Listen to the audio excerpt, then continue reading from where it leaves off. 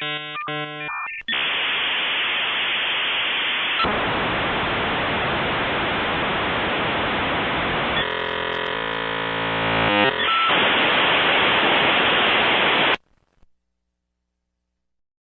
primitive still. There she is. And she's a primitive still. There she is. There she is. Kill! But I feel like celebrating! Red alert. All hands stand to battle stations.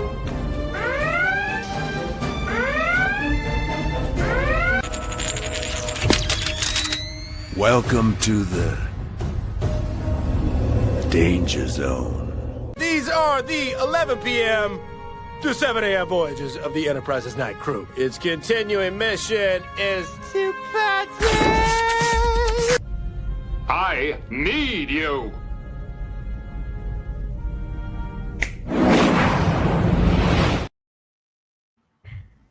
Hello and welcome to our very first Midnight Continuum live stream. And I hope you enjoy it tonight. We're going to be talking about one of my favorite science fiction, also fantasy classics called The Fifth Element. And it's going to be amazing because it's science fiction, but it's also magic. And it's just a lot of fun. It's bright and futuristic, but also there are things happening and stuff and that I want to talk about. And we've got flying cars and trains going up and down buildings. It's a lot of fun. And I love the characters. And especially Leelu. She's really great. And today to talk about this movie is Scotty R37. Hello. Hello. Hello. And also Tiger Stripes joined us. MULTIPASS. And we will have a special guest showing up soon. Oh, yes, I have that. Oh, I wonder where I put it. I have some videos here. So here's... I was told to get everyone every time she says it. MULTIPASS. Leelu Dallas MULTIPASS. MULTIPASS. She knows it's MULTIPASS. Leelu Dallas. MULTIPASS. Yeah, she's supreme being, but she just learned the English language, so give her a break. So we've got a wonderful movie released in 1997. They started making it in 1995, and it's I didn't know that it was also French, so it's also French. In English, directed by Luc Besson and co-written by Besson and Robert Mark. Use your nose. Besson. No, you're gonna have to be patient with me. It stars Bruce Willis, Mila Jovovich, Gary Oldman, who does a great American accent, Ian Holm, and Chris Tucker. And of course, it's set in the future. It's a little bit dystopian, but it's not too dystopian. And we've got Corbin Dallas as the main character, played by Willis, and it's of course Leelu, who's the Fifth Element. And this movie was conceived when Besson was only 16 years old. He was 38 though when the movie finally got released. So it was just something that was boiling in his brain for a long time before he actually was able to make it. And it earned $263 million at the box office on a $90 million budget. And so it was the most expensive European film ever made at that point. Until the Intouchables in 2011, which I have no idea about. So I think this is really great that he thought about it when he was just a kid and made it happen. I'm glad it made money. It made money its initial release. It That's did. great. It did. Obviously, it just got even more popular after that. Even if it didn't succeed in the box office, it would have succeeded later. And lots of great special effects, both practical and CG. Great, wonderful, wonderful time where you had to use both. And I'd like to thank for. I'd also like to say hello to the people here in the chat. Old Man Bird Slice Nine says, Slice Nine likes the thumbnail. Thank you. Hey, hey. And hello to Low Specs Linux Gaming. Penguin. Jet Sparks. I got that one. Here it is for you. I got it right here. Aziz, light! Poor Aziz. Yeah, these are so bored. Argon 30. Hello. I love this movie too. It's just so perfect. I'm afraid of reviewing it because it's one of my favorites. And so I've also got to thank Old Man Bird, who says, "Be still, pounding heart. She is but another actress, not an all-powerful, passionate space weapon." Maybe Yeah, but she's both. this movie makes you forget that she's mortal. I mean, obviously she is She mortal, is but really wonderful in this film. she does seem like not from this earth. It's really well done. Mhm. And I love this.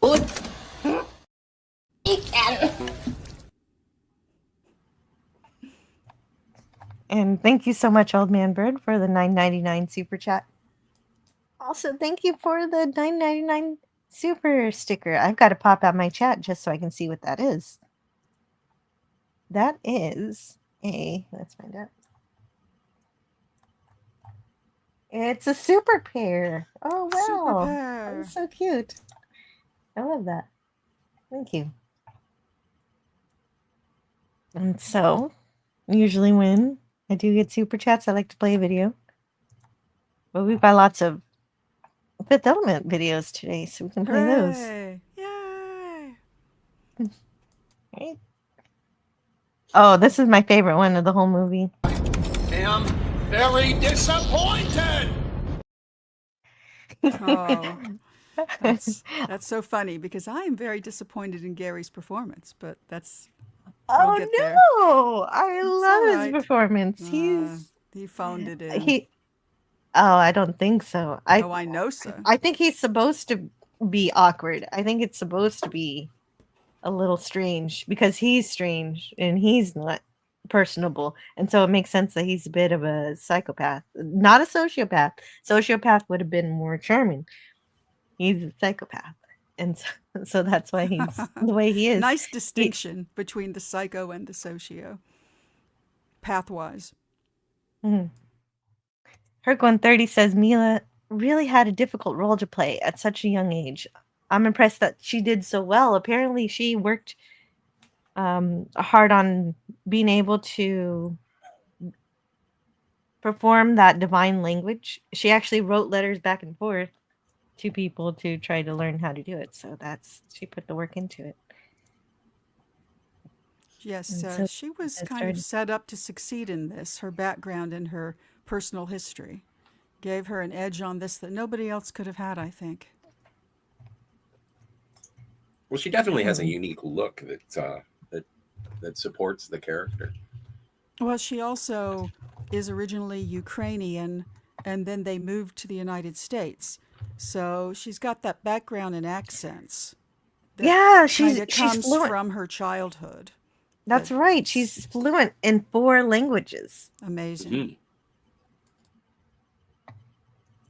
I'm barely fluent in 1.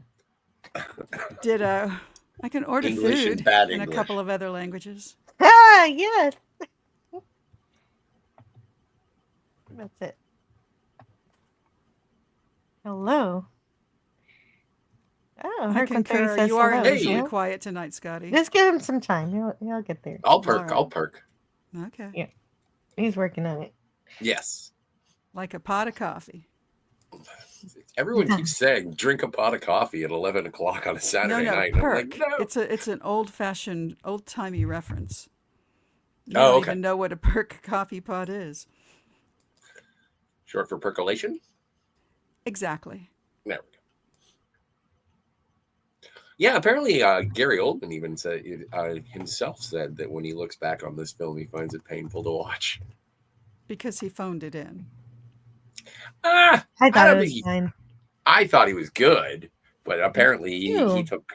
he was uncomfortable with his performance. Well, his character didn't have that much to do as it was anyway, so it's He was just a lackey to the actual devil in this. Yeah.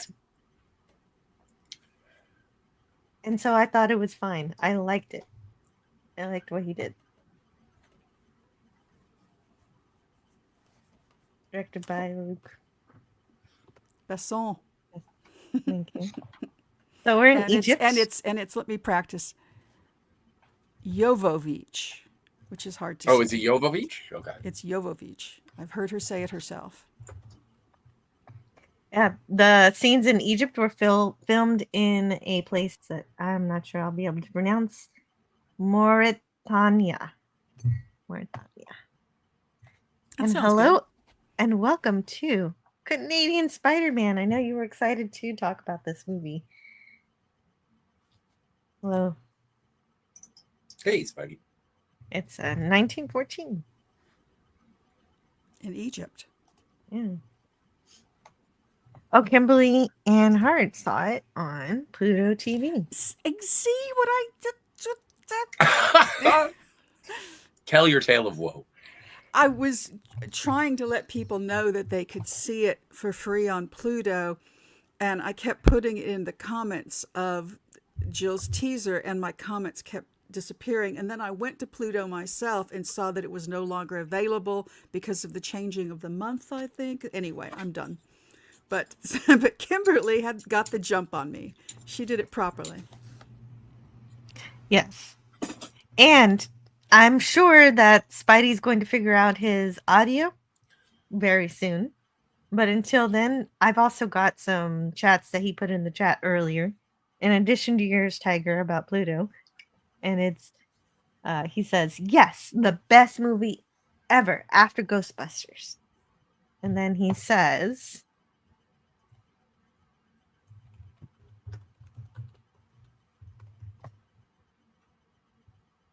where is it? Oh, it must be here. Leelu Dallas MULTIPASS. And then he says, well, of course, Die Hard is up there as the best movie ever, too. Wow, 3 number ones. Yeah, he does have 3 number ones. And here, and I dropped him out when I did that. So welcome Now back. he's having trouble. He posted it in the chat. Oh, okay. Yeah. Okay. That's why he dropped out. Okay, you can drop yourself out. Does again. this work? Yeah. Yes. now. Now we can- Oh, there's a mute MULTIPASS. button on this new laptop. What do you know? I didn't know that was there. Hi. Hello. How are you, sir? hello. Awesome. Now that I'm here with you guys. Yeah, gonna be fun. Welcome to Olympus. Yeah, it's wow. My 3 favorite panelists with my 3 favorite movies. Love it. Aw. Fantastic. Thank you, sir. Yeah. Right back Yeah, at this you. is amazing. And 2 of your top 1, 2 of your number 1 movies are both Bruce Willis movies. That's fun. He's the greatest man to ever live. I'm sorry, Jesus. It's okay. It's Jesus' job to forgive, so you're Yes. okay there.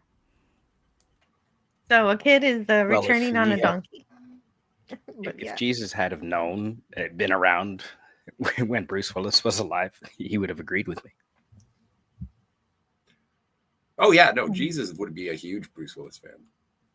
Oh, sure. I can't see Jesus in an air duct saying, "Welcome to the party." Hello to Miss Sparkles. And she says, Miss I accept Sparkles. your apology, Scotty. That makes sense. That makes sense. Thank you. Agent DPK is here too. Great to see you guys. It's a jumping Saturday night. Welcome to all. Yeah, it's Saturday night, and we've got Omar over here. He's these returned adorable with his kids in donkey. their adorable hats. The lighting. I love the mirrors. Yeah, the mirror to reflect the light, so you can work on the inscriptions that are on the wall. Yeah, there's Aziz. Aziz. And isn't one of the Backstreet Boys in this? I don't One know. of Backstreet Boys. I don't think he's a Backstreet Boy. I think he might be out of one of those groups of that era, maybe. But Right. It could somebody be. was like, "Oh, so and so," and I don't know who he is. But no, it's not him. But it's one of the other gentlemen. Another of pop color. star. Yeah, I think would he have to was. look it up.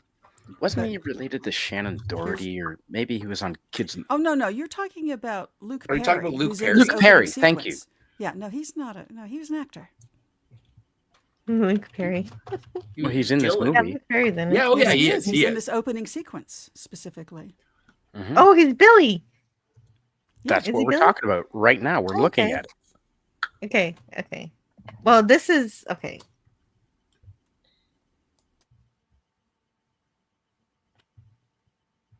There he is. There's Billy. There's Luc Perry. You got him. At his dishiest. Mhm. Yeah, rest his soul. I was but hoping. Yeah. Is he It'd dead? be great. Yeah, he I'm died. afraid so. I'm sorry, I'm sorry, Canadians. Cocaine? Oh No, No. he was happened? ill for quite a while, I believe, but he kind of kept it quiet. He didn't go public with it. Oh, that's Well, sad. it's also He's interesting. too just in cute his- to die. Yeah, In he his really was career. a beautiful guy. Like starting off on 90210, and then he was in this. He was in Once Upon a Time in Hollywood. Like he was in Buffy the Vampire Slayer. Like he did touch on a lot of the cultural touchstones of some great artists. He's not. Yeah, much Once older Upon a than Time in us. Hollywood. Yeah, he was a good actor too. I think he's our age, Tiger. Yes, Yeah, he didn't He get died that. too young. Him and Doherty went too young. Yes.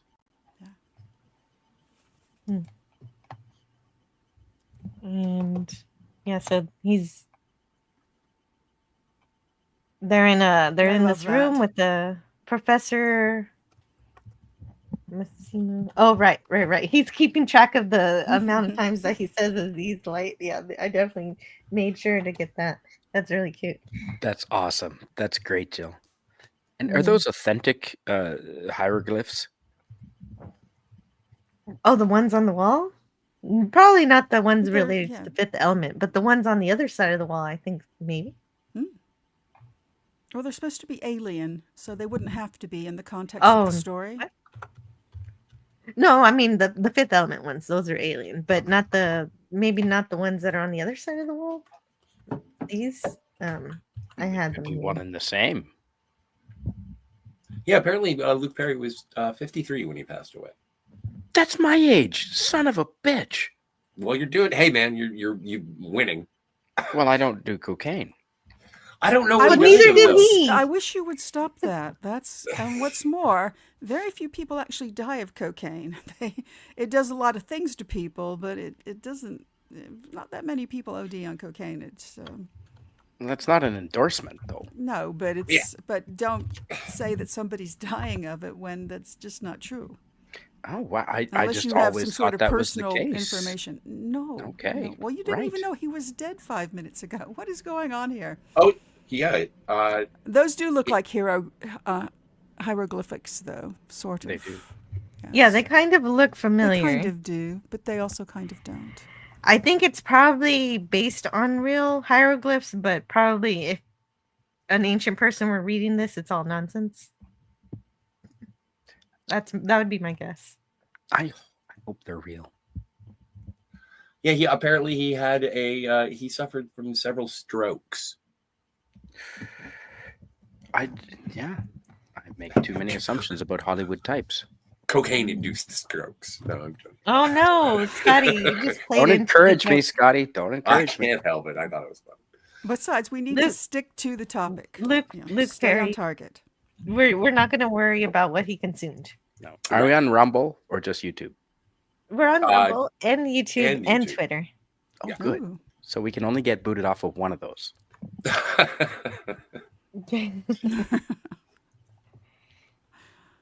So, okay, and he said Aziz Light 11 times, and so the professor's figuring out what all this means.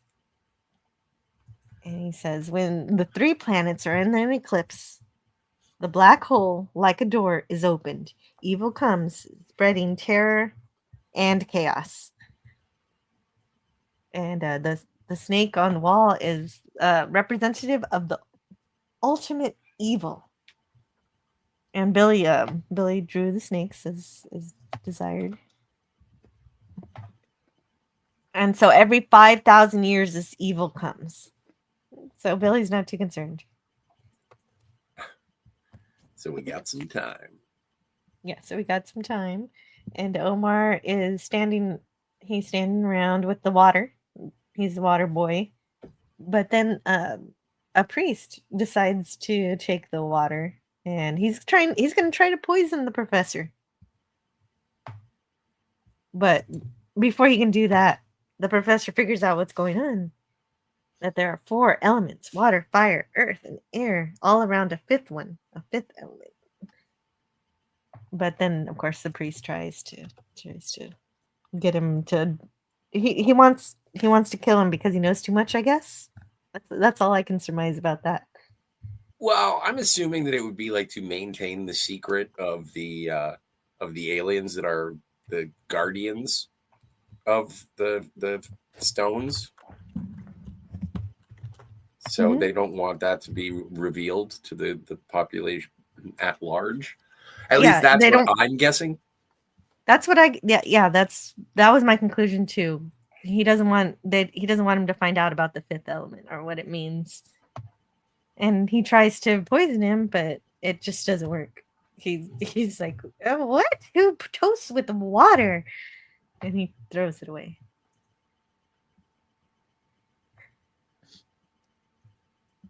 But I'm getting ahead of it because I really love the images in this movie, so I have a lot of slides. But there he is. Oh, cool. No, visually, this movie is brilliant. Oh, yeah. It's gorgeous. It is absolutely gorgeous. From production design to costuming to creature effects, everything.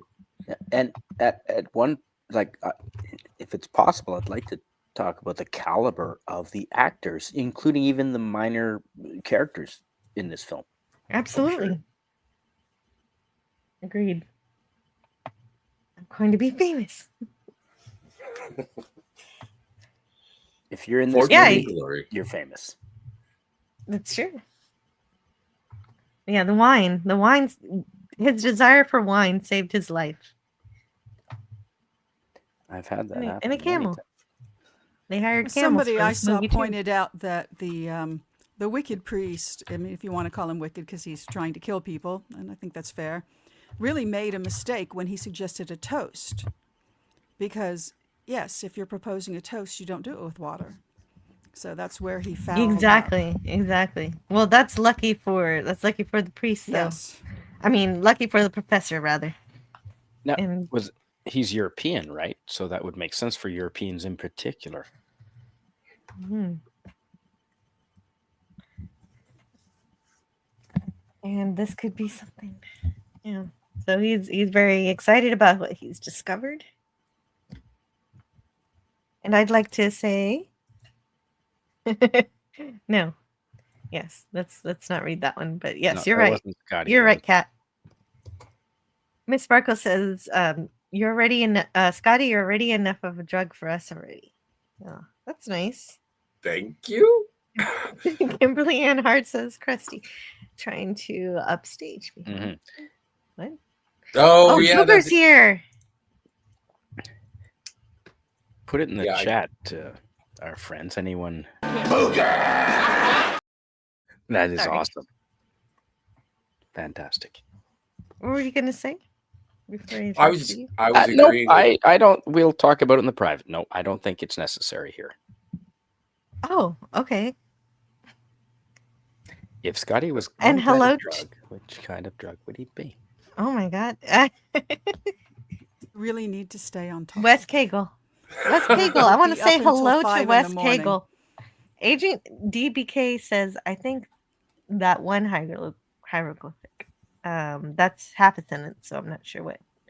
Earth, fire, air, and water. Yes. Now Kimberly's on topic. That's a band. Earth, Wind, and Fire. Yes. No water. The aliens that are about to show up are really cool, very memorable. Yeah. The Mondo Shawans. They're about to show up. Their spaceship's got to show up. It's a completely improbable, crazy looking spaceship, and I love it. And Luke Perry was very famous still at this time, right? He was in the height of his fame, I believe. I think so, yeah. There it is. Look at that. How That is so ridiculous. cool. It's beautiful. Yes. It did get I my lost. noggin Oh, jogging about just it's nice. I love 90-degree angles and shiny metal when I'm looking at my spaceships, but I do also enjoy that sort of biomechanical, organic looking ship that these aliens have, and then the design for them specifically. At first time I saw it, I thought it was a little goofy, but then like everything within this production design is a little off, and it does sort of support the world. Maybe it's just the French sensibility, because it does remind me a lot of, obviously directed by Luc Besson as well, was Valerian and the City of a Thousand Planets. And it does have sort of a European science fiction comic book vibe to it. It's great. Mm-hmm. Which helped make it foreign to I guess, us. Well, that's actually one of the objections I have with Monsieur Besson, is that I found a clip where he's like, well, it's not a comic book. And it's like, it is a comic book. And it's very specifically heavy metal, Metal Hurlant, which is a French comic. And yet he never credits that as inspiration at any point. And it had to have been. what if he never read it? What if he never read it and it He wasn't was a an teenager in France when Yeah. it was all the rage. Of course he read it. Okay. Of Well, course and he yeah, read it. and this is, And I can because- make a case for this too, and I will as we go. Well, because, and also he did make Valerian, and it was one of his passion projects from when he was a teenager, when he was developing this as well. So I don't know, if he wants to get defensive about it, that's fine. But it's like saying, no, water is not wet. It's like, Okay, what is the name of the comic? Is it the Incal? Heavy metal. Oh, heavy metal. Heavy Okay. metal. big fan of Mobius. He was. But they never sued him for it. Some other comic did. Well, I That mean, he wasn't anything hired like it. he hired Mobius, and he borrowed a lot of concepts, and he paid homage at times. So, and yet he never talks about it that I can find. But then I didn't do a deep dive, but it was interesting that I couldn't find him at some point saying, and of course, heavy metal. There's so much deep diving you could do for this movie that I didn't get through half of what I wanted to read. Oh, I learned things, scary things. Are you German?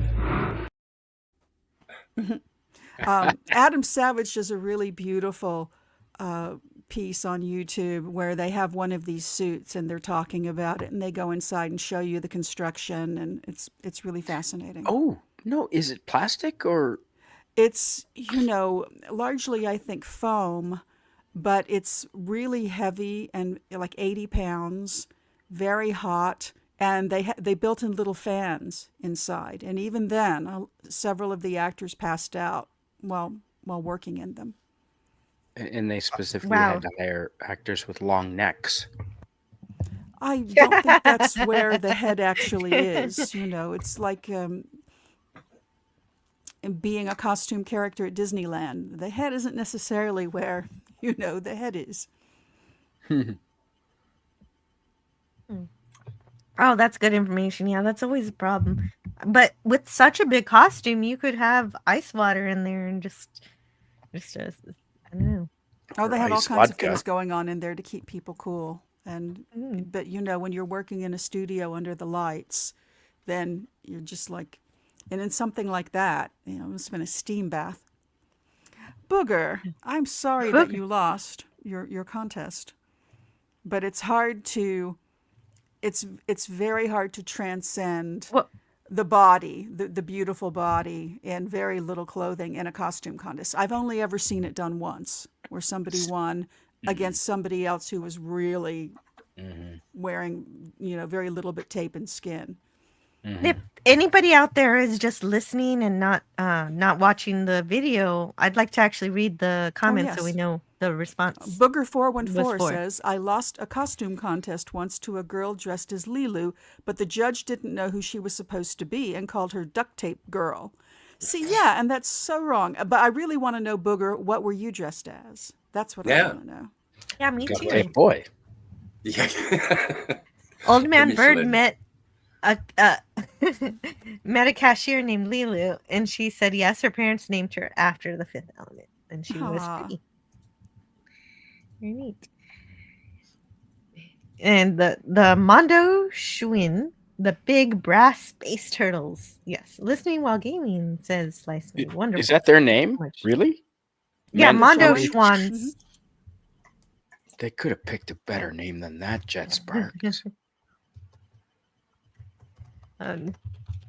Yeah, they could have, but they didn't. No. Oh, I like it. Okay. Well, they're species alien. name, and Mondo is a very common usage for the term world. I'm sure that's part of it. Yeah. Well, I always wanted them to get out of their suit, but maybe they can't survive in our atmosphere. They kind of reminded me, just in terms of the shape of the suits. They kind of reminded me of the Vogons from the Hitchhiker's Guide to the Galaxy movie. That round sort of boom, boom, boom, boom kind of thing. But yeah, they have except to rock that they from side to side to walk. Yeah. Yeah, except that these aliens are nice to humans, unlike the Vogons. Wow. You guys have so much more cultural awareness than I do as far as fiction goes. I have no idea what the Vogons would be like. I just know they like poetry. Oh, well, you should listen. You should listen to the they're radio show bureaucrat. and see the They're movie. bureaucrats. Or the TV show. They're bureaucrats. They just care about doing whatever it is they have to do for the government. So they're just Oh, we don't want to go there. yeah. No, we don't. But that's kind of part of the humor. It's like, That's my stream after. It doesn't matter if the Earth is in the way. We've got to build a bypass. Okay. And Tiger Stripes, parlez-vous français? Je parle un peu. Oh, I knew it. Nah, not very well. You are a cultured lady. Just because I've taken a few language lessons doesn't mean. I wish I'd practiced more. I wish I knew more. So they've got to, these Mondo Shawns, they've got to take the stones because they're not safe on Earth anymore.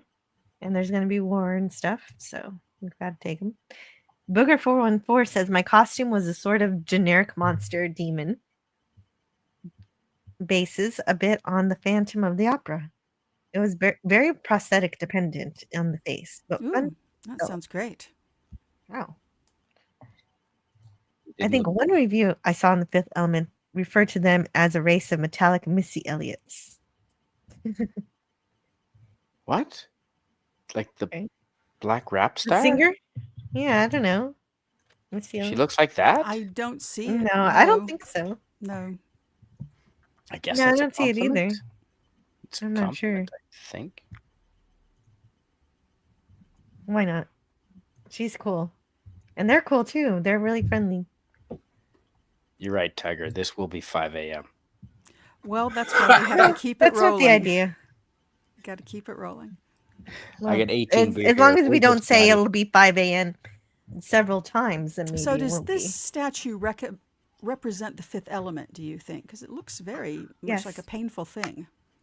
Well, but it is reminiscent, and you find out at the end, and I guess this is being rewarded for multiple viewings, but this is exactly the pose that Leelu has when she is within the stones, and she Exactly. does space laser to destroy the evil. She looks better. Oh, she looks Yeah, way better than this. Yeah, She but is this way better. But this is why everybody thinks it's going to be a male. I'm just looking at this. Oh, well, it's going to be the supreme being's going to be a guy. No, that's not. That doesn't happen. But the Mondo Shans also, the friendly aliens also say, pass on the knowledge to the next priest as it was passed on to you, and he gives him the key. Yeah. Oh, but also Jill. there's a bit of a little yes. Well, those are the stones. I was gonna say, if we happen to know someone that has copies of those original castings of the original stones. Is it Gary? Oh wow, it is Gary. Of course it is. Oh wow, that makes sense. You knew that, right, Jill? Oh, I might have. He must have shown them off when they reviewed it. He could have mailed you one for this show. Oh shoot! I can't ask him for all that stuff. He's No, but good that I way, can. but yeah, we don't want to tap him. We don't want to tap him out. I'd pay for it, maybe. I do like it. Well, you'd need all four, wouldn't you? And then the world would blow up. So, Or be saved. Yeah, and Billy gets he's afraid of these aliens. He doesn't really know them, so Is that a Luger? He makes a mistake. It looks like a Luger or a Ruger. It's very nice. I think this is supposed It's to a be Mauser? World War One. Oh, Holy thank shit, you, Jill. Mauser. The gun expert in Texas, of course. There we go. No, Jill's the person. Yeah, she's hip. No, I'm not. I looked it up for this Oh, good. live stream. What do you mean? Cool. Research? It's a very cool gun. I didn't do enough research, but I got Yes, that it one. is, Tiger. Mauser.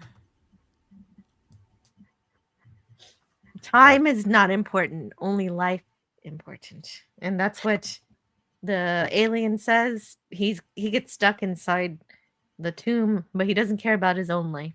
He only cares about saving Earth. Was What anyone kind of else stand-up alien does that? That's amazing. Was anyone else impressed with how the play that the counterplay where this is such a flimsy little tiny key on these big robust robots on this big robust wall to open this. It's such a flimsy little key to open this big thing. Yeah. Looks bigger in the priest's hands. It's irony. Well, yeah. It also sort of goes thematically with the rest of the movie as well. When everybody's thinking that the perfect being is going to be a man to be the savior, and it ends up being a dainty woman. Holy shit! And so She's 5'9". She ain't that dainty. Well, yeah, but Was she that ain't foreshadowing, Scotty? She ain't no Lizzo, is what I'm saying. The key was foreshadowing, maybe. Could be. Well, I find that these things are sort of interconnected, and if a director wants to convey that strength comes from small packages, then, like, apparently the number 5 shows up all throughout this movie. It's not just the title of it as being the fifth element, but there are other nods to it as well. Well, the French do have beautiful design. Oh, yes, absolutely. Number 5 in how many languages, I wonder? I'm going to look. I'm serious. Number 5 is represented in many languages. That's a very organic spaceship. Yes. Yes, and now we're going to go 300 years into the future. Right, penis. Well, I was going to say poop, so... There is some penis imagery in this movie. Oh, and I want to say something here real quick, that I feel like this was a really missed opportunity, because it looks to me as if they intended that the being loses his hand in the door closing. He does. And that is the thing that is then resurrected later into Leelu. However, they don't follow that path and they don't go in that direction. So it's kind of disappointing that they set that up and then dropped the ball and decided no.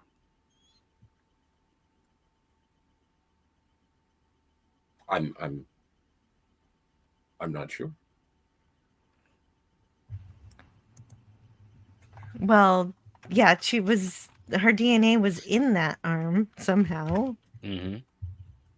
Yeah, it only takes the fingernail or so.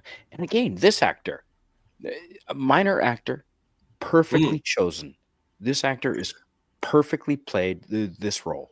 Kudos to him. No one knows his name. Perfectly played. Well, he did play Baron know his Munchausen, name. I think. Really? Yeah. In The Adventures. Well, that's quite a notable role. Just everyone in this movie was just spot on, perfectly cast. I mean, kudos to the whoever chose the casting, really. Well, yeah. And it's not it's non-traditional, subversive casting as well. Like, this guy is fantastic in his role, but to have Tiny Lister as as the president, I just find I was so, I don't know, he does not seem presidential when you first see him. I'm used to him being in like Over the Top or in and later on in The Dark Knight, and then also in Friday. And for him to be the president, it's just like, what an odd choice to be the president, but also it just adds sort of a quirk and charm to the film as a whole. And Tiny Lister, great president. Agreed. Yes, he's great. We haven't seen him yet, but we're going to come up on him soon. And so what's happening here is that you saw a digital representation of what you saw in the tomb just a couple of slides ago. Mm-hmm. And so they've encountered that evil. And so, but things are so out of whack that the crew can't even get proper temperature readings. Although there was a bit of a problem with those temperature readings, because the conflicting temperature readings varied from 1 million degrees to minus 5,000. But there's no minus 5,000. I was going to say. Absolute zero is only negative 273 Celsius. Yeah, that actor's name is John Neville. And yes, he did play Baron Munchausen. Really good catch, Scotty. 0 Kelvin.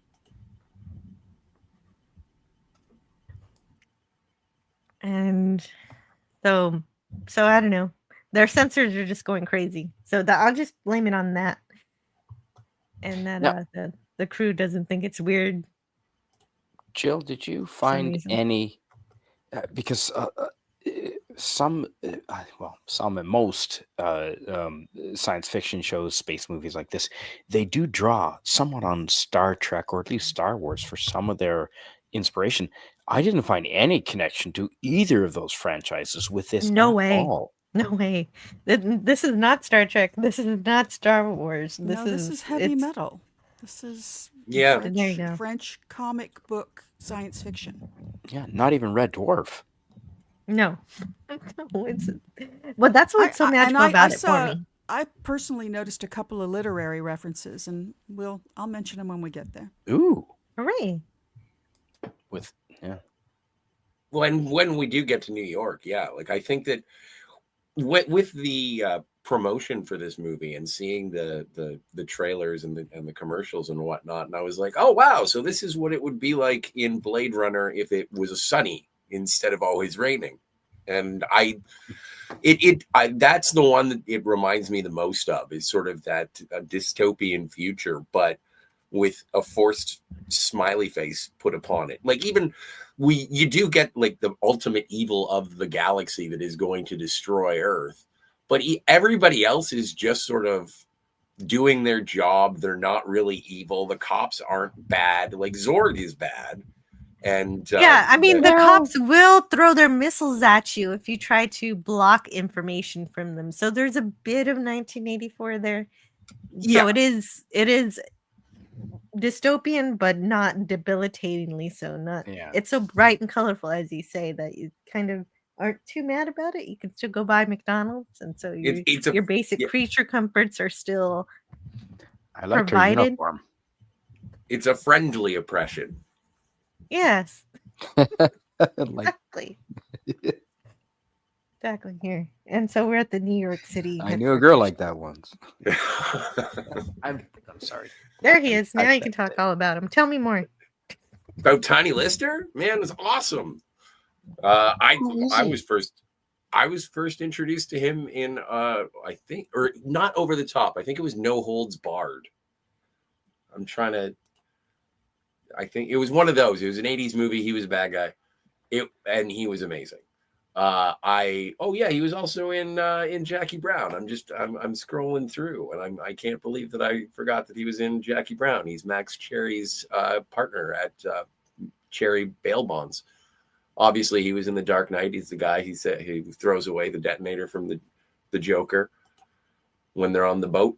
But yeah, he had a storied career, usually as a heavy, usually as the muscle. But this is a very charming role for him, and it's a departure. So is that Vulcan behind him? Is that a Vulcan on the right hand side? I don't believe so. She's not a Vulcan. She's But one of the people who you see throughout the film, and yet she's always silent, which is a little bothersome. But there's other roles that are present in the film that are like that are just always right there behind the person that they're supposed to be serving, but they have nothing to say. Since she's right there, she's right hand. She's gotta have an important role. Oh, she's even if we don't get to see. Wow. She's a Vulcan. She would make a great. She's Vulcan. a plant. That's a she's side not a story. Vulcan, but she would make a great one. That's a side story. She was actually a Vulcan. So the general's explaining to the president, none of their scanners can figure out what this thing is, but they end up having a special guest who can explain. Here he is, Priest Vito Cornelius, and he can tell them about the evil that is afoot, the ultimate evil, Mr. Shadow, the big bad. Like it's just it just looks like a planet, but it's really a sentient being that can that is a super powerful force that's lived for thousands of years, I guess, maybe more. I don't know how long it can live, but if it shows up every 5,000 years, it should be several thousand years that it can live. Hundreds of thousands of years? I have no idea. He was a decent bad guy. That actually did scare me. It is a spooky bad guy. It has no face, but it can do things. It can move where it wants. It can change its form. It's an evil planet. It makes a death's head that comes at you like something out of The Mummy. Yeah, yeah. Oh, that's right. The skull face. Yeah, it looked like one of those floating flaming skulls from Doom.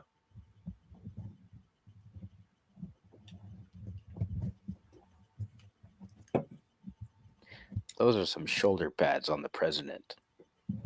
Well, and it's always funny. Jean-Paul Gaultier, yeah, the fashion designer here. He's Mr. Shoulder Pad. Particularly, well, they were bigger in the 80s, but he's always huge. About the shoulder pads, I think. That man. They were huge. Yeah, go Bruce Willis, go back to Moonlighting and see Sybil Shepherd's business blazers. Oh, yeah, The 80s. Speaking of cocaine. It's a throwback to the 40s when shoulder pads were all the rage, too. I love you so much, Scotty. Cheers, brother. I'm cheersing an extra old stock to you, sir. Thank you. I'm stuck on the PBR as usual. I love this guy. I don't know who what he's in. He's basically Countdown Man in this movie, but the older gentleman on the left there, I love him in his job. He's always looking down his nose, counting backwards. It's great. Yeah. So, and of course, we have the priest repeating that line that the Mondashawans said long ago. Time is of no importance, Mr. President. Only life is important. And I'm going to play those clips, all of them. Sweet. That I have. here. Time not important. Only life important. Time is of no importance, Mr. President. Only life is important. I love movies that pay things off. Fifth Element, really great at it. Time is relevant. Didn't even make you wait a whole long time for it. The president agrees, but he says that he's trying to save 200 billion lives. I don't think 200 billion people can live on Earth, so maybe it's kind of... They did say it's a federation. If you want to say anything like Star Trek, maybe Earth is also part of a group of planets here. We don't know what planets, but 200 billion, yeah, would not fit on Earth. Ooh. Sorry, Jill. We just have some people. I'm sorry. We just have some people in the chat I've never seen before. Maybe I'm mistaken. Oh, you're right. No, you're absolutely right. Well, you're there. And Pyrathis is here. Great to see Pyrathis. And Hello. Tiny Lister was also the Klingon who made first contact with Earth in Enterprise. Thank you, There we Booger. go. Thank you, Booger. That's Bingo. true. One of the greatest series Oh, ever. I feel like Booger earns a prize for that one. Thank you for the Yes. Star Trek reference. I don't know what that is, though. We need the living planet Green Lantern to battle the living fireball. Yes. And Jet Sparks is here. Hello, Jet Sparks.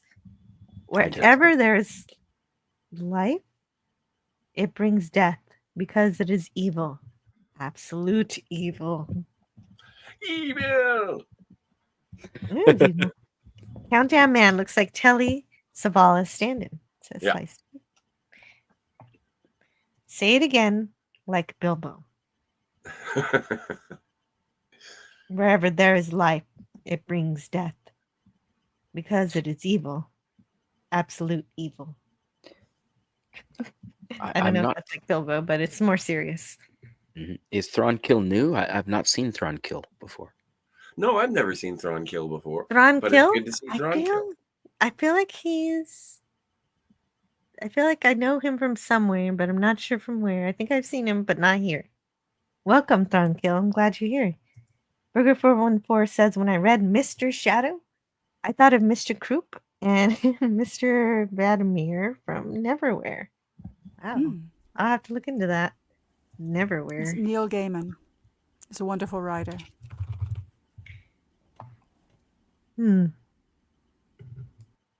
Pyrathis disagrees. Death is a release, not a punishment. That's his quote. Is more evil.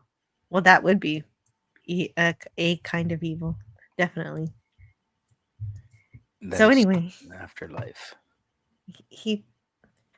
The president does not quite... I don't think he really believes the priest at first, so he doesn't heed his warning, and he fires all these volleys of missiles toward the growing object, although once he orders this, he almost regrets it and says, oh no, maybe I'm starting to have misgivings. But the general says, not me.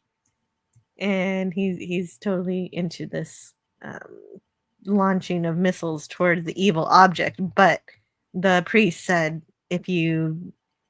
evil begets evil, so shooting at it will only make it stronger. So this is just proof right at the beginning that you cannot kill it with all the weapons you've got on Earth. No matter how big a weapon you make, it's only going to feed it. It's only going to feed this evil. Well, and that's also like it with the evil and the response when the general dies. Like, it's such a brilliant performance in terms of both terror and pleasure. It's weird, and it does remind Tiger. You got it. You remind me of the heavy metalness of this, and having some sort of cosmic terror. That, like, when he's sitting there and he's just sort of lightly shaking, he looks like as if he's in awe, but also in terror as well. And it is, the performance really helps with the imminent villainy of he's this. also literally this thing. sweating blood. which is kind of a bizarre phenomenon. Yeah, it was weird. But also, when it's an ultimate evil, it's like, all right, yeah, I guess I'll take it. Was it blood? He was like black goo coming out. It's very, very dark, but the same thing happens to. Yes. Is it Zorg? Yes, Zorg. Yeah, later on, and when he brushes his forehead, you can see that it's red. Okay. But it's Oldman, one of the greatest actors. Blood is very different colors depending on whether it's going toward your heart or away from your heart, as I understand. Makes sense. And since he's about to die, we should give him his actor name. General Stadart was played by John Neville. Yeah, John Neville. That was a really good catch, Scotty. Yeah, he played Baron Munchausen in the movie. Oh, you did figure it out. Okay, Yeah. sorry. I didn't know. Quite a good role, and he was wonderful in it. Devil Flyer Momentum. Hello, Devil Flyer. Great to have you here. Definitely. I'm copying Spidey's chat, but that was exactly the right thing to say. I've been through a couple of times before and always enjoy. Fantastic. I hope you enjoy. Well, I love this movie so much. I'm afraid I'm not going to do it justice, but I think I will because I've got a lot of look wonderful at all of here. the beautiful clips you've gotten. That's so much right there. Now, The attention to detail in this movie, the attention to detail. Yeah. Oh, it is. I think that this is a movie that is very much about showing and not telling. It's great. Right? It is. That's why I told you this movie is a painting. Yeah. It's my favorite. Or and a Leelu series of Dallas drawings, in the shower. like no, a comic we won't talk strip. about the shower. Oh Auto shower. no, not the auto shower. Save it till you get there. No, but he thought of it. It's okay. We'll get there. I love this movie so much. I just don't want to be up until 7 a.m. We're in South Brooklyn, New York. We are meeting South Brooklyn. Name one time where you stayed up till 7 a.m. in the morning and you didn't have a good time. That has happened here, but it was a shore leave. Oh, I can. That's not going to happen here. So don't take me there. I can. It won't happen tonight. It is a review show, so it is a little less crazy than my shore leaves. So I don't think you have to worry too much. Although it is 2 a.m. Have you seen the panel? Corbin. It is March 18th, 2263, 27 Celsius. So if there's one thing that's happened in the future is that we got on board with the metric system. Boo. Oh. I will never understand your fascination with counting things by 12s. It's more efficient. I want things by 10s. Yeah, by 10s mathematically 12 makes sense. Does it? It has more It has more divisors. Quit smoking. God, I love the cigarettes in this show. Yeah. Yeah, I was just such thinking. a riot. Scotty, you should have a real appreciation of them as a smoker. Nah, too much filter. That's the point. You know, I know. That is. No, I did think of Scotty for this too. And I was thinking, only in a dystopian society where they control how many cigarettes you have per day would he actually be able to quit. Well, and that's the thing, is that it's like, it is telling you this is how many you get in a day. And also, they're not good cigarettes. Like, look at how many. Dystopian. This is more like nanny world. Well, dystopian nanny world, I kind of, we're moving towards that today. And it's all about nerfing and baby proofing the planet for the people who can't deal with the planet being a dangerous place. You cannot change the nature of the world. So you have to change the nature of the people so that they feel safer. And so, like, secondhand smoke kills as you're walking down the street with the exhaust of 1,000 cars in your face. And it's like, yes, my cigarettes are definitely killing you. But when you have this, it's like you only get 4. You get 4 today. And he does. He goes through them. It's great. Yes, he does. There's more than one cigarette smoker in this movie. So then, yes, we're in Brooklyn, New York. And we've got Bruce Willis. But Mel Gibson was also approached for this role, but he turned it down. What? And Mel Gibson Jul- instead of Yes. Bruce Willis? Yes. Are they there also any wanted. Oh, go ahead. test screenings of that? Because that'd be interesting. Oh, like yeah, if there were And screen tests I for him. don't know that. I don't know that Mel turned it down. I feel like they were really considering him, and then they realized that Bruce was on board, and so they just jumped for that. Well, but apparently, the studio definitely wanted Mel. but and also they did Yes. want to maintain a lower budget as well. And from what I read, because of the failures of Hudson Hawk and Billy Bathgate, Bruce Willis's asking price was lower, and so they didn't have to pay him as much. And Mel Gibson would have been a higher price. He was I not. think. He was not as well known. Yeah, at this point. Bruce Hudson Willis? Hawk is awesome. Bruno? Oh no, Bruno was Yeah. definitely known. Oh, at this point. well, Oh, I yeah, mean, no, Bruno was. I guess huge. maybe. Okay. No, but it's just in the ebbs and flows of Mhm. an actor's career. If you have a couple of Oh, yeah. movies that don't do well, then you don't command as large a salary, which Yes. can be good. Like look at what like John Travolta was, back of the line, and so he didn't cost that much when Pulp Fiction came out, and that really raised his cachet. It did. Oh, he was a lucky man to get that. But we're talking so about glad this Tiger's movie, back. Kitty. Yeah. Yeah, there's a kitty in this Hi, movie. pretty It's a white kitty, kitty. says Kimberly Hanhart. Tiger But you my might have only- confused people by referring to Bruce Willis as Bruno. Oh, not me. Everybody I do knows know what he's you're called talking Bruno. about, but Return of Bruno was a great. beautiful album. It's a good and album. He sings the blues. Mhm.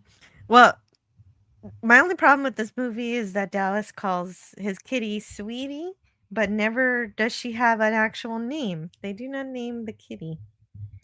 What is her name? I don't know. That's a good point. His beautiful face. Yes. Yes. Yeah. This cat has a lot of personality. I like it. Yes, and here's where I'm going to come in and say that even though Luc Besson does not at any point mention heavy metal or, credit it for his inspiration all those years that he was working on the story for this movie, one of the first American illustrators and comic book artists in the very early heavy metals was a man named Richard Corbin.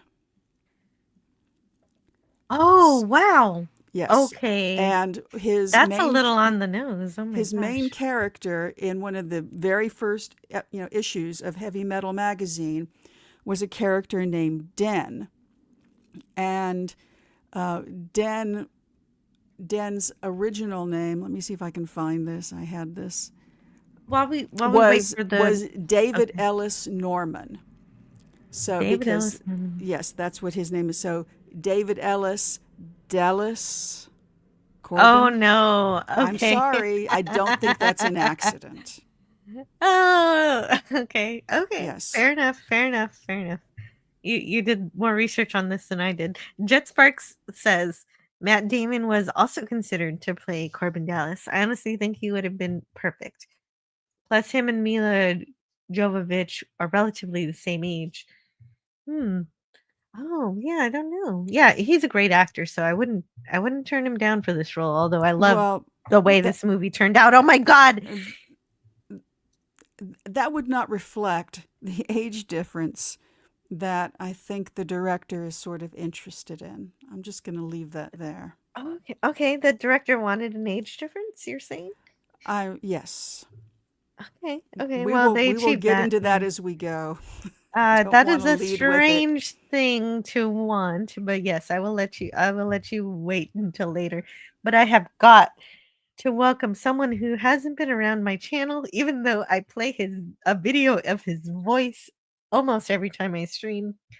It is Darius Munchausen who says, Fifth Element rules. Yeah, if Fifth Element brings you to my channel, then yes, it indeed rules.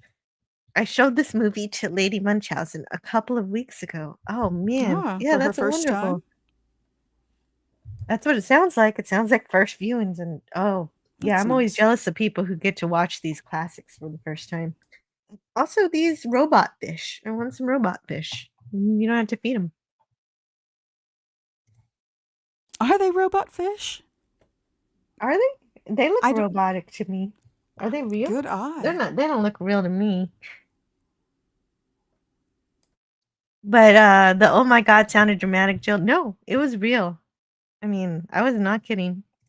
Yeah, I got I got a serious burst of joy seeing Darius here. It's great to have you here, and she had to have liked it. Yeah. Yeah, that's right. That's a good question, Spidey. Did Lady Munchausen like The Fifth Element? If you are conscious and breathing, you're going to like The Fifth Element. Yeah, I think so. All right, so let's see. Let's see what's going on. I mean, Then Gary Corbin Oldman, gets you know. yeah, Corbin gets a phone call from his boss about his job. He's of course he's a taxi cab driver of not just a regular taxi cab, a flying taxi cab. And his boss is also an old war friend, so an old war veteran is also his boss for some reason. And so oh wait a minute. Is this yeah. He's talking about how Dallas likes his cat so much instead of the real thing. So it's an obvious Yes, it's innuendo. Yes. I It is agree. an innuendo. Completely. At least the cat comes back, and that's because his wife left him. And we get a picture of his wife on their wedding day. The boots, the costuming in this film, Jill, was one thing I did want to mention. The boots, the including not only Leelu's costume with, it's not really duct tape, but the Band-Aids costume, just the boots, everything, and even Bruce Willis's costume, even the president's outfit, the costuming. I mean, kudos to the wardrobe department. Well, wait until we see Gary Oldman. Absolutely agreed. Yeah, Gary Oldman. Definitely don't want to step all over Ruby Rhod, although he's showing up right here. Well, the right fantastic on the thing about TV. this is that everything was designed by Jean-Paul Gaultier, who is a true haute couture fashion designer. And he did all the costumes. So he's just amazing. He is amazing. Before we carry on, though, there was something in a previous slide. I'm not going back to that slide, but it was part of the phone call. Corbin says, I don't want 1,000,000 women. I just want one, the perfect one. And that is also a thing that is set up and pay off. Yeah, I want 1,000,000 women. Just want one. Perfect one. love that. Tells you a lot about his character. It does. It does. He's a one-woman guy. He just wants he wants a real connection. And his friend also wants is sure that his car needs maintaining, and Corbin denies it, saying that he doesn't drive it like a space fighter. And I'm only mentioning this because this is another setup and payoff. Because of course, in the next scene, we get a car chase and everything, and it's believable that he flies the way he does because here that he was a space fighter. And yeah, he's lying when he says he has 50 points on his driver's license. I think he has 5. 5. The Ruby Rhod commercial. Name of the winner of the Super Green Gemini Croquet Contest. Oh, what a performance. Yeah, Chris Tucker nails it here. They actually tried to, I heard they tried to get Prince, but I'm so glad they didn't. He couldn't have delivered on that. He just, I adore Prince, but no, he couldn't. Nobody could have done that but Chris Tucker. Yes, this role was made for him. He's incredible. And he's advertising the contest, and the winner will get 10 days in Floston Paradise. Was this So before tune in to Radio Cosmos. Sorry. Long before Rush Hour? Oh, Rush Hour. I was going to say this was predicting the current trend of people vlogging and blogging their every move. No, sorry. No, you Tiger. know, I mean, this role was for Chris Tucker. Was it? I wonder if it was before any of the Rush Hours. I think it was by a few years. Well, you have the ocean at your fingertips. Yes. Rush Hour was in 98. I like to rely on old-fashioned memory. Yeah. But I think this was after Friday. Yeah, that makes sense. And Chris Tucker, like, I think this might have been one of the roles that really made him famous, if I'm not mistaken. Well, this is his fifth role. This is the fifth movie that he was ever in. The Fifth Element. Yeah. See, Old Man Bird, I don't know what Rickrolled means. Sorry, Jill, I was reading the comment. Really? Rickroll? You don't know what Rickroll means? We have to Rickroll him. Don't tell him. I don't know what tell him. Jill, you have to make this happen tonight. Is it like Ric Flair? Don't tell him. The wrestler Ric Flair? Just make it happen. I don't want to leave him hanging unless Jill's going to play it. No, we have to do it to him. We have to Rickroll him. I'm pretty robust. I can bounce back from a lot of shit. I can somersault. I'm torn whether to tell him what it is. To him. Don't tell him after you do it to him. Like, is it a Rick and Morty thing? Because I don't like Rick and Morty. No, it has nothing to do with that Rick. It's a different Rick. Ric Flair. No. Yes, and I just want to echo what Canadian Spider-Man says here to Darius Munchausen. It is so good to see you, bud. Good luck with your new PC build. My old laptop finally died after falling in the snow. Rain, fire, snow again, and a couple of fireworks strikes. Wow. True story. It went through a lot. You witnessed most of those things, Jill. And the desperation of getting ready to lose his livelihood. I did. Well, a real commitment is what I'm thinking of. You wouldn't get this from any other guy. Did we just get Rickrolled? Says Old Man Bird. Yes. That is all we're gonna say, Spidey, and Darius, we will explain no further. Dude, Darius is one of the guys I've known you. You're probably one of the first YouTubers one of the first 10.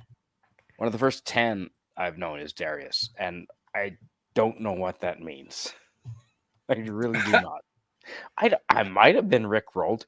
Does it involve a transvestite in Bangkok? No. But I'd like to say hello to I'd like to say hello to Jeff Piersville. Very good to see you. And so Dallas is going to answer the door right after telling his kitty cat not to watch TV. It'll rot her brain. And so this looks like it's actually his hallway, right? But it is not his hallway. It is the top of a hatch. And this man is trying to mug him. And it's the funniest way to get mugged in my life. I wouldn't mind losing my money to this guy. Oh, yeah. He's tweaking real hard. Yeah, and think about all the work he put into to make that hat in his house. Like, I'm gonna earn some money with this. And he gets this gun. It's a ridiculous gun. It doesn't even have a name in this movie. I tried to look for the name of it. It's just a ridiculous gun with a fun scope and all these spikes. Great visual effects design of the weaponry in this movie. And so what happens here is that Dallas ends up able to take the mugger's gun because he tricks him into putting the safety on, which is really clever. Well, that happens a couple of times in this flick as well. Another setup and payoff, Scotty. Yeah. Right. Except the reverse happens later. Yeah.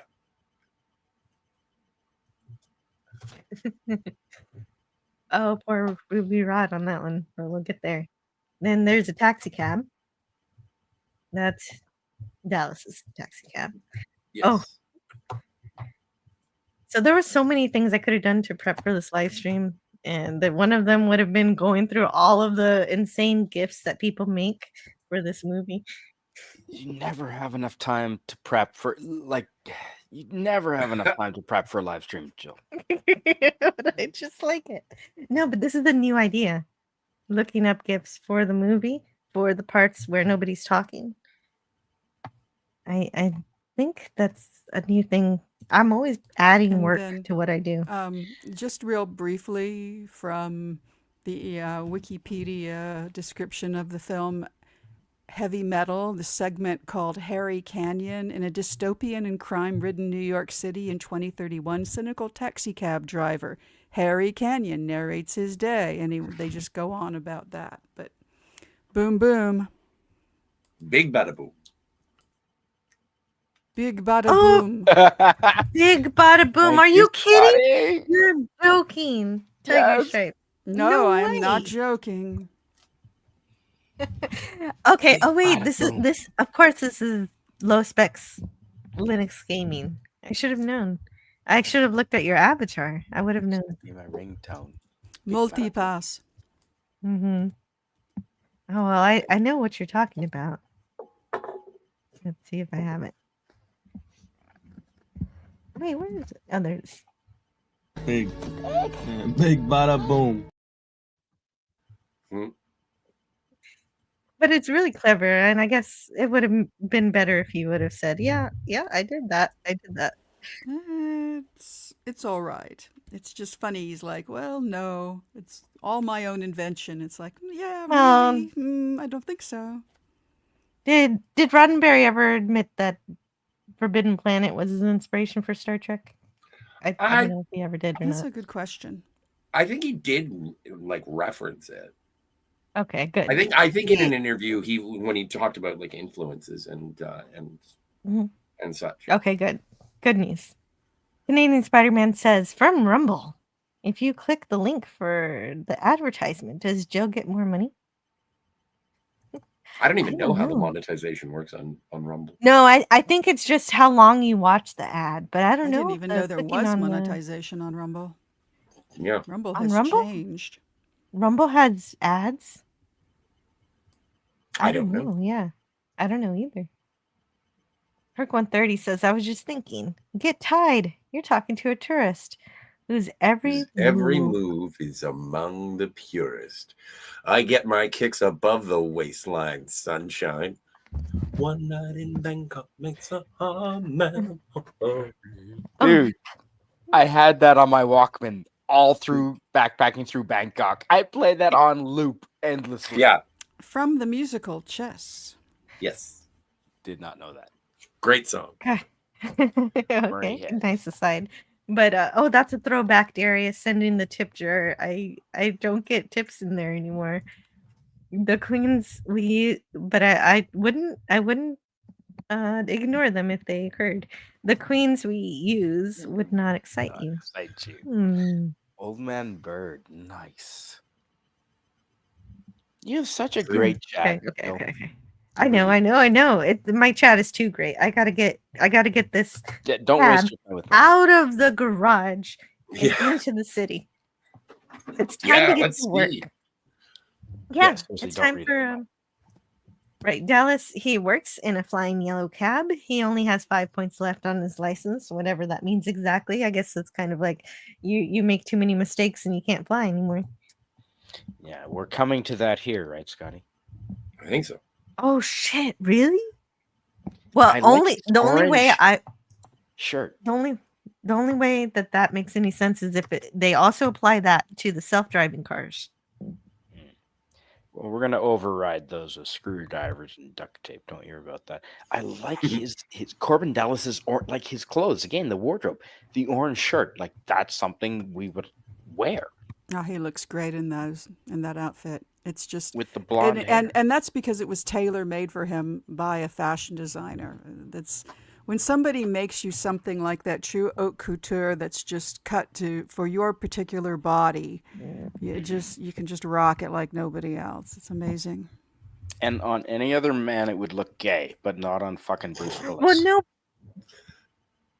But I think it also, well, he does meet a lady with orange hair, so maybe they go together. Oh, that's a good call. So the priest says you've got 48 hours. Because that's how long the evil is going to figure out how to adapt to our living conditions. I guess. I don't know how he knows that exactly, but he does. He's a pretty smart guy. And he also has all these sketchbooks that Billy drew. Well, yeah, and I would assume that his knowledge is based on the knowledge that had been passed down over thousands of years from one cleric to the following, to the successor. But that's all I'm saying is that there's so much lore in this movie that we don't get to really see how it's built, and I think that's a lot of fun. Kind of like the Knights Templar? Yeah, something like that. And so he's explaining the 5 elements, the supreme being that they need, the ultimate warrior created to protect alike. Together they produce what the ancients called the light of creation, able to bring life to the farthest reaches of the universe. But if evil stands there, then light turns to dark, life to death forever. So the evil could stand in the place of the 5th element and turn out all of life. So yeah, we don't want that to happen. That doesn't sound good. Metallic. Gold metallic is fantastic. Oh yeah, the spacesuits. Again, the costuming. And the president gives the Mondoshans permission to get into their space, but the barrier is just like a 2-dimensional kind of dots. These dots, 2D dots, and so it's not really much of a border. Well, I guess it's just buoy. They're just like buoys or something, right? And they pass over the buoys, but also they've got a tail. They've got the these toad people. Mangalores.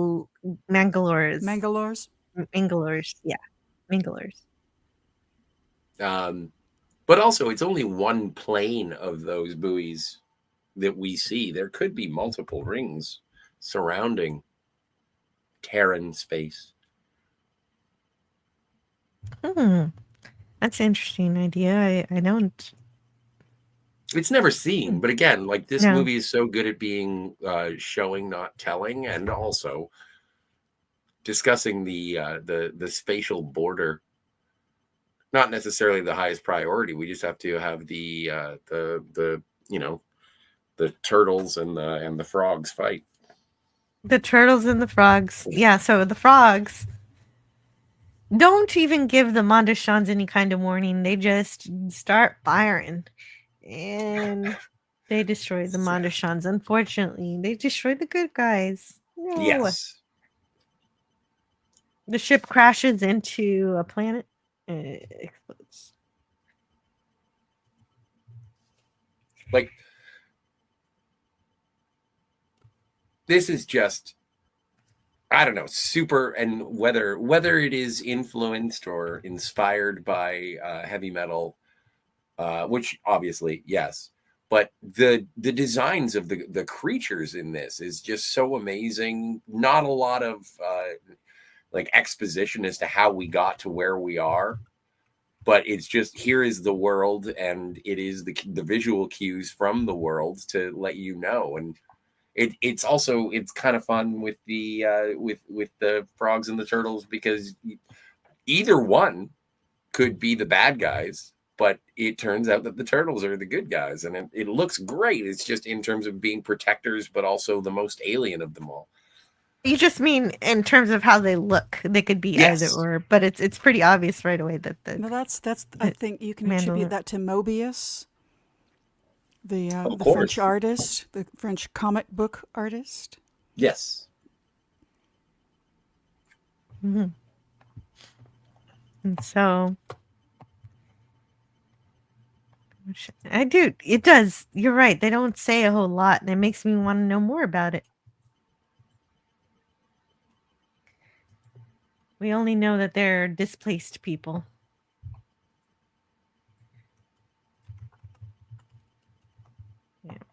Yeah, the Mangalore, they're scattered because they lost their planet, I think.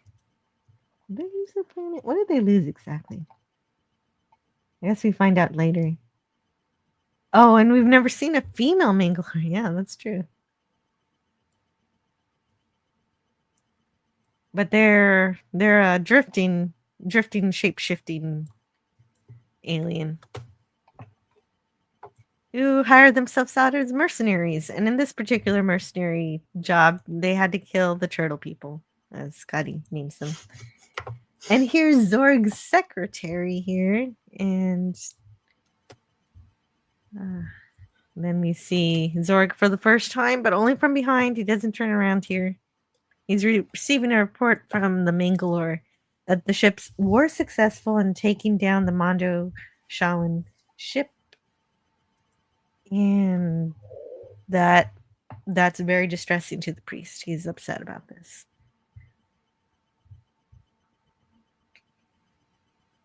And so the president puts out a state of alert and dismisses the priest. You can go home now. This guy told you everything that's going on. Has to leave. Yeah. But it's like, thanks for the update. What do you're not really going to do anything else here, are you? No? All right. You can go. Bye. Yeah. Thanks for the help. Yep. Thanks for everything. We'll take care of it from here. Yeah. And Monroe, well, from the sole survivor in that explosion was this. So the Mondo Shawans put together this bundle of DNA, which they're going to create into the being that the DNA indicates that it should be. So they got to rebuild whatever it is contained in the information of that organic mass of cells. And we have the march of character actors. Fantastic. The ever delightful Brian James, Leon from Blade Runner, and from so many other films. Tango and Cash. You've seen a movie with Brian James in it, and you were like, oh, it's that guy. And then the great and underappreciated Christopher Fairbank, who was one of the prisoners in Alien 3. He was the broker in Guardians of the Galaxy. Fantastic character actor as well, doing a great job here. Yes, I think he's really fun. Sounds like a freak of nature to me. Yeah, can't wait to meet him. I just like the black light. Kind of gives an alien vibe on our humans here. Thrawn Kill says, like the U.S. government in Indiana Jones, that lead scientist was in the prison episodes of Andor. Andor, yeah. Was he the old man that died? I haven't seen Andor. I think I've seen clips I haven't of it. either, but we're getting information here. Yeah, Scotty's bringing the knowledge today, old man bird. That's true. And also hello to Joe Lamont. Joe Lamont is here. Aren't we lucky? Just thinking. Hello. It would have been so awesome to have TOS episodes designed by Mobius. Yeah. Well, and like Mobius is such an intricate and detailed artist. Fantastic. If you have the opportunity, you should check out his work. But he is certainly an inspiration to a lot of science fiction directors and artists. Mobius rules. See, right there, Jill. If you freeze that, does that remind you of anything? What is it supposed to remind me of besides DNA strand? No, but the whole computer console. Oh, you want to talk about LCARs? What? Or what kind of computer console? What can you just tell me what you're thinking? No, it looks like OG Star Trek. The original Star Trek? Yeah, with the square buttons below and the knobs and the with the colors too. The wave Oh, patterns. okay. You mean the tangible buttons that are everywhere? Yes, I do get that. What's LCAR? Never mind. After. Oh, the LCARs is TNG, so that's later. I don't know what So, LCARs no, you meant is. It's a computer thing. it's just we stopped using the tangible buttons and we just have screens. Yeah, it's the computer interface on Star Trek: The Next Generation is LCARS. I forget what LCARS stands for. Because I could sense you wanted to talk about Star Trek, but I picked the wrong era. But anyway, Leelu has the scientist. The scientist is named Christopher Fairbank, and he played a character called the Broker in all of the Guardians of the Galaxy movie. I thought he looked familiar, so I think that's what I know him from. So he's still around. He's still acting. Yeah. Oh, that's also good news. And so I'm just going to call her Leelu because we know that's going to be her name. She apparently has more DNA groups, memo groups than we do.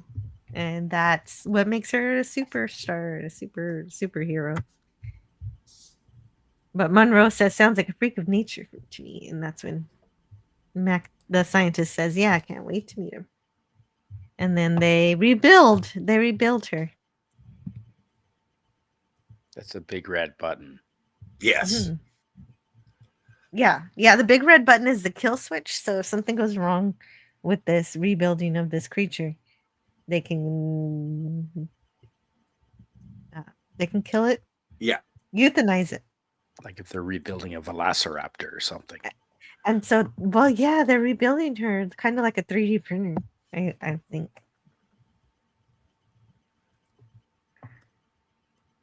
And the scientist says there's no danger because we scanned her cells, and so. Did it just say 10 seconds till ultraviolet? Oh, did you put a little pasty? Yes, I did. Okay, good for you. What do you mean? It's a happy face blowing a kiss. It is a little. It's emoji kiss. No, not this. We're all adults here. We've all seen them. Yes, this is true. This is Jill's half of us have them, and Jill can make her own decision. But I think we all have them. You do. If you don't, see a doctor. But That's true. and this is. But again, this is, I appreciate. But what I mean, Spidey, is only half of us have to cover them up. Yeah, that's right. Not in Canada. That is not true in Canada. Oh, right. Yeah. Because of the two girls in college in Montreal in 1997. Yeah. And then they also, and I remember there was, when I was living in Guelph, there was I don't know if it was the slut walk, because that was a thing, because they were going to take that word back. This is going to be such a long show if we keep talking about it. Well, if you don't want me to talk, every time you see her breast, because you see her breast a lot in this movie. Not really. Well, but wait a minute. They're in the background. Wait a minute. He just started a story, and I wanted to know what the end of the story was. About just Guelph. don't say. What the heck is Guelph anyway? It's in Ontario. It's a town in Ontario, and it's a university town, and there is a strong female population who wanted to exert their or champion their rights to be able to walk around bare-breasted, and they did for a couple of years. They had a sort of self-awareness marches, and then unfortunately people would just sort of show up to oogle. But I think that this is tasteful nudity for her, especially considering they were expecting a dude in the first place. That's the ironic part. Yes, absolutely. As though we haven't watched this scene in slow motion dozens of times, says Old Man Bird. It's not. I'm not censoring it for you. I have a poster. I'm censoring it for YouTube. And so, yes, all the tissues are processed, everything's processed, her skin and everything, and then they open it up. They and they say, well, the scientist says, Told you. Perfect. Brian James. Loved that guy. Yeah. Oh, which one's Brian James? Brian James The is general? the general? Mhm. Yes. Who I still can't quite believe Monroe. he made it to the end of the movie because he dies so many times and yet bounces back like a yeah, Looney that's so Tunes funny. character. Yes. For example, he gets frozen, I thought, to death, but no. He's totally fine. Yes. Now, Actor how notably hard- played Leon in Blade Runner, which is why I adore him. He I'll did. tell you about my mother. He did. And is that real hair? Like, is that hard to, as No, ladies? no, Sadly- they tried. Sadly, yes. It is real hair through part of the film, but then her hair just started falling out in big clumps because you really can't do that to a person unless you're Right. very, very good at it. And so eventually they did get her a wig, thank God. Yeah, her hair was damaged a lot, and so she had to get a wig. Holy shit. Should have just started with a wig, really. Well, and I guess that makes sense. The hair And is does that her change over the course or of a the butt double, Scotty? Oh, that's it's her. really her. Oh, no, that's her. That's totally her. Yeah, no, she did all of her own body work. She's brave And that that's- way. And she was 19. If you're ever going to do your own body Was work, she? Whoa. 19 is the age to do it. I love That's- Monroe's That's face. a classic. Yes. That should be a poster. Mhm. And the scientist has to move his hand away from the kill switch button. And then Monroe says, I'd like to get a few pictures for the Yeah. archive. Well, and Luc Besson has been known to have certain complications in his interactions with the ladies. And so this is another indication of maybe a French sensibility. Oh, we will get into that I later on. I don't know too much about French sensibilities regarding that. And I don't want to make any assumptions. But she does. Oh, it's all out there. The So- story's out Yeah. there. These are not assumptions. Nicole Okay, good. Kidman and Okay, thank you. Obi-Wan Kenobi did a movie about France. But the scientist says the glass is unbreakable. Like whatever it is that tube is made out of is unbreakable. So we know her powers right away that she breaks it and she escapes and jumps through the wall. Well, and I think that's something that she really does well with the performance is curiosity, fear. Like she is very emotional, and then she just sort of like she's a coiled spring that will release and do whatever it wants, do whatever she wants. Like, but there is still a level of tenderness to her character while there's also ferocity. It's great. It's great. Yeah, well, and to the point of ferocity, we only see it once, but we do get Leelu vision. She sees a lot faster than we do. She sees Yeah. everything. Am I Head the up. only one? Jill, am I the only, like looking at this scene right here, the picture you have up, am I the only one who's wondering why he's wearing like a blood-proof, waterproof surgical gown? Like, what was he expecting to happen? This is a medical. Yeah. This is the laboratory. So, and there were, and it makes sense for it to be medical because what they were doing was medical. You're rebuilding a being out of a bundle of DNA that you rescued from a spaceship crash. It's more chemistry than biology at this point. Well, but I also think that it is sort of a visual shortcut to understand that they're doing medicine. Like, again, we had the exposition about the extra DNA, and then he's wearing like scrubs, and it's just like, okay, so he's a doctor. Yeah, but they're like heavy duty leather waterproof scrubs. Like, what's he It's the expect? future, man. What's he in the North Sea? Yeah, It's exactly. Gaultier. Yeah. You're always going to get a certain amount of leather. Makes sense. Well, to that point, normally birth is messy, so maybe they were worried that it might have been messier, but it wasn't as messy as they expected. I don't want to know. Oh, I do.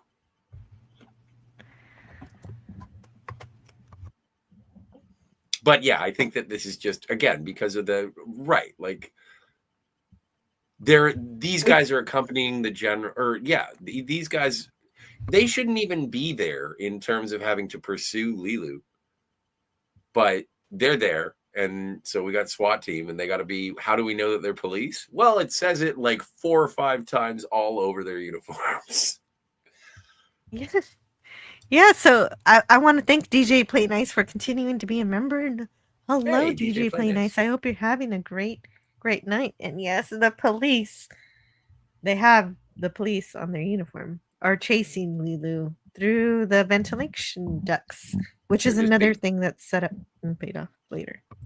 They're just big fans of Sting. And even backwards, in case you're seeing them in your rear view mirror. Yeah, exactly. Before I do. You made the Sting. Oh, were you going to do a Sting joke? I'm sorry. I was gonna. Yes, West Kegel, they're dealing with biological rebuild. There could be bodily fluids. No way The to whole know thing the could risk blow up. of contamination. True. Could go wrong. Mm-hmm. Yes. This is a fact. And the police chase her, and she doesn't stop when they tell her to, obviously. She's not listening. She's escaping. And she comes to a dead end, and they tell her, you're at a dead end. You might as well come with us. But no, she decides it's a much better idea to leap off of the building and see what happens. Now, this is absolutely stunning, an iconic moment in all of science fiction film, but the production design of future New York City is absolutely breathtaking. And like I said before, it is almost like, oh, so this is what Blade Runner would be like if it weren't raining and it was daytime. I love this. And Tiger, to what you were speaking of earlier, this is such a moving, living, breathing Mobius landscape. This is glorious. And Yes, something very linear about Mobius's work. He's really a master of the line. Yes. And DVB is here. He thinks it's awesome. We're doing a stream about this movie, and I'm glad you're here to see it. Good to see you, Trip. I hope That's you a enjoy cool it. poster right there, Jill. It really is. No, on all of these cars are CG because there were just so many of them that they wanted to have that they had to. Where'd you get that use picture? math. Can we get that as a poster? Well, I got it from the movie, but I guess you could. You got the image. I'd say send it to Spidey. Yeah, I can send it to Spidey, and he can go to Kinko's. I don't know if There that you go. still exists. But there's so many of these, dude. Like, But they also did. We're going to be They also watching did slides of these for the next couple of minutes, and they are just all gorgeous. See, They that's also- what's most impressive of this movie, the visual effects. Sorry, Joe. No, that's okay. They use a lot of scale models for representing New York City. 25 skyscrapers, 20. Some of them were 20 feet high. That's beyond a model. My goodness, that's big. And 1/24 scale. It took a team of 80 workers 5 months to build all the models. And the windows of the buildings were cited by the team as one of the most time-consuming tasks. Yeah, that makes sense. They did all of the furniture, the light boxes, tiny pieces of flat artwork, and things. My goodness, that's a lot of work. Well, and on top of the CG. And the most interesting thing that I find is just the way that they tried to maintain the geographic reality of New York City. So even like Central Park is where Central Park should be, is the same size that Central Park is, but it is just 100 feet up. And when you were asking, so it's like hovering, but like you were asking, like, how do you get 200 million or billion people on Earth? You stack them like this. Like when I was watching this again, I was thinking of Blade Runner, but I was also thinking of like, oh, so Luc Besson pretty much came up with Coruscant before, or at least the visual characteristics of Coruscant before Star Wars, like the Star Wars prequels. That's interesting. I don't know if just stacking people would make it so that you could put 100 times the amount of people we currently have. Yeah, but if you like, again, if you think of of Earth as being heavily industrialized and a worldwide city stacked in the same way as New York City. Yeah, every city would have to look like this. Mm. Well, if we had which would be like also if maybe that's how they have their oppressive, or sorry, their friendly dystopia, is because it works. They have cultivated 200 billion people on planet Earth. It seems to be.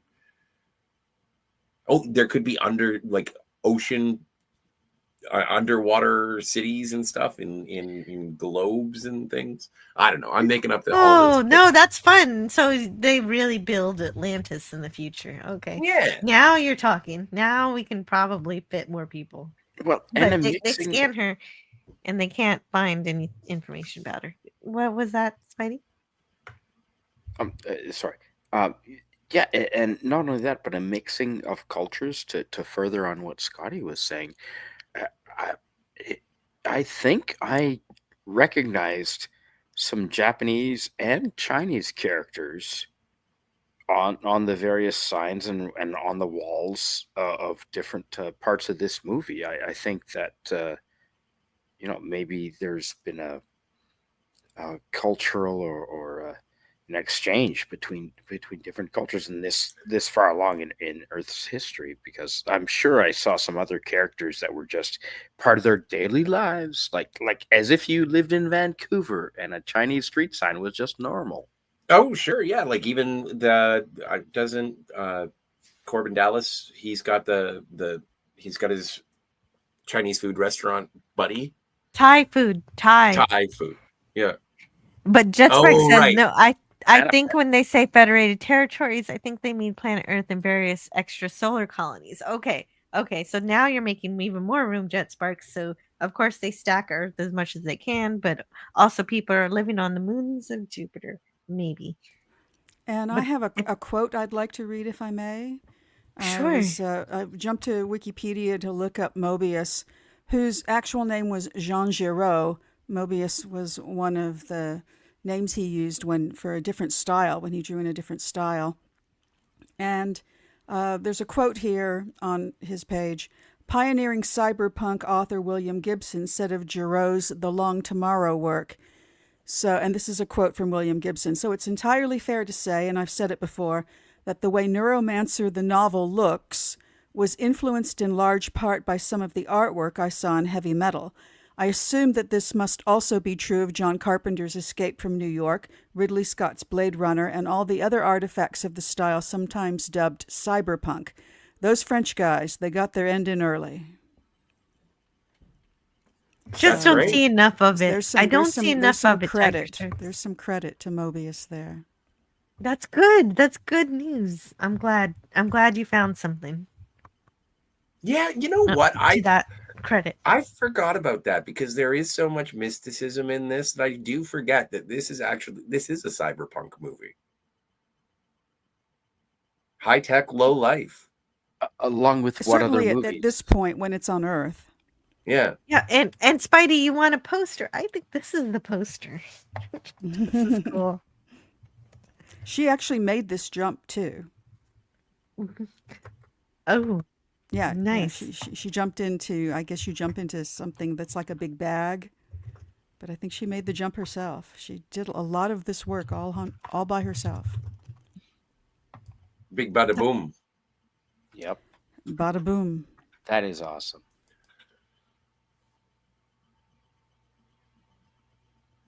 She didn't want to be captured, so she figured the only choice she has is to jump and take her chances that way. And she jumps, and she ends up in this car here, and that's great to hear that she did her own stunt. That's incredible. Yeah. A lot of people don't do that. She did many of them. I mean, she did have a double, but she did a lot. Oh, I read a quote, and it was saying or sorry, maybe not a quote, an anecdote, and it was talking about how Mila Jovovich was covered in bruises, and Bruce, well, because she was doing so many of her own stunts and everything like that, and then Bruce Willis was like, I saw an interview where she said, "Yes, I was bruised. I caught fire. This. How much money? Yes. How much money did you get paid? Probably not much. I would say probably around like $200,000. Probably nothing compared I work to Willis. construction, and I get bruised, and I get shot with nail guns, and I get cut, and I get hammered every day, and I don't make anywhere near $200,000. Hello, testing. Can you guys hear me? Yes, ma'am. Yes. Okay, so everything visually has frozen on my computer. Oh, really? I'm still no. Really? Movie frozen? The movie's frozen. Do you see the slide? Yeah, Yes, I we got do the see slide. I don't see the slide. I've still got the Yes. GIF in the top right-hand corner. I've still Leelu got has her hand on the Yeah. glass of the That's right. between her and the driver What a in the good taxi. actress. Like, look at her face. Like, dear. that's good Well, I'm acting. hoping it just comes back then. That's just good acting. But I'm kind of at an impasse here because everything is frozen on my end. Oh no. So Can you go down and then come back into the live stream, or do you have no, to? because everything's fracked. I don't know exactly what happened. Oh my stars! But You I just might said have fracked. Might have to restart my computer. Okay. Okay. Doomed is your soul. Or unless it's just Chrome that crashed. If I We can just saw the close clip this. play. I played that. Oh. Let me just see if I can close this. Yes. Oh, that was a clip? Yeah, no, I just played a Scotty little bit played of. a clip. Dr. Lizardo. Yeah.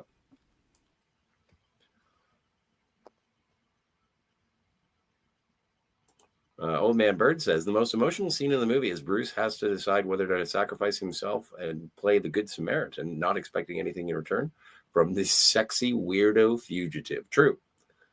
No, the emotions presented by all the actors, as you were saying, Spidey, like this, in such a fantastical world, the performances of these our leads and the supporting cast. I think everybody does a really great job at selling it. And I think that's one of the harder things that come with a fantasy science fiction is not only do you have to perform the emotion, but you actually have to sell the world. Well, the buy-in. The script was so good that they bought in, Scotty. Yeah. And we, the audience, do too. And it's definitely because these people are our sort of guides throughout the world. All right. Now the slide is gone. Ladies and gentlemen, if you are joining us here on Anti-Derivative Jill's Midnight Continuum #1, where we are reviewing The Fifth Element, we're just having a little bit of technical difficulties right now. Don't worry. Everything is being taken care of. Please like and subscribe, share, tell your mom. And everything should be okay and back on the up and up as soon as Jill returns.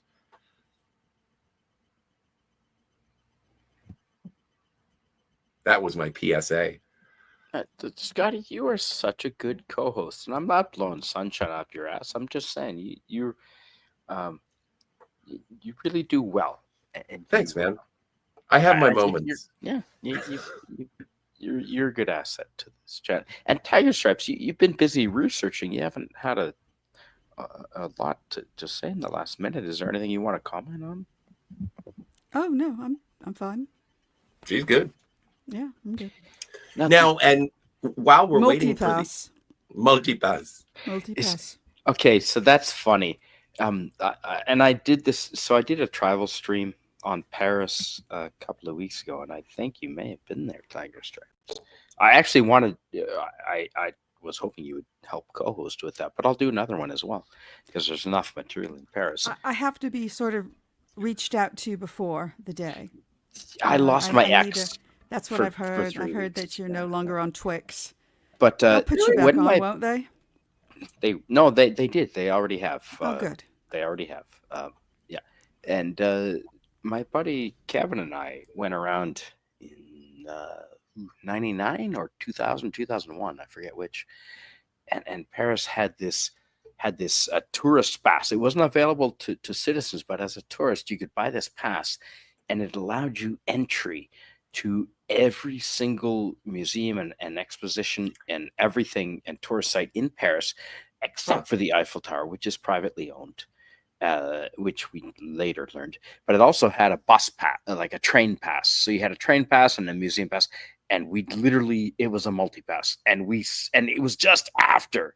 So it had to have been, it had to have been like 99 or 2000. And we went around all of Paris saying multipass. It was a cultural thing for a few years. The multipass was a cultural phenomenon. Did anybody get the joke that you said it to? No, they were French. No. Maybe not But it didn't matter. necessarily Kevin and I that they knew were it. French. We I've heard that entertained really ourselves. it's just the Parisians. We entertained ourselves, but it was fantastic. And that is such a cool thing. Leelu Dallas multipass. I hope that expression lives on for at least another 100 years. Well, we're doing our part to keep it alive around here, man. Like, this is great. When was you know what? This is something that we didn't really get an opportunity to discuss at the beginning, and I hope to get Jill back so we can ask her. But what was your guys' first experience watching this movie? Like, was it in theater? Was it on video? Yes, theater.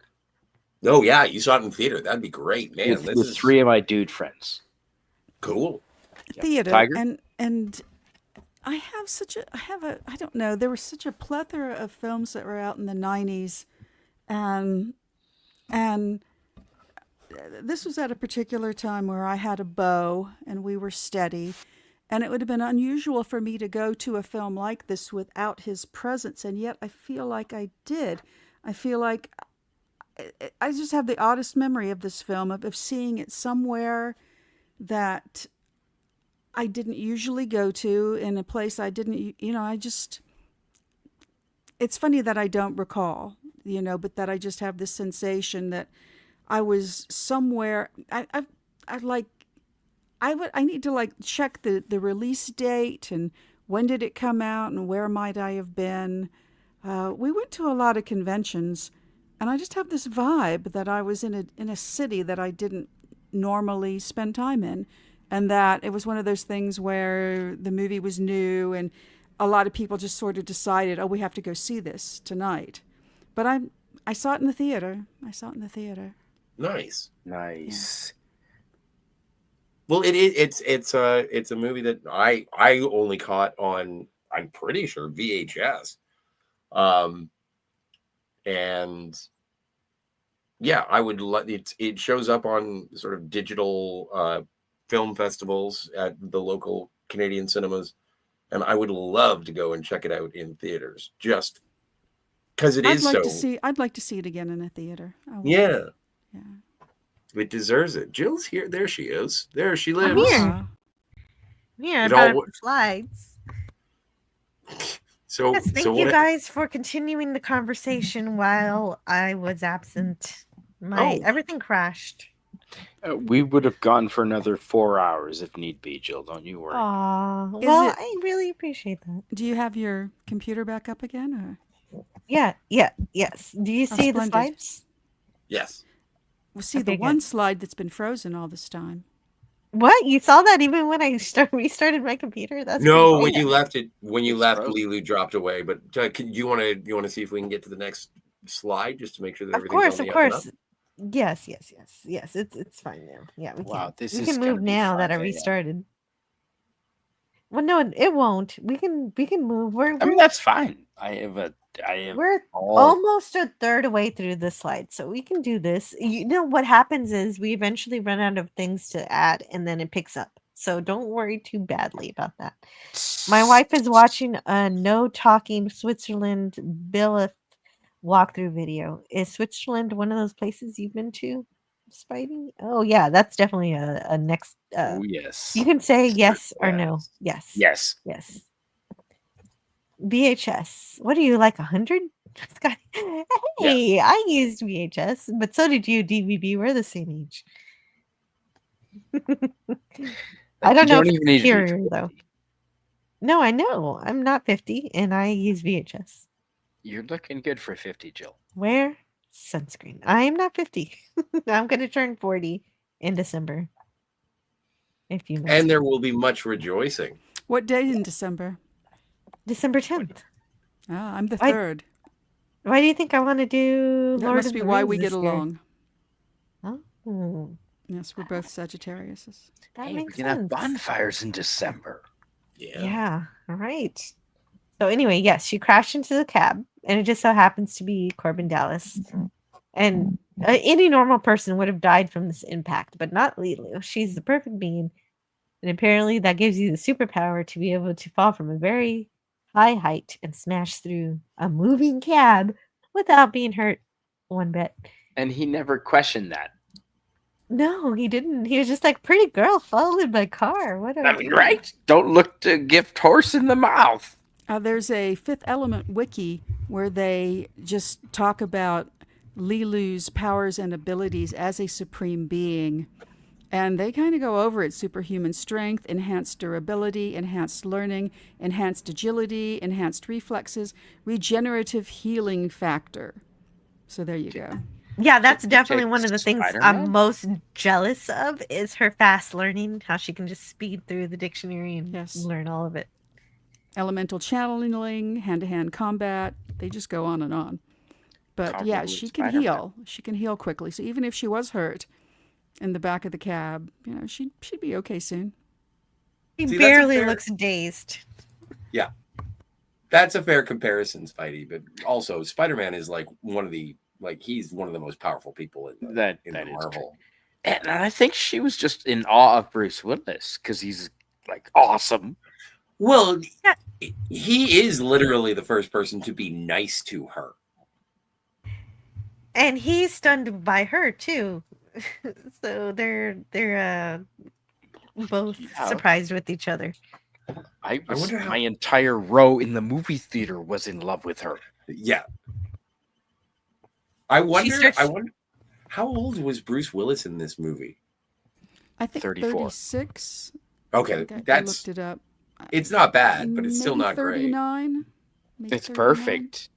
Perfect, Scotty. Well, I don't know. Maybe I'm being prudish, but just in It terms doesn't of matter age because difference. like he didn't choose for her to smash. He into is his car. twice her age. Right. Yes. That works mathematically. No, half your age plus 7 is what. That's really how works. it's supposed to work. That's Yeah, what yeah, it's. That's what's supposed to be. That's the rule. Unless she's 19. Unless you're Luc Besson. Unless you're, yeah, exactly. Ugh. Oh, and you have to remember he had the fantasy of this movie when he was 16. Yeah, Corbin Dallas is sort of the reason that he is a cab driver is because his own father, Luc Besson's father, was a cab driver and kind of used that as a frame of reference. So I guess it would be an older man with a younger woman. Again, French sensibilities.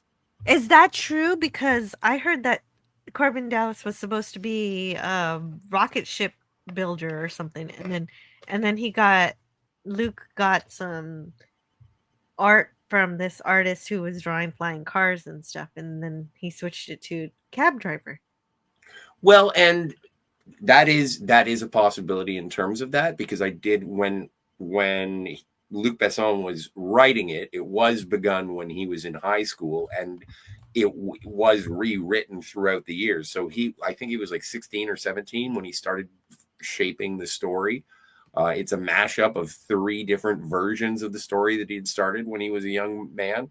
And this movie came out when Luc Besson was 36 or 37 years old. And so there had been a couple of iterations before it finally took its final shape. But yeah, I read that in one of those iterations that Corbin Dallas was a cab driver because his father it was in inspiration from his own father. There's a book that is impossible to get about this movie, which would be the only way for me to know. If it was cheap, I would have bought it a week and a half ago when I knew I was going to have this live stream.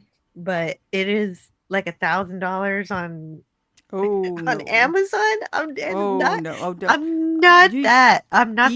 that. Check eBay. No, it wasn't on eBay either. It is on eBay, but I can only get it in French. I can't get an English version of it, and I can't read it, so I'm not going to buy it. But It is cheaper in French. It's only it's only what is it? Only $500 on eBay? It's only $500. Okay. In French. No. Yeah, no, that's insane. It's impossible. Why doesn't somebody reprint this book so I can read it? So What's I can it actually called? know the real facts. Now I have to go down the rabbit hole. Because one of called? the great What's the The book tree called? that made these paper The is story? made of gold. The Story of the Fifth Element, and it's a Story of picture the book Fifth Element. about, but it also has words, of course, of how this movie was made. But it's impossible to get. I can't even find a PDF of it or anything. It's kind of disappointing. It's nice that you're describing this memorabilia that you cannot get, as there is a slide on here saying, "Please help. Dial this number." Call now to help an orphan. let's get a GoFundMe for the Fifth Element book in English. No, I'm not. I don't think anybody should pay that price. I think somebody needs to take their copy that they have and scan it into the computer for us to view for free on archive.org. Because that's bonkers. Spidey, this is awesome. These are the kinds of little details, because this is just an offhanded couple of seconds on screen. But so the controls for this, we have the locking docking lock, automatic, emergency power, parking lights, smog lights, main lights. I love the functionality, and again, chunky buttons. Everybody loves the chunky buttons. Yes, chunky buttons are good. And so one thing we missed, of course, because we're not actually watching the movie, she starts to speak to Corbin Dallas in her divine language. Of course, he can't understand, but I love her gesturing. I feel like she came up with these. Did she come up with the gesturing on her own? How to gesture? Because it's super adorable. I heard that's what sold her audition, was that she kind of came in very aware of the script, and then she kind of knew what she wanted for the character, and she understood the character was newborn, and so that she would be awkward. And that's where she kind of excelled over all the other actresses who tried out. But there's more than one version of that story. Yeah, that's why I want that book. That's impossible to have. But anyway, 148 coming out of Japan. Yeah, but is it in English? I'm checking. The police car. Okay, so the police car obviously wants to take her, and Corbin, it doesn't feel good about it, but he's gonna give her up. It looks like, until she figures out how to ask for help, and of course, she says, "I've got the clips."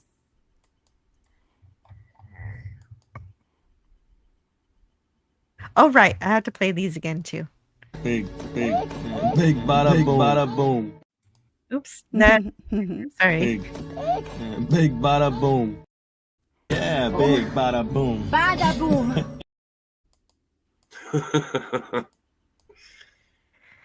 Yes.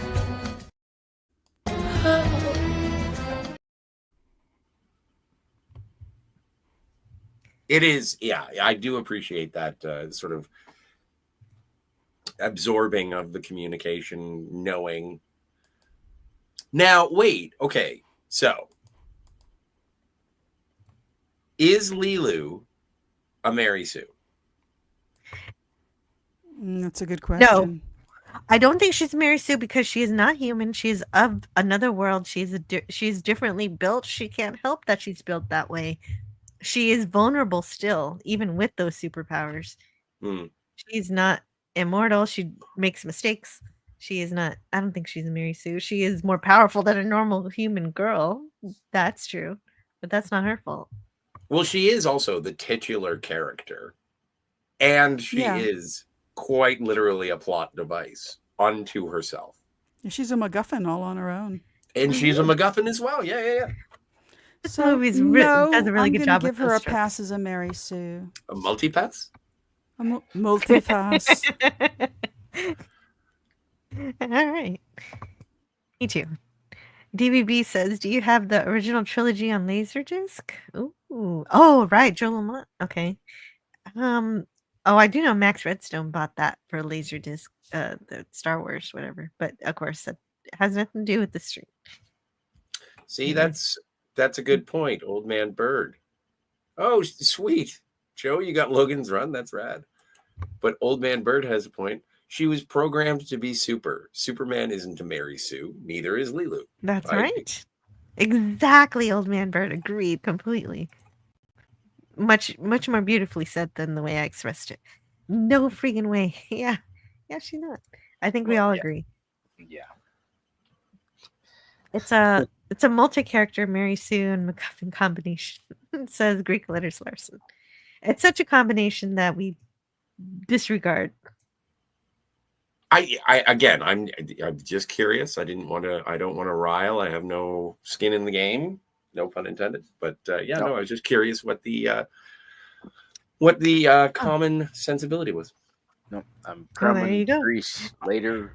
All you know is that in another 300 years, we're still going to have McDonald's.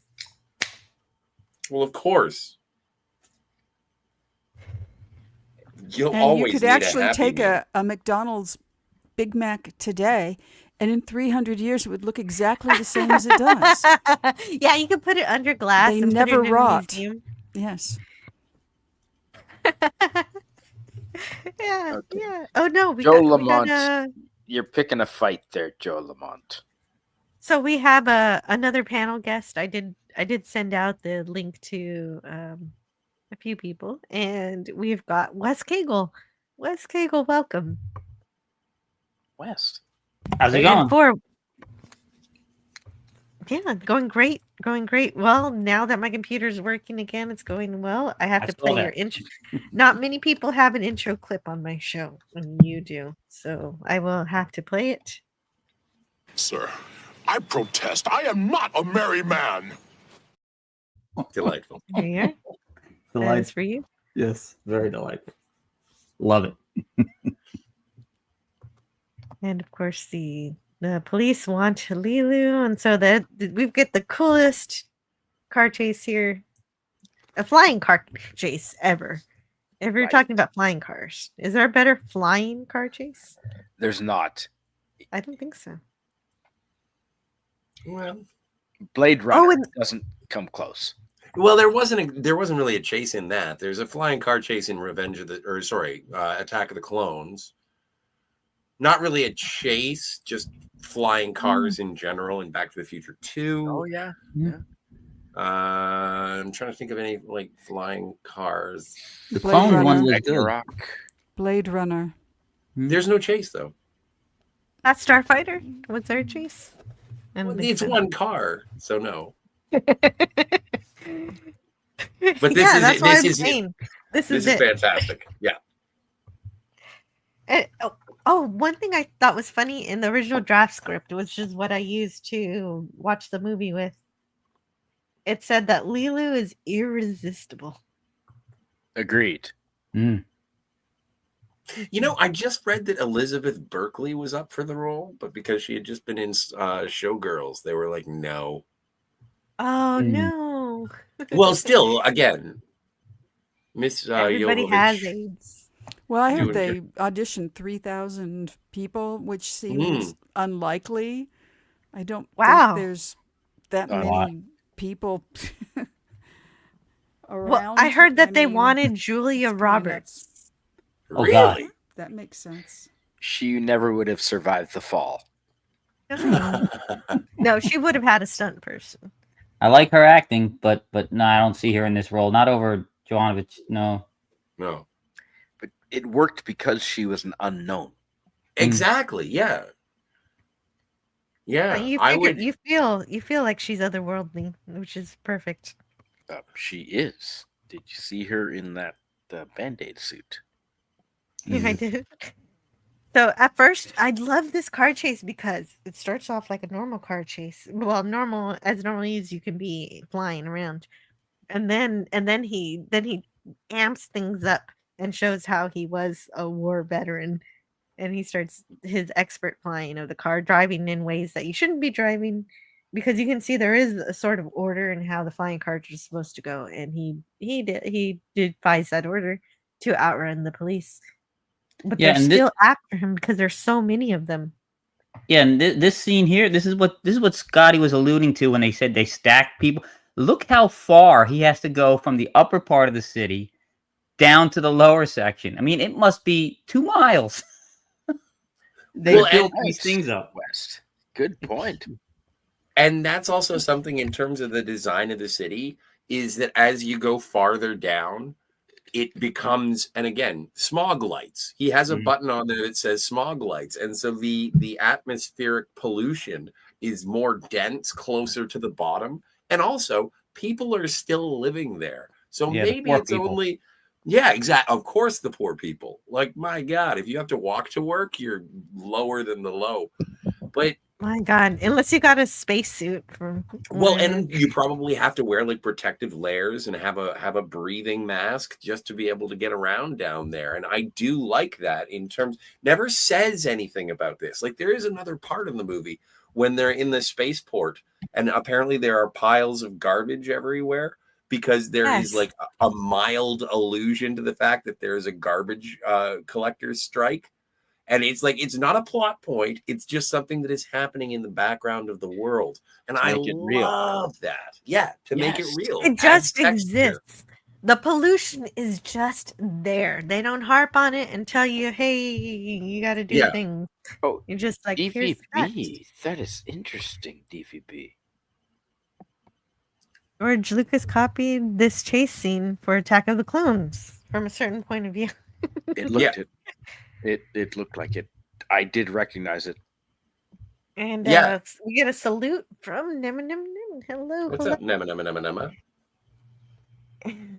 And the fact, and to point towards more of the dystopia imagery, also, since they can't scan his car because he's put on scanner blockers, they take that as permission to begin openly firing heavy weaponry at him during this car chase. Well, and again, like in a police state, there it's like we can't scan him. He's got a scanner blocker, and he's like, so he must be a car thief. Open fire. It's like they have ultimate authority. Exactly. Well, and they don't even call it smog; they call it fog, and we know it's smog, but they just say it's fog, and they hide here until the coast is clear. They just open fire. They do. Well, they didn't have horses back then. Well, it's the same thing as probable cause. Oh, he's hiding something, so we have reason to fire at him. But it's just future dystopia thing.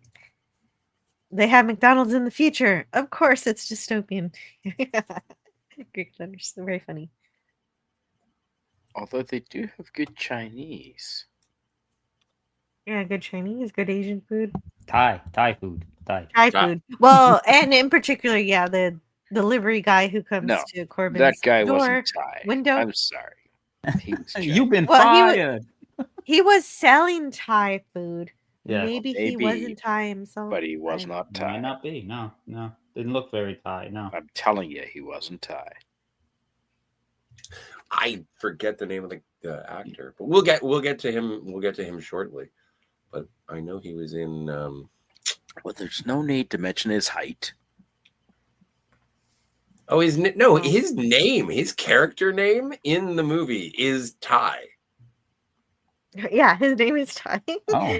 So anyway, Leelu says so that it is she Thai needs, food. She needs Vito Cornelius, and then she faints.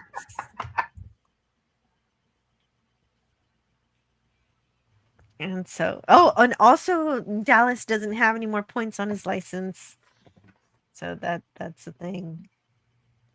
And so we meet Cornelius. We go to his apartment because that's how smart Dallas Corbin is. She just has to say a name and he finds him immediately.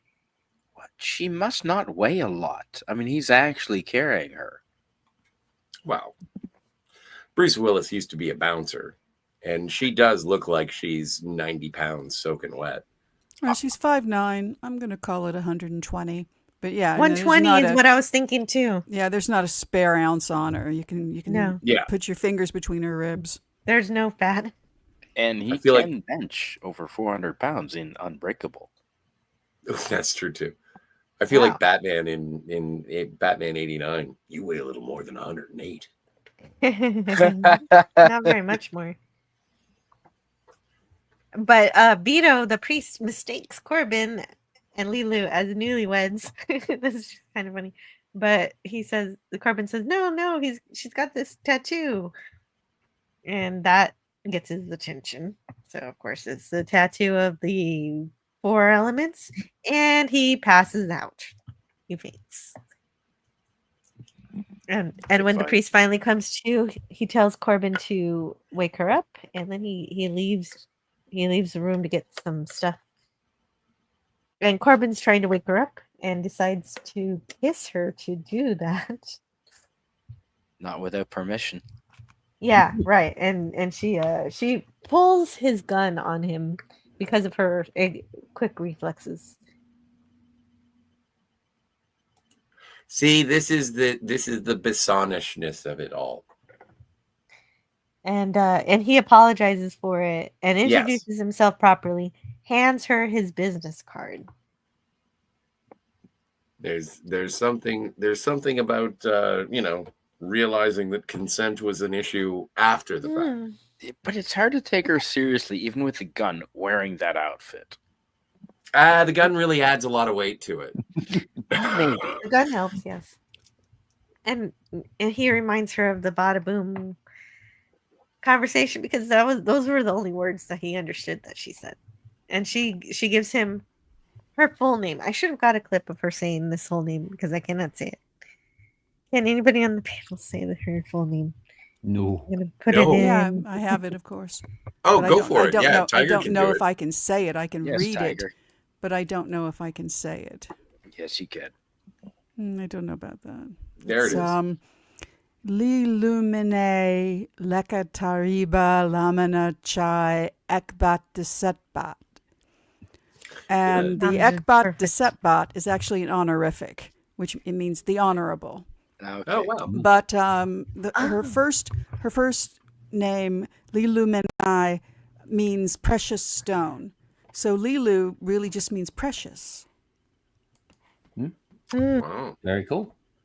that's great. I'm sharing a screen, Jill. I don't know. I'm not sharing it particularly well, but I thought I found a Garbage Pail Kid card, which I thought was funny. Okay, I have to step away for just a minute. Please Sure. continue. So this is Leelu Lu. Yes, Leelu. Oh right, toilet Lou from the British toilet. Yes. And not bandages, toilet paper. TP. That's funny. Yeah. It is funny. It is. I funny. would have appreciated it more if they had to put toilet paper instead of bandages. So, Wes Cagle, when was your first time seeing The Fifth Element? It came out in '97, right? Would have been Yes, sir. probably '97. So Yeah. I saw it right away. theater. Yeah. In the theater? No, I actually didn't see it in the theater, but once it was on television. Once it came onto DVD, I should say, it was on my television. So Sure. yeah, no, I remember watching it at home. My parents had at their house, they had a big screen, for the time, Sony, and DVD was 37-inch. Well, it was actually I believe it was 48 at the time. Wow. So in '97, that would have been pretty big. I feel like the kid in Back to the Future. You must have been rich. Yeah, no. It was they splurged back then because it was just the technology was just coming. I believe it was just coming out. It was a Sony 3D TV and a Sony 3D. I think Blu-ray was just coming out then, so they bought that too. They don't even make those anymore, the 3D TVs. So No, I know. Yeah. It's so funny though, Yeah. because people, you can still buy like the 3D DVDs, 3D Blu-rays, and what have you, and it's like, well, thanks. What am I going to play it on? And even to the point where it's like, okay, so where am I? I broke my 3D glasses that go with my 3D TV. Can I buy new ones? And it's like, no. Yeah, that's why my parents both passed. We brought that thing over to my brother's house, put it in there. The both the player and the TV and the they got like 20 pairs of glasses. So we're set. We should be set for a while. And yeah, well, and yes, I'm back now. I've always liked this movie because it's unique. Me too. Yes, But it's a movie, again, it does visually create a world. It is really, really engaging. I know that the first time, and I think I saw Old Man Bird say this earlier in the chat, is like, first time I saw this, I sat down and it was like, why are we in Egypt in 1921? I thought this was The Fifth Element. 1914. And so like I was of the same mind. Like this goes all over the place. The scope of it is incredible. It is unique. It's not as serious and gritty and as I would have liked for something. Like these kinds of movies I always compare to like Blade Runner in terms of that aesthetic, if you're going to have a future city with flying cars. And I was like, oh, this is kind of silly the first time I saw it. And then as I've seen it subsequently, there's always something new to sort of marvel at. I really, really enjoy it. It is unique and it's not so self-serious, but it's also, it knows the stakes. It's a parade of who's who. Anyway, back to the movie. There's a cat. And it's better than And Blade there's Runner. a cat. It's better than Blade Runner. The pretend Away fish from cake sun. is just cat TV. I love Blade Runner, but I don't know. Yes, if I we can don't say have to get into the one's better than the thing. other. They can It both. doesn't Yeah, have Bruce yeah. Willis. Oh, that's true. if the barometer is that it has to have Bruce Willis, then yeah, I understand. That is the barometer. So his And boss- the world building. Boy, I'll say no. Let's see that picture again, please. I just want to Yes. appreciate Bruce. Friggin' Bruce Willis. Thank God, you, he looks Tiger good in that Stripes. outfit. You're damn. That's what I'm saying. Bruce friggin' Willis. Can we say fucking at this point in the stream? Bruce fucking Well, Willis. you don't have Yeah. to. You don't have to, but also if you didn't mean to, then that's okay. Woof. Right? That's my man. So his friend That's my man. Finger, his friend and boss knows something went wrong that day, so he's trying to figure out what it is. Leelu, But first he's got he realizes he didn't feed his cat, his poor kitty. It's gonna get Thai food. I don't know how much Thai food a cat could handle, but should have got some meow mix. banana pancakes they like. Yeah, they're not supposed to be eating banana pancakes. Well, that's Thai food. So, and then he talks about why he didn't meet up with Finger. He had a big fear, and Finger understands when he realizes it's a lady, and he's really dreamy, even though he's almost 40, he's dreamy like a teenager there. 5'9", blue eyes, long legs, great skin, perfect. She's got good skin. Yeah, good skin. I was thinking of Ron Weasley. Yes, too. Ron and Harry. She's got good skin. Is that a Harry Potter fine thing? as far as skin It goes. is. It's a fucking Harry Potter thing, isn't it? Yeah, it is. It's nice skin as far as skin goes. It's such a weird conversation. I like it. But meanwhile, Leelu is busy learning 5,000 years of history on the computer, including martial arts. So she doesn't even need the Matrix to learn martial arts just by reading about it. I think Keanu could take her. Probably. Only if he's plugged in.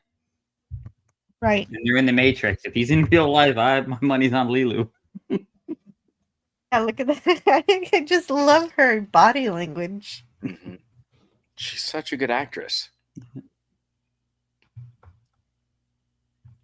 It's just everything is so important here. How she learns the martial arts there, and in a previous scene where Corbin has matches, and just so many things are built in the beginning of the movie, and they come up later. And Nim Nim Nim says, "Chicken, good. You know, you and I are of a kind." Nim Nim Nim, because I have that right here. Can. Good. He can. I don't. When this movie came out, Jill, I don't know how old you were, but when this movie came out, that was actually a thing. Like anytime 11. anyone in my neighborhood ordered chicken in my friend group, we referenced that exact line many times. This is a quotable movie. It is a quotable, and anytime we had chicken, we quoted that line many times. That's a thing. Chicken. Yeah, it's the cutest thing. But then we cut to Zorg, this guy, and he's told, "Hey, we've got to fire some people. You think maybe we can fire some people from a small cab company nobody will care about?" And he's like, "Fire 1 million people." But and it did seem like his underling was about to say, "Well, we only need to fire like a 500,000," but he gives a look that could kill here in terms of putting his subordinate down, saying, "Yeah, Oh yeah, it's 1 yeah. million." And he doesn't even have to say anything. So I don't see where the criticism of his acting comes, because he is awkward, he is weird, I'm he a is a Gary dork. Oldman fan, and Yes. I can But- tell when he's phoning it in, and he phoned it in. Well, even Gary Oldman phoning it in Yeah, is he's good. got chops, but it's just not as good as it would be if he'd really dedicated himself and done a little work. But I don't know. I think this is the way the character was supposed to be.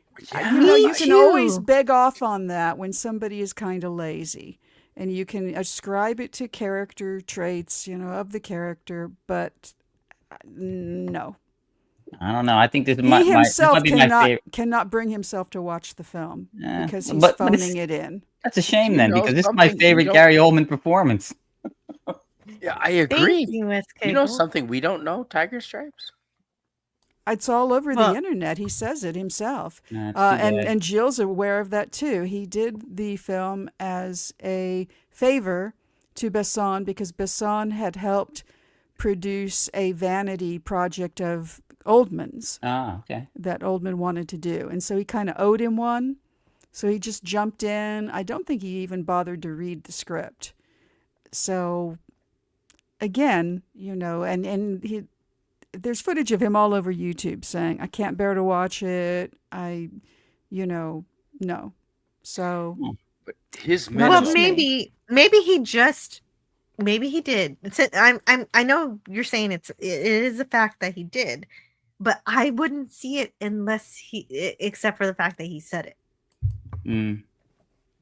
You know, what's funny is the fact that he phoned it in and didn't bother, giving his all, is what makes this character great. It's what I love about it. Then I don't know. I mean, I'm glad he did phone it in. Then He's aloof. he's the It's weakest great. link for me in this film. Oh, I love. Oh man, He he's could one have of my done so much favorites. better.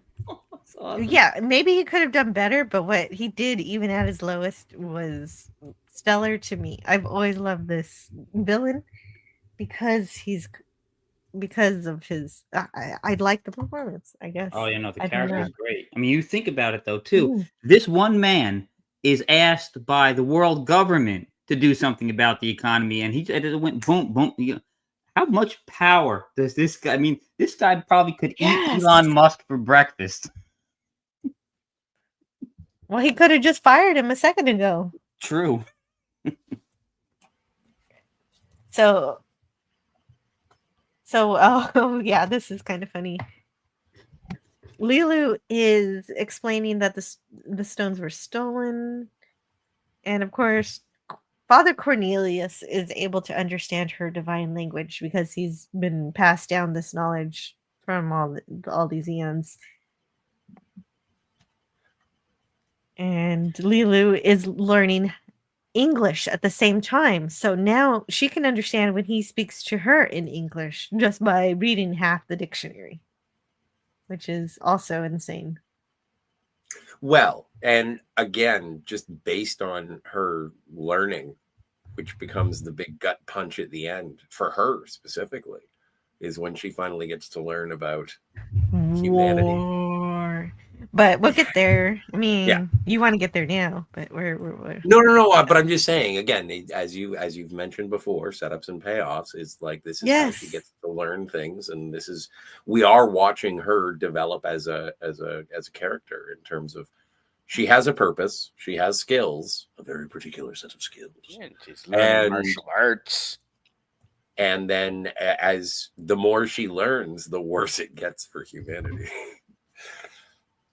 exactly true story, and we'll expand on that when we get there. And so David brings clothes and makeup to Leelu, and she says, "Thank you."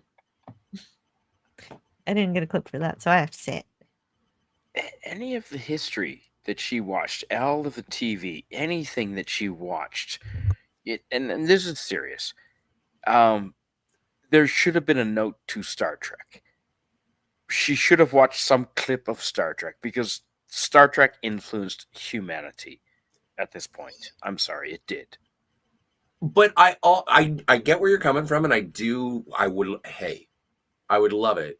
Aside from just the president of the Earth Federation being the first Klingon to show up in Enterprise, but I think at a certain point it does. If you start flashing like pop culture stuff, I don't know if it narrows the world, but it makes it feel less like a fully formed futuristic reality as opposed to, oh, okay, here's some pop culture references. And there is a threat of her turning into like Johnny Five, just being like, where's the beef? And she is already like Johnny Five and how fast she's able to read. Yeah, but I'm glad that they do that as a skill and a power of hers, as opposed to it being some sort of fodder for her to be able to make quips and one-liners. She's still herself as a character, and she's not just,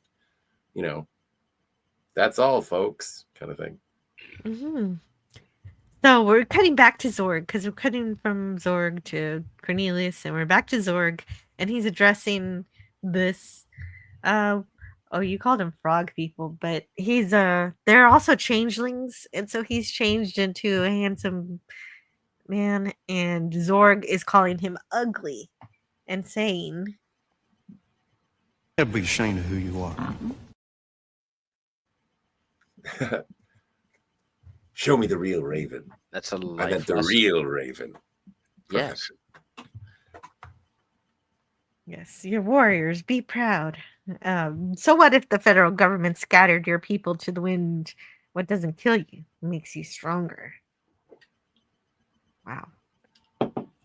And so he changes back into a Mangalore.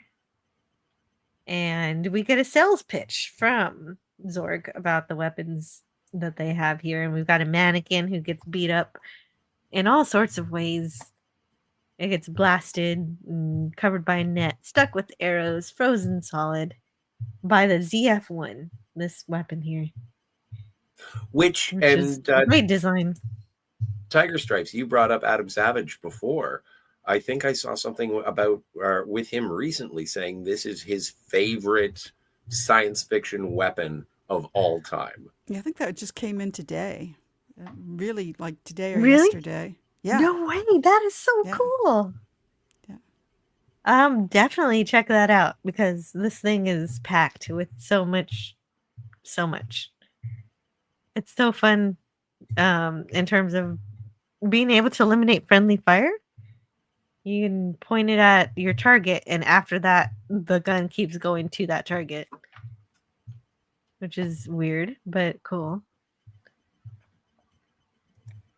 And then, of course, there's a rocket launcher, arrows, net, ice.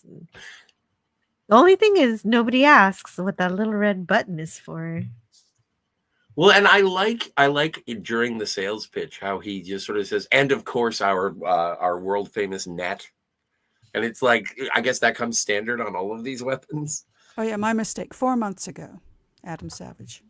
But yeah. But it is great, and they talk about how it had to be somewhat practical with some CGI and how they would have done that, and they talk about the weapon that was actually the workings of it, like a blank firing. I don't want to say M16 because I think it's a different one, but it is an actual. It's like, oh yeah, no, and then they just built it around it, and you can see the clip at one point. So no, great sci-fi weapon, and I want to say hi to Pop Culture Republic. Thanks for being here. It's the Hello, ZF1. Pop Culture. Yes. And so, in return for all of these weapons, 4 crates of them, all Zorg wants is to get the stones. And so he's got the case here. But oh no, it's empty. Yeah, his face there is priceless. Yeah. What's actually priceless is Leelu giggling. Yeah. And saying, oh, those stones aren't in there. The Guardians gave the stones to someone they could trust. And I love the exposition on this, it being in real time to see Zorg's reaction while Leelu is explaining what has happened. And it goes back and forth, telling the same story, but involving all of the characters. It is dynamic, and it feels really great. Yeah, it's well done. Absolutely. And it's hilarious. They switched them. She does the cross with her arms. She's very animated. Yes. Yeah.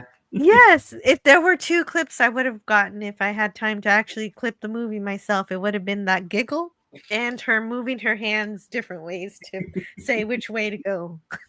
Yes. Yes, I'm glad you mentioned it. But she finds where they need to go. Here it is. It's a dot. A pale blue dot? Yes. Planet Floation. Oh, is that a Carl Sagan reference there? Yes. Yes, pale blue dot is a Carl Sagan reference. And so upset at not getting what he wants, Zorg tries to rescind the weapons, but the warriors pull their weapons on him. So he seems like he's capitulating, letting them have 1 box. But he, of course, again, forgot to tell them what the red button at the bottom of the weapon does. And then he complains about them for a little bit. Well, yeah. Yeah, I love the fact that they go back to them. They show them all futzing around with these things like they're pack lids from Star Trek. They have no idea what's going on. They're just firing everything off. Ooh, what's a pack lid? Oh. Spy. They're smart. They make things go. Oh, yeah. Those guys. Yeah. Okay. At least you do know what a pack lid is. You just didn't know what they were called. Gotcha. Okay. I don't feel so bad now. Never gonna give you up. Never gonna let you down. Anyway, they're walking away from an explosion and not looking back. That's the thing. If you're Iron Man. Yeah. See, he did it before Iron Man. See, so I think we have some. I do enjoy. Remember a time? Actually, it probably still happens. I don't want to be one of those people. It's like, oh, they wouldn't make this anymore because he's smoking. But we've already had the cigarette stuff. No, so. they would totally make this. Old Man Bird says he doesn't look like Sirius Black to me. No, he doesn't. Acting brilliant. Yeah, no. Gary Oldman's is like Dustin Hoffman, a chameleon in his roles. Unlike somebody like Jack Nicholson, who's Jack Nicholson and everything. Gary Oldman's different in every role, man. He's great. I think so too. Yes. Bangalores are my favorite idea from the movie. Bangalores, like Klingons, but more warlike and totally one-dimensional. Yes, very good. Like Klingons aren't one-dimensional? No, they're not. Klingons are not one-dimensional because we know there are nerdy Klingons. Not including Worf. No, Klingons are like onions. They have layers. That's right. And Daniel's Hot Topics is here. Hey. Oh, hi, Daniel. Don't light Pop any culture fire. says, I seem to remember something about Oldman basing his character on a former president or former presidential candidate, but I could be wrong on that. Oh, I heard him say that it was the voice was a mashup of Ross Perot and Bugs Bunny. So. See, he had something. He put something into it, and I like that. Ross Perot and Bugs Bunny is hilarious. There's But a pie chart. I did see a pie chart here. Yeah, the critical drinker uses that giggle meme. Yeah, that giggle is incredible. Pie chart, Ross Perot. Right. A pretty long video. Ross of people Perot was walking big on away. the pie chart, Scotty. He loved the visual. Yeah, and it was always like, this is how much we're spending. See? Can I finish? It made May sense. I finish? Yeah. I can see it now. Yeah, that makes sense. Yeah, I hear it too now. Now I'm never gonna be able to watch this movie without seeing Ross Perot there. I just always thought he was supposed to be Hitler. No, he's definitely doing a Southern accent, and I kind of and he had pie charts. Could tell that it was sense. pretty specifically a Texas accent, which I found vaguely annoying. It also kind of bothered me that I get that you're just supposed to jump in, you're supposed to buy it, you're supposed to run with it, but when you have somebody like this who's clearly been through some sort of bad event, and you don't ever tell the audience about it, that kind of bugs me. He's had his head blown off, he walks with a limp, he's got a metal limb, and yet you never hear why. But it reminds me of Aldo Rain from Inglourious Bastards having that rope burn around his neck and then it never being addressed. It's just something that the audience has to put together. And it's like, I like that idea of something being presented that you don't necessarily have to explain. It just adds texture to the character without hitting you over the head with it. Yeah, Indiana Jones with the whip mark on his chin. Well, we did find out how that happened eventually. So yeah, eventually, eventually, yeah. It was a cat that scratched his eye out, I think. Just as an aside, this is the only way I'll ever wear makeup is if they have a goggle that just shoots it into my eye from. It's pretty cool. Yeah, I like how she's surprised when it happens to her. She doesn't realize what she's doing. Neither would I. And so the priest is accosted by Zorg's associates who take him to Zorg. And yeah, he's got to speak to him. He doesn't really have a choice. And so here's the Zorg building. And Cornelius realizes this is the person who was pretending to be an art dealer looking for those stones. But the priest does not cooperate with him. And this part here, this is pure Ross Perot, where he does all the explaining to them. Look at all these robots, all busy. This is Ross Perot. Well, I don't know. Was Ross Perot a proponent of the broken window fallacy? Because I was a kid when all that was happening. So he was like, "Oh, you break stuff, and then people are hired." He liked that. It just seems to me that this is how Ross would present an argument, exactly like this. Yeah. Well, and the beauty of this scene to me is I don't know, it's like a French, it is a European sense of humor in this, in when he explains and he breaks the glass and you see all the robots, all the Roombas come out and clean it all up. And then he just says, and so is this a bad thing? Is any of this terrible? I have control over my immediate surroundings. Nothing can stop us. This is fantastic. He pops a cherry in his mouth and then chokes on it. And the way Cornelius just savors it. And he's like, oh, yes, you're so powerful, aren't you? Yes. Where's the robot that gets to slap you on the back? Yes. Where's the robot to pat you on the back? Yes. Yeah, Jill wins. I love that. I love that part of that scene so much because it is clear that part, not knowing what what Oldman was basing his performance on, it was very clear that this Zorg fellow is a little too dependent on technology, and that's a great thing to pick up on in the 90s.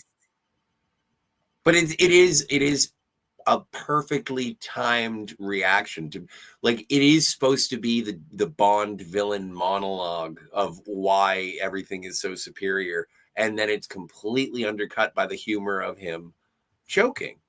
And it's Even great. his little pet is laughing at him. That Yes. little pet would have laughed at his own owner's death at that moment. And see, you guys are going all crazy about the cat. I love this little elephant thing, that whatever it is.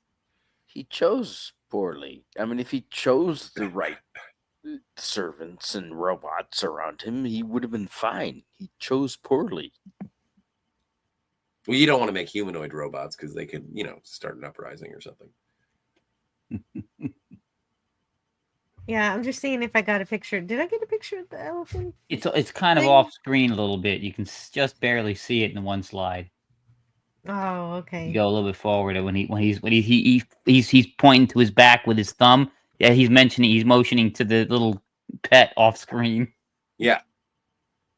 Gotcha. But I like, and again, because Luc Besson directed Léon, the Professional. Ooh, good movie.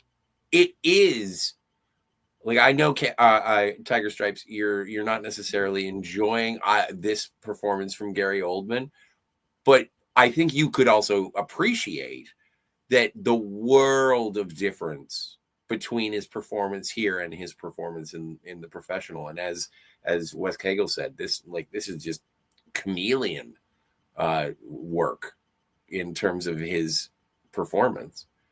Gary Oldman's in The Professional? Yeah. He's Leon. He's Leon, isn't he? Oh, no, he's the cop. He's the cop, He's right? the bad guy. Cop. Yes, he's the bad guy. Hmm. Chasing, trying to bring in Leon, right? Yeah. I'm afraid I only saw that the once, so I don't really. Yeah, that's Natalie Portman's introduction, right? That's her debut. Yeah, I think I haven't seen it in such a long time, but I do want to. I think I've got the Blu-ray. She's like 9 or 8 in this movie. She doesn't even. It's hard. Can't even recognize her. She's so young. Well, that also adds into the legend of Le Besson. Well, okay. Well, we'll stop that there, and we'll say, even though the cat doesn't get a name, this creature does. His name is Picasso. That's great. Yeah, but his eyes shouldn't be even then. His eyes should be like one on top of his head, one on the end of his nose. All right. But that's the animatronics beneath the silicone skin required up to six puppeteers to operate this guy. Wow. I think there was only 6 that operated Jabba the Hutt. Good Lord. Yeah, no, the union stipulated they needed 6, but actually they only needed 2. But that's great. I wish that there were a plush. Yeah, well, I don't know. You'll have to look for it. Zorg spares the priest's life just because he saved his life, indicating that he would have just killed him. Yeah. Did you see that line that he delivered? Torture whoever you need to. I don't care. The president. Yeah, that shows you the reach and power of this guy. I mean, I'm telling you, he must control everything. That's right. He does. Like, if he has the power just to have a kill switch like that. The president. Yes, agreed. Eminem. That's funny. I think What she did Eminem identified do? the creature.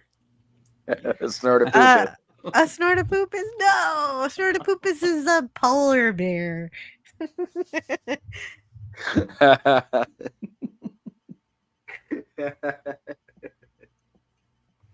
Well, there you go. That's funny. But I agree, Wes Cagle. I agree. And Monroe is saying that they've contacted the Mundushan. They are upset at the loss, but they're okay. And they never really trusted us very much anyway. So they gave the stones to someone they do trust. Her name is okay. Hold on. Plavalguna? Plavalguna. which is which is an actual kind of word in a certain language, but I forget which language it is. She's a diva, and she's going to sing at the charity ball in Floston Paradise in a few hours, and she's got the stones. And so we figure out. There it is. Oh, I put it in my notes. Oh Wait, yeah, you and translate to- Eminem put it in the chat too. Plava Laguna. It means no translates- worries. No, it means what? blue lagoon in Croatian. Wow. Actually, that's funny. Plava Laguna. It means Hakuna Matata. But I also, got where you were going with that. You didn't have to spell it out. It was pretty funny. No. The way it was. I'm leapfrogging. I'm leapfrogging. It was. And so that's the part that I was always confused by when I rewatched this is I know where Leelu is, but where's Stitch? Oh, anyway, That's instead funny. of torturing the president, the Zorg employees decide to use a bug, a literal bug, to bug the president's meeting here to figure out to also have the same information about the diva who's going to the planet, the cruise, the floating cruise liner, which we'll get to soon. God, I still can't ever see this president without thinking, "Oh, here comes Debo. Hide your stuff." Every time. I think it's just the sensibility of the movie, the sense of humor that it is. And it does happen in but like there in the science fiction, I guess Luc Besson is far more comfortable being absurd and silly, but the president is playing with his shoe for some reason. Like, why? And the only reason is so that he can hammer the cockroach. Yes, because he's probably seen it already. But he's not trying to interrupt the conversation that they're having. But yes, he's got to fidget with his shoe to take it off and then smash the bug, which of course makes the Zorg operative, flinch in pain, which is funny. It is hilarious. I think it's great. I think it's funny, but it's not that he saw the roach. It's like he was adjusting his insoles or something. It was crazy. I'm like, why is he playing with his shoe? And then when he hits the roach, I'm like, oh, okay. Because that had to happen. That had to happen. But the decision that Tiny Lister makes, and he's like considering his shoe, he's like looking at it from all sides. He's looking into it. It's great. It seems natural no matter how absurd it is. And here we go. Is Ty here? Yeah. Corbin Dallas is finishing up his Thai food. And of course, he gets some mail. Good news. Yeah, it's got to be good news. I bet you lunch. It's got to be good news. Yeah. Here it is. It never rains every day. This is good news, guaranteed. Yeah, that's his grandpa's advice. And that actor is named Kim Chan. I only remember him from being Uncle Benny from Lethal Weapon 4. And this. But apparently he had a lengthy career. Passed away in 2011, I believe. Oh. Well, everybody dies. He gets a free lunch because the news was in fact not good. He got fired. The way he says, "You got fired. You are fired." He still thinks it's good news. Well, and that's also like I appreciate it because this is the closest to like the Al Powell from Die Hard is because Corbin Dallas and Ty, they're friends. It's like Ty is encouraging him, like, you open your mail, you find good news. Actually, I shouldn't be doing this accent, but it's fine. Because it's fine. Yeah, it's an impression. I think it's fine because we're all humans and we are absorbing other cultures, and I think it is respectful to enjoy other cultures. And I don't believe in this appropriation bullshit. We're all humans and we love each other, and it's fun to learn about the rest of humanity and not and bring it forth, even if we don't get it right. At least we're talking about it. It was true. Well, and Yeah. if Kim Chan were alive and well and listening to this stream, he would be like, I can't believe some idiot from Canada is doing an impression of me. And it's pretty good. Well, if you're going to deliver his line, you got to deliver it as he says it. Exactly. I don't want to. Oh, you're fired. No, it doesn't sound like him at all. You're not going to be able to get the character from it. Oh, you're fired, eh? I feel like if you Americanized or Canadianized what he's saying, that erases his own culture rather than actually trying to emulate it. And I am celebrating the man. Like, I enjoy his performances whenever he shows up. But yeah, and that is convenient. Having a food vendor come to your window. I like it too. Yeah, well, we got DoorDash now, so it's about like, kind of the same thing. No, I want a Chinese community outside my window. No, but it's like, imagine if a hot dog cart just pulled up to your porch. Yes. Well, Mr. Frosty goes by every day, so there you go. God bless America. Yes. Land that I love. The 51st state is Canada. From the thing to the thing and the thing. The land of strong and free. So then Corbin's mom calls, which is the beginning of a comedy line of Corbin's mom calling and yelling at him. And just yelling at him about, hey, why don't you take me with you? And he's like, what? Take you where? I don't understand. What's going on? He doesn't know about it. The trip that he's won to Floston Paradise. And she tries to guilt trip him to taking her. he doesn't even know he's gotten the trip yet. His mom knows and he doesn't even know yet. Right, because she listens to the radio. Yes. And then there's another mail that he doesn't open at all. And someone's at the door. It's the Brian military. James. Yeah. But I like that it is even sort of set up that Corbin Dallas doesn't pay attention to media. Because he says to the cat, like, don't watch that all day. It'll melt your brain. Yes. Was anyone else turned on by the Russian woman? Yes, I like the Princess Leia Nadia here. Right? Yeah. You know what her a name more is? husky Princess Leia, yeah. You know what her name is? Her character name is? No. Major Iceborg. The actress's name is Julie T. Wallace, and she was also in The Living Daylights. No, and it's not Major Rick Baller. Rick Baller? Iceborg. You still haven't told me what Rick rolled. And here's your Star Wars reference. Yeah. You cannot do the cinnamon buns without thinking of Star Wars. Yes, absolutely, Tiger. You are spot on with that. I don't know what Rick rolled is.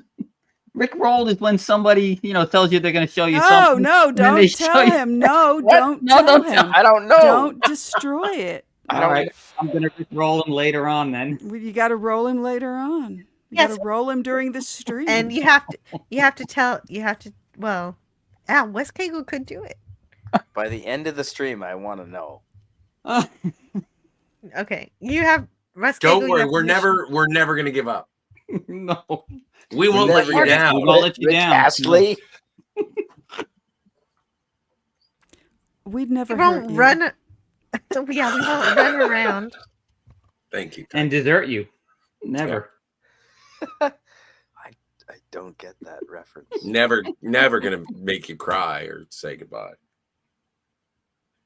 Tell a lie. Or hurt you. Or make you cry. Yeah.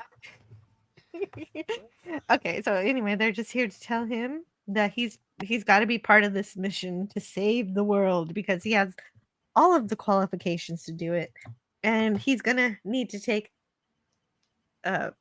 Major Iceborg as to pretend to be his wife,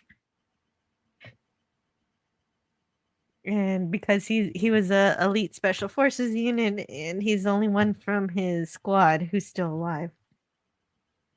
But just then, there are authorities who are trying to find Dallas Corbin. Everybody wants his ticket. But first, before that happens, Leelu shows up. So these military people have to hide. And so he hides them in a refrigerator, which is still on.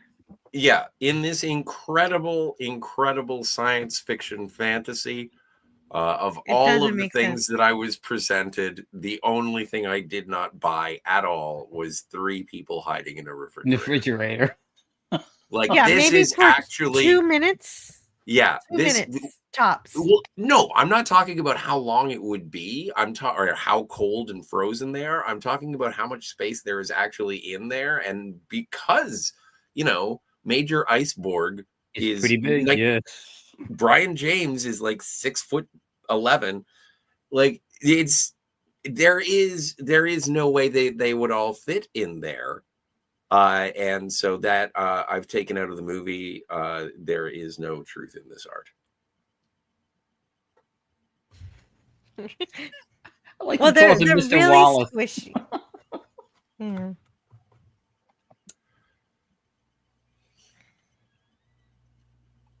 Like, that one thing of having those circles on the wall, like if that's a private home and they can see into it, and like at any time the police can show up and say, place your hands in the circles. Like, it's almost like even as a civilian, you are still a prisoner of this oppressive society.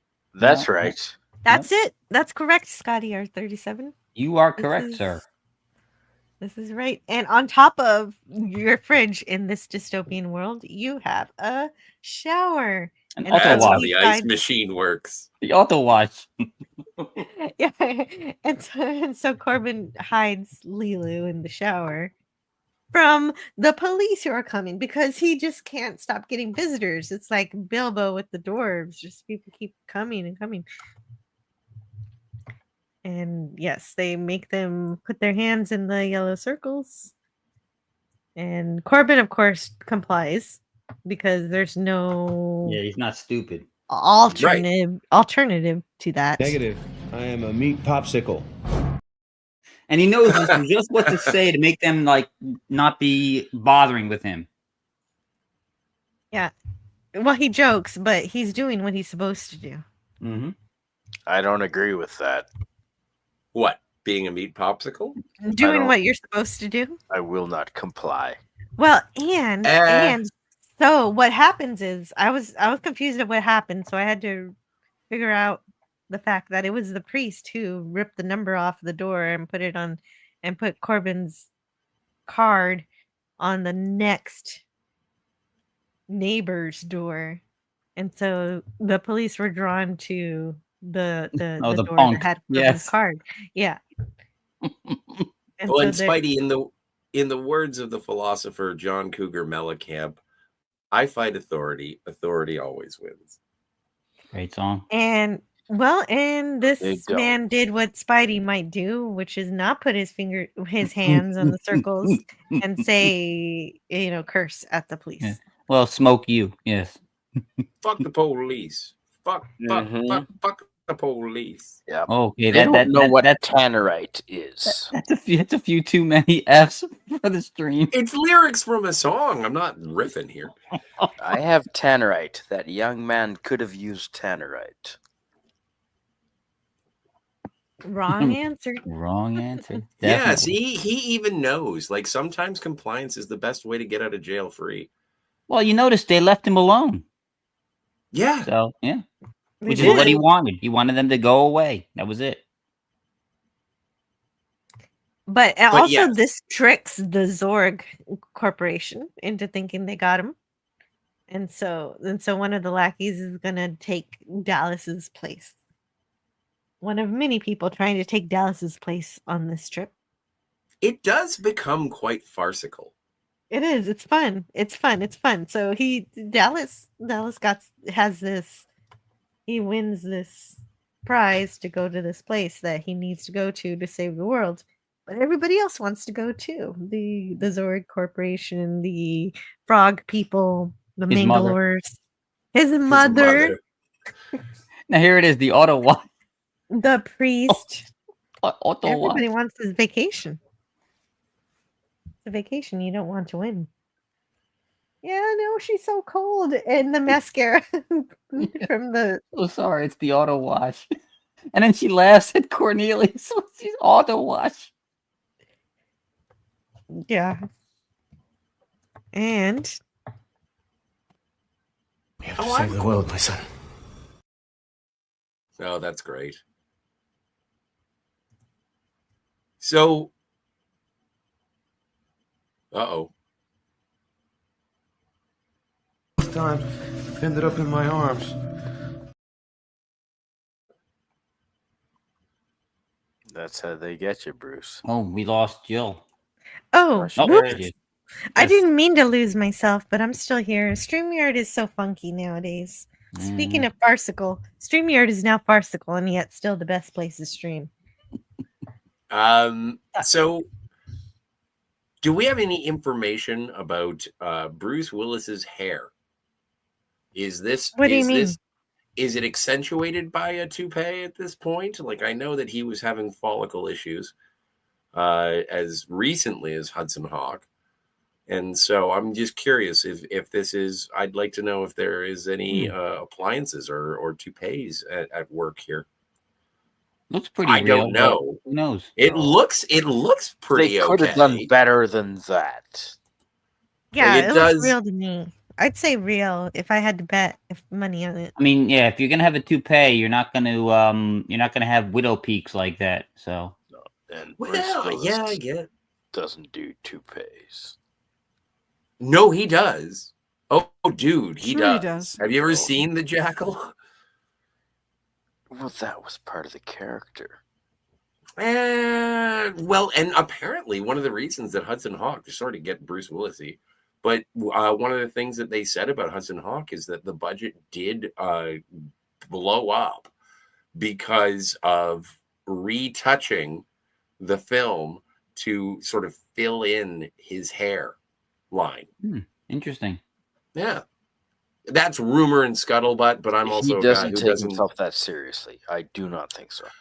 I think that there was a definite line when Bruce Willis, like I remember seeing him on David Letterman, and that was like the first time that he had truly unveiled him being just like clean shaven, like just bald guy. And when he drove into the studio on a motorcycle, I remember that. And then David Letterman said, "What's going on? You're bald now." And he's like, "Well, yes, it's the 21st century comb over. If you don't have it, just take it all away." Well, that's and what I I thought said. that was one of the funniest things. I always had super long hair all my life. I said the minute it started to get thin, I was shaving everything off. I always said that too, but luckily I've been blessed, so I don't have to. My hairline is still secure. Yes, nice. It is a battle we fight with what do they call it, Rogaine? But you're not losing your hair. I know. I have no intention.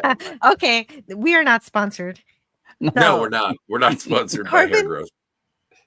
Corbin tries to serve coffee to Cornelius, but Cornelius uses Corbin's own war trophies to conk Dallas over the head. And Yeah, in the most unconvincing knockout I've ever seen in cinema. I'm sorry, but Wait a minute. That at shot least right it doesn't there. last long. That image you have right It there. ain't that kind of movie, kid. Yeah, true. Is that really Mila Jovovich behind, or is that a stunt double? Because No, I think that's her. Hovovich. Oh, It's her. She's just exclaiming. I don't think she's Spanish. No, she's Ukrainian apparently. Very similar. Okay. Well, they're from Earth. See, now Thought they, the first time I watched this movie, I thought they were dead at this point. I I was thought like, they were I'm dead, never too. gonna see poor General ever again. Iceborg. Well, no, Major Iceborg. Major Iceborg. Yeah. Or General Chang. I think it's like something with the M. No, I got it. Monroe. Monroe, Yes, that's Monroe. it. Thank Yes. you. It's hilarious. No, this movie's Last funny. of them It's delightful. You know it's ridiculous, but who Yeah. cares? And he just plucks the ticket out of his hand. Oh, I'll take that. I'll take the assignment. And as Scotty mentioned earlier, this airport is full of garbage. Imagine how stinky this airport is also. And nobody seems to pay attention. No, nobody cares that it's full of trash. It's like, whatever. It looks like Vancouver. Oh, wait, go back one slide. We just missed the best line of the film. No, one slide forward. There it is. MULTIPASS? Oh, yeah. Leelu Dallas MULTIPASS. We have that. We have that. Yeah. MULTIPASS. Leelu Dallas MULTIPASS. MULTIPASS. You know this MULTIPASS. Leelu Dallas. See, now is the perfect time to rickroll. Know what that means. That is true. That is so true. Well, I do have the clip for Leelu Dallas MULTIPASS here. Last call for Floston Paradise. My stars. Floston Paradise. Not Floston? Floston. Oh, right, because of Lost in Space. Yeah, here's It the is a Leelu Dallas joke about MULTIPASS. Lost in Space.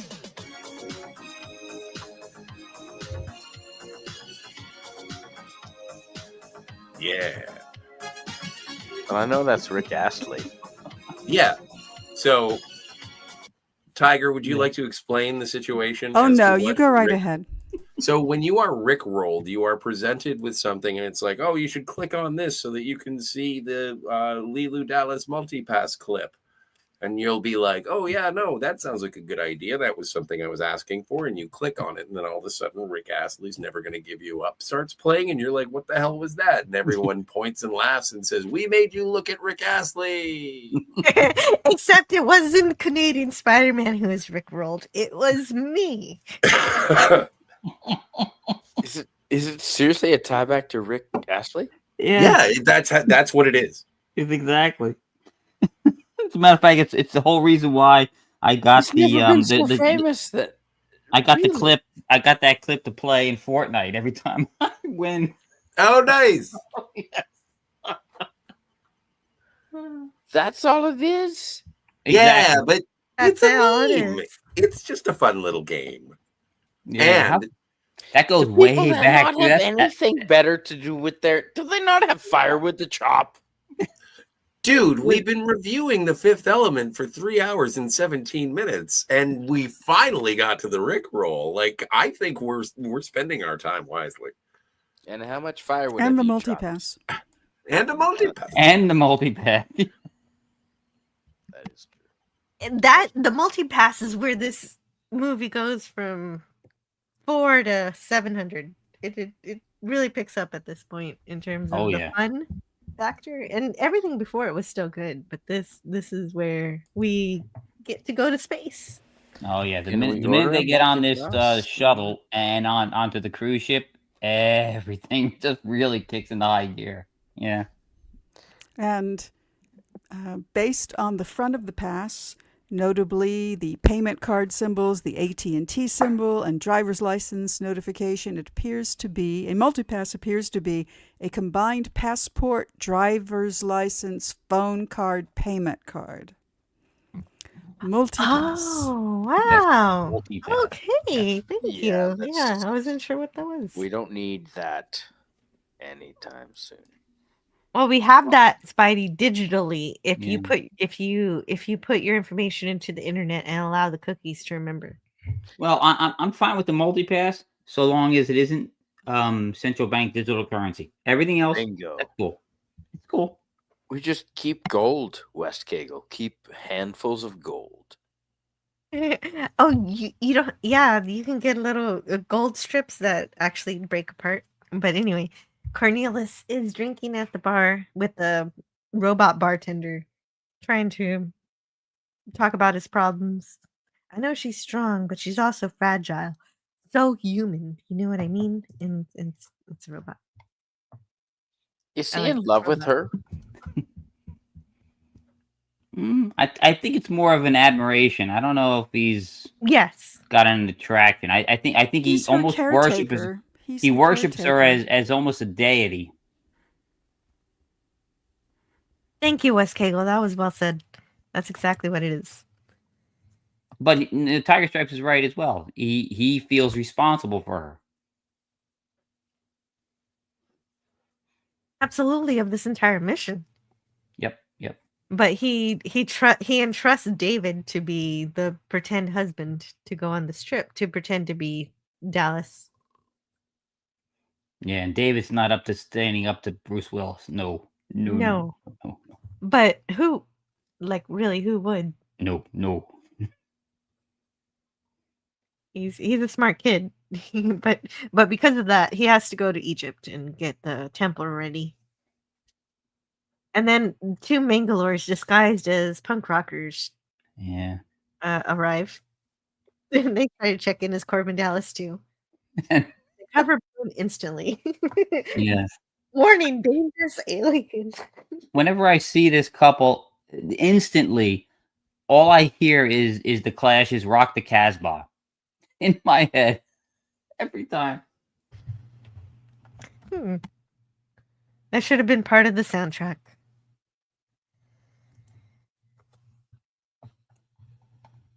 So yeah, they have a chase scene or whatever. But then we move on to meeting Ruby Rhod. Oh yeah, here he comes. Here comes more multipass. MULTIPASS.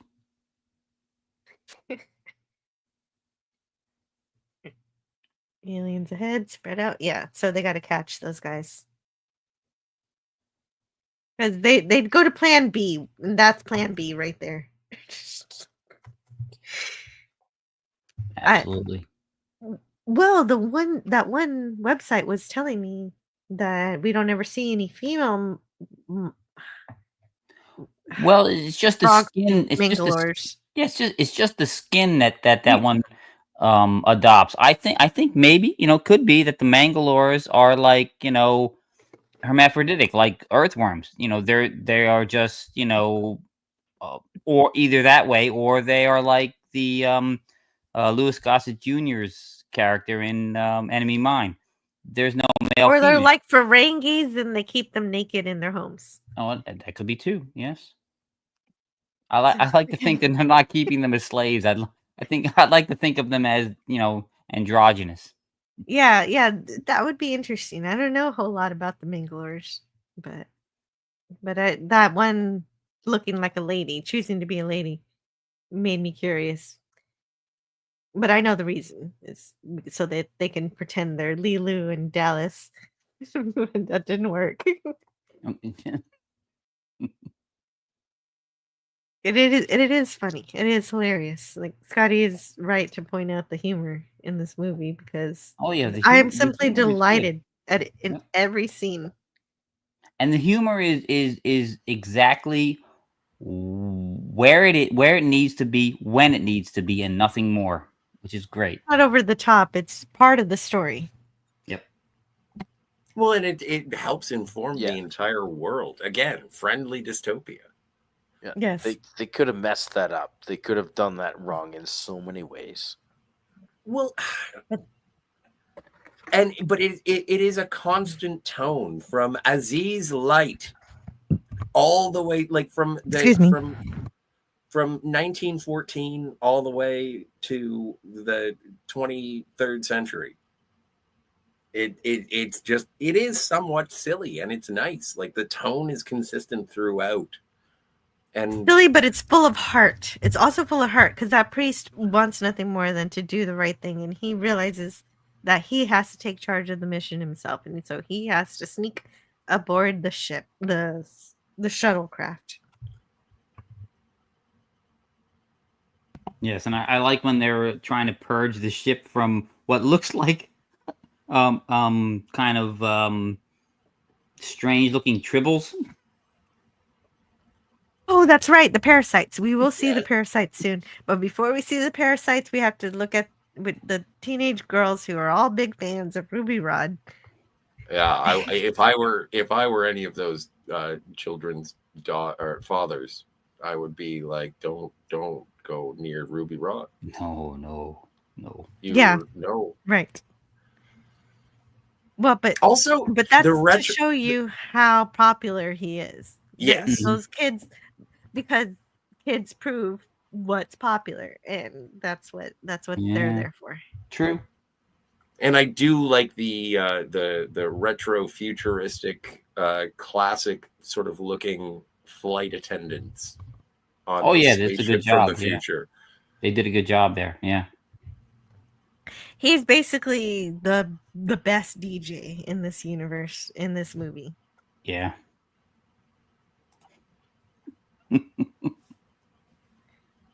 And his original name was going to be Rhod, but they changed it. Oh, is it? They changed it. Yeah. Well, and there's speculation on why they changed it. Maybe they wanted to have a female first name and then the phallic surname, of course, Rhod. Yeah, but also Ruby Rhod, red lipstick. is also part of the periodic table. Rubidium is the first of the period 5 elements. Exactly halfway along that row is the element rhodium. And so that could be Ruby Rhod. Another 5th element. Very good. These are all just speculations. Because Now- nobody has this fucking book that is impossible to get. There you go, everybody. Jill swore. Buy a lottery ticket. You can have it for about $200 if you just hang out on eBay and do a search, and you can get it, I think, from the UK. Oh, okay. And it was in English? Yes. Okay. I mean, there are many 200 copies, some in 200 Japanese and some in French. But if you just kind of bide your time, one sold recently for about... Most I've spent on a pop culture book is $80. So if I did this, this would that's top a it. step up. Yeah. Well, these kids love Ruby Rhod so much that they just stand in line to get paint smeared all over these pictures. They're Asian schoolgirls. They're Yes, very I love the particular- fact they of a made him very Asian particular schoolgirls. ilk. Yes. Exactly, Tiger Stripes. I like that they made him Asian schoolgirls. That is the culture that you see nowadays. The fandom, yeah. Yes. Like K-pop kind of thing. Mm-hmm. And who doesn't like Asian school girls? Easy. Fuck me? Fuck you. Twins, Basil. Twins. There you go. A little gold member for you. The way you said that, Spidey, you could tell that was just a joke. So I'm gonna just roll right past them. I lived amongst Asian schoolgirls for many years, and I've learned to temper my responses. Oh, if we were anywhere else, I would ask. So the first time that you at the next bonfire on my channel, you can have yeah, exactly. So the first time you guys saw this movie, Ruby Rhod was hilarious or annoying? Hilarious. Both. Hilarious. I'm with you. I laughed Spidey. myself sick. I could barely really? understand Okay. a word Both. he said at the time, the first time I saw it. I couldn't understand I thought- anything except super green. Super. But I thought He he was was hilarious hilarious. and annoying. Super Green and Corbin Dallas. Corbin Dallas. I love how he always calls him by both names. Corbin Dallas. Oh, Corbin Dallas. Oh no, but he also calls him something else. I forget what it's called. A D-man. Oh, yeah. Corbin. Somebody coming. Corbin. Corbin Dallas. That was really good, Scotty. Oh, but this is kind of Yeah. No, you know what? And this was the thing that sort of like I didn't understand, and it was, and now I sort of I grasp it more simply because if they were trying to get Prince, it's like, why is Ruby Rhod so popular? And it's because I guess in the future he is the sexiest of the sexy. Like and we don't see it for a while, but once we get to the opera, we see that everybody's kind of dressing kind of more similar Kinda to weird, Ruby yeah. Rhod Mhm. than to what we're used to, which is what Dallas is wearing. Yes. Well, when And- yeah. Ruby first shows up, I figure he might be, a little, how we say, on the gay side. And then he's with the stewardess, and I'm like, oh, wait, maybe not. Maybe this is just a, his persona. I'm pretty This is sure just Ruby what Rhod. is in Yeah. vogue. No, but I'm pretty sure that if Ruby Rhod has a mindset towards sexuality, that if he wants to have sex, it doesn't really matter if it's a man or a woman or a frog person. Yes. Like he's DTF, as the kids say. Yeah, when Ruby Rhod comes to my house, the fish stops Although- swimming, as Eddie Murphy said. Although we don't see that verbatim, but he does refer to his attraction by species, not by gender. Yeah, that's true. That's true too. Yeah. Know everything there is to know about that demon. Well, his dream. You never seen the service? Oh yeah. Like just it nervous is. in the service. I guess that's why I was asking in terms of his character as to whether or not you found him hilarious or annoying or what, or very sexiful. No, But- he was hilarious and perfect. I mean, I couldn't imagine anybody else playing him. No. But Yeah, I over can the imagine top listening and to his radio charismatic. broadcast. Yeah.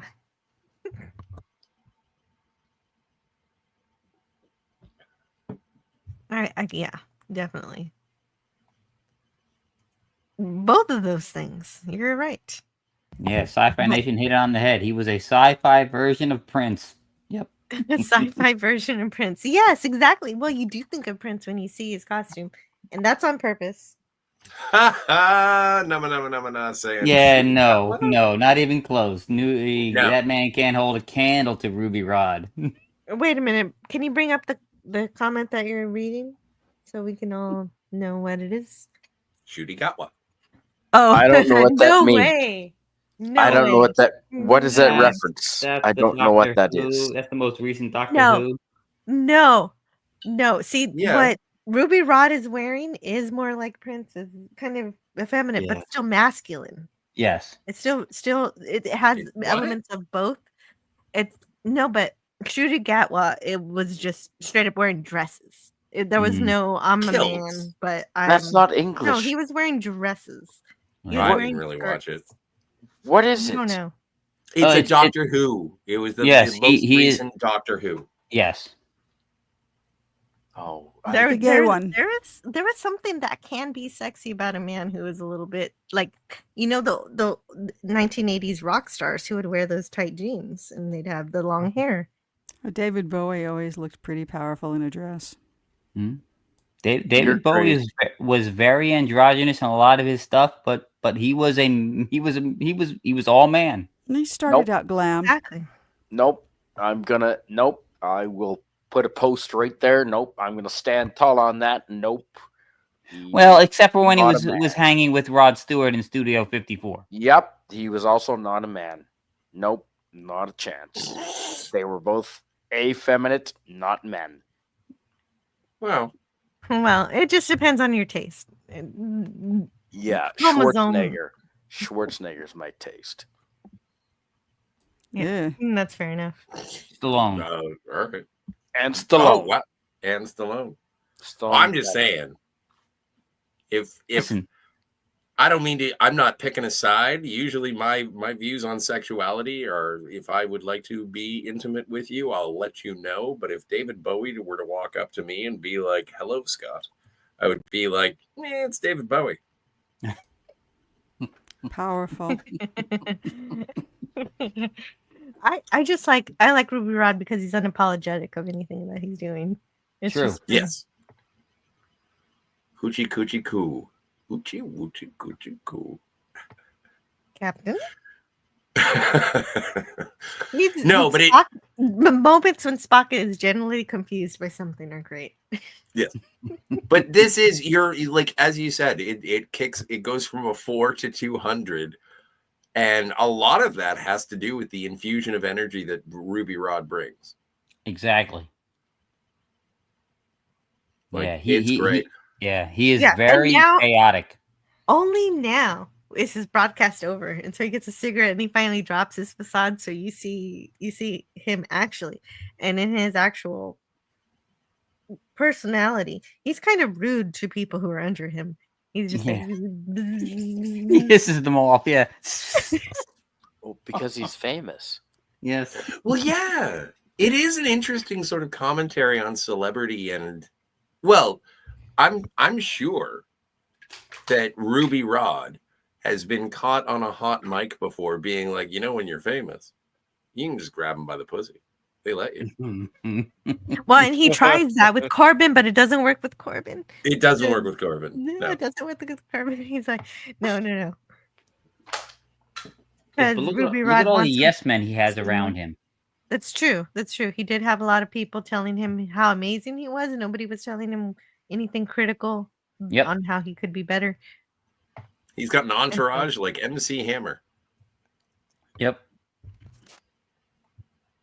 And yes, Trip, he did have weird hair. He had a wormhole pompadour. Can somebody tell me what this means? I didn't come to play Pumbaa on the radio. So tomorrow, Is that a Jefferson Starship reference? I didn't come to play Pumbaa. I heard it on my radio. Don't you remember? What? Thank you, Wes Kegel. Is that we built this city? Yes. That's we built this city on rock and roll? I'm just guessing. I have no idea. You might be Oh, right. you're that's it. You're brilliant, and I'm so glad you're here. Well, but what if he's referring like the Lion King, and it's like you're Timon, I'm Pumbaa. I think Wes Kegel got it. Okay. It's the Jefferson airplane. And now, last up to say that they are Dallas Corbin is the Zorg employee. I feel bad for this guy. I know, he's just trying his best here, and he almost gets destroyed by the robots, and then he gets destroyed anyway. Yeah, I do feel bad for him too. He almost gets destroyed right here. Well, we all have it coming. He chose the wrong team to back, I guess you can say. Is it me, or do they really influence boobies in this movie? That they promote the boobies. I think that they promote beauty. Yes.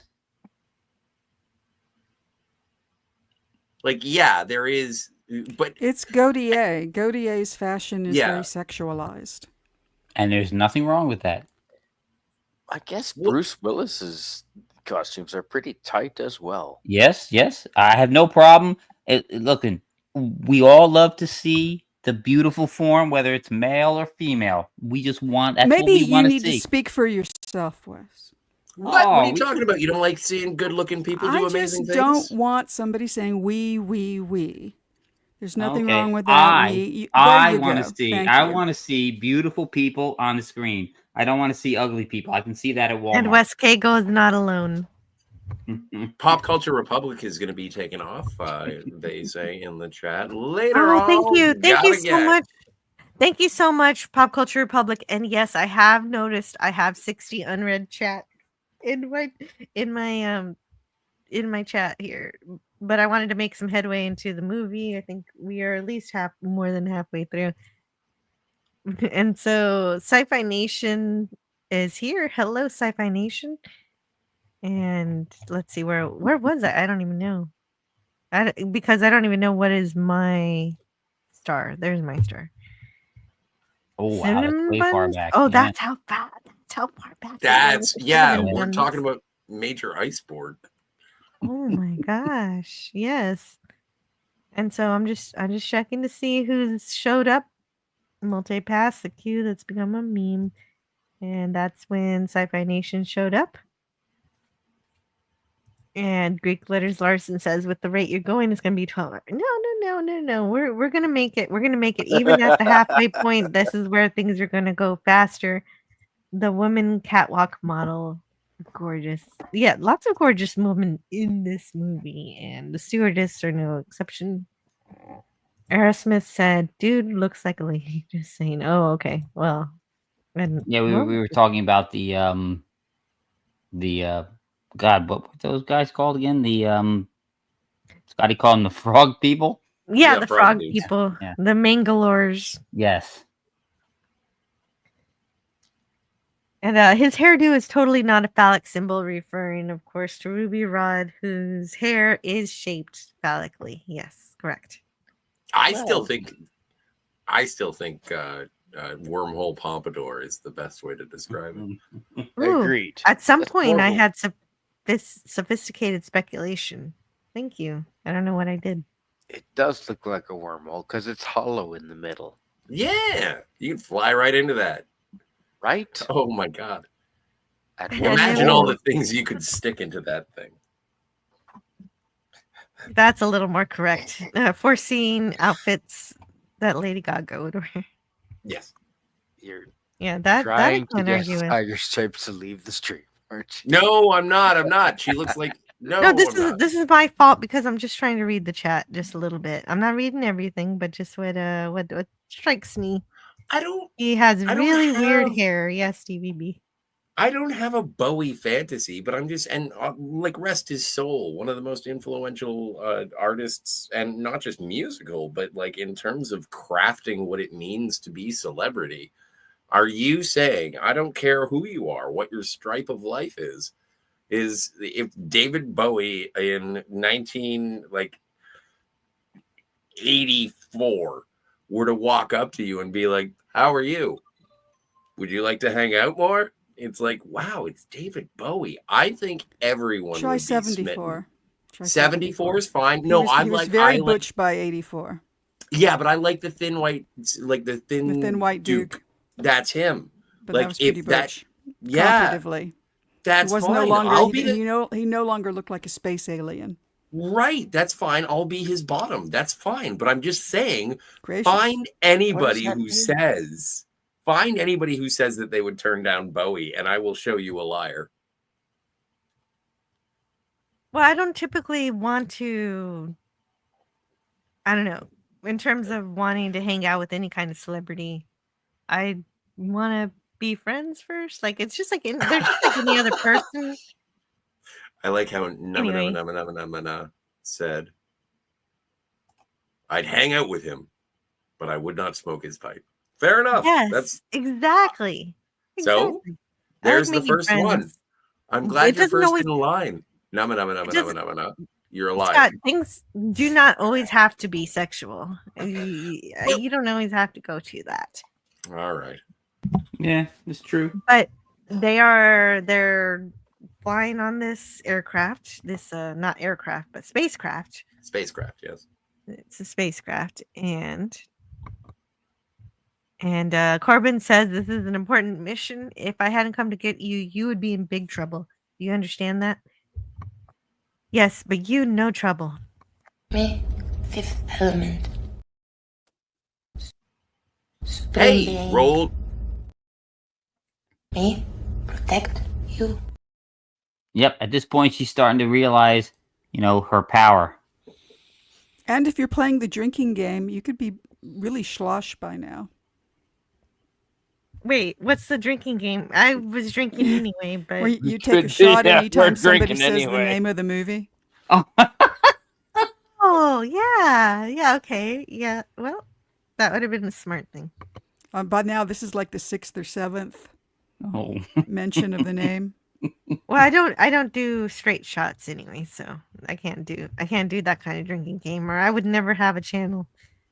Because I'm a Oh, lightweight. that's not I have true. I have to 'Cause water I things don't down. have a channel. Oh, that's well, but I'm more of a lightweight than you and other people. Yeah, me and So I Spidey have have been to doing I have shots every time they say Leelu. Jeez, like isn't that the I just best had one drink, name? but it's Leelu. got 2 or 3 in it. I mean, how many MULTIPASS. people But it's have a big named one. their kids Leelu after this movie? At least one. According to Old Man least Bird, one. he met Yes. he met a girl who was named Leelu for this movie. Oh. Okay, What is the back? so That's the cat. All right. The cat hit the button. Sorry, I've Oh, got a fair dog enough. and a cat in front, and they're hitting buttons. Damn cats. Yeah, West, you saw the video I sent you. I did. I'm straddled between a cat and a dog, and they're hitting buttons on the computer. Aw. Mine Oh, jumps it's up. good to Mine, have cuddle buddies. mine jumps up all the time. Doesn't realize the keyboard is right where she's jumping. Right.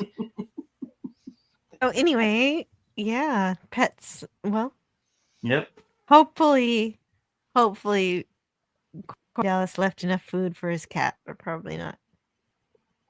Corbin compliments her English, and the stewardess explains that everybody's going to go to sleep. They're going to regulate their sleep for the trip.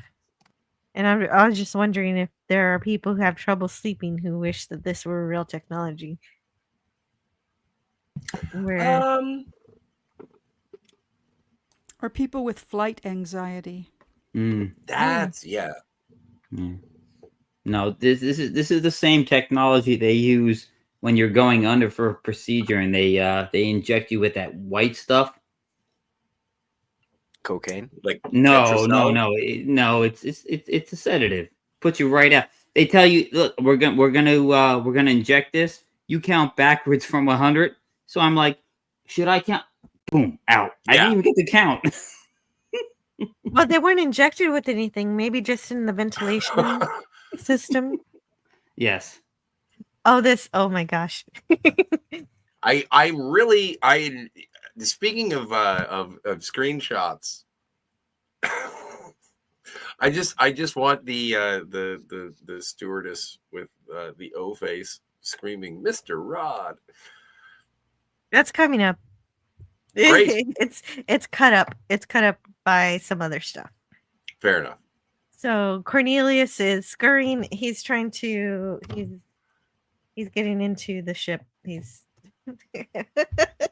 But it's interrupted by these screenshots, so it's difficult to talk about Cornelius becoming a stowaway on the shuttlecraft when a stewardess is having a lot of fun. That's putting it mildly. That's one way to put it. Yeah. Yes.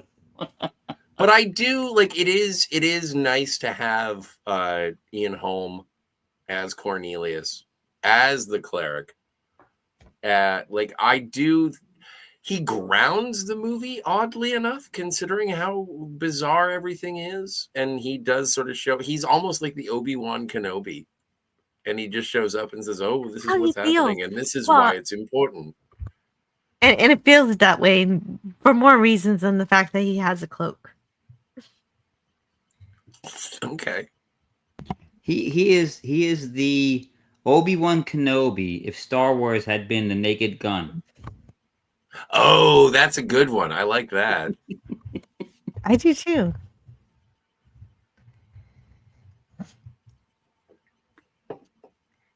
And so he makes the unfortunate call that he could not become Corbin Dallas because Corbin Dallas already boarded the plane. And there's Cornelius hiding aboard the plane. And so I do have a clip for the interrupting slides of Ruby Rhod. Never felt this way before. It's a human. Ha! Yeah! This movie wouldn't have been the same without him. I'm sorry. It just would Oh. not have been. Oh, Jeff Pearson II has got to go. Says good night, all. Good night, folks. Oh, Low Specs Linux Gaming, you've been here this whole time. It's yeah. almost 4 hours. I'm trying to get through this movie, but thank you so much for hanging out. Good night and good luck to you on whatever it is you want to accomplish next. Yes, agreed. Totally. Carry on my wayward son. DVB is enjoying this stream and chill vibes. Beckia? What does Beckia mean? It's like being Rickrolled, but it's a Beck song. Oh. I like it because it comes from DVB. Nice. And I wonder if she knew Big Trouble in Little China. Jill's honest. She's a cheap trunk. Yeah. Yeah, I don't need much. I don't need much. DVB says celebrities are just like us, except they're famous and rich and have been in movies and shows or bands and do podcasts or whatever. Other than that, most of them. Wait, what? Worship Lucifer. They're pretty much just like us. This was dark. Wow. all of a sudden, the celebrities are doing Pizzagate. Well, he's not wrong. Oh, DVB, you're so funny. Okay, so because he dresses like a moisture farmer. Yes. Scotty's trying to sing again. Can someone gag him? No, don't gag Scotty. No, I'm good. The whole reason I'm I good. come here. Well, not unless I'll he still asks go down. for it. Yeah, exactly. Sometimes there are requests.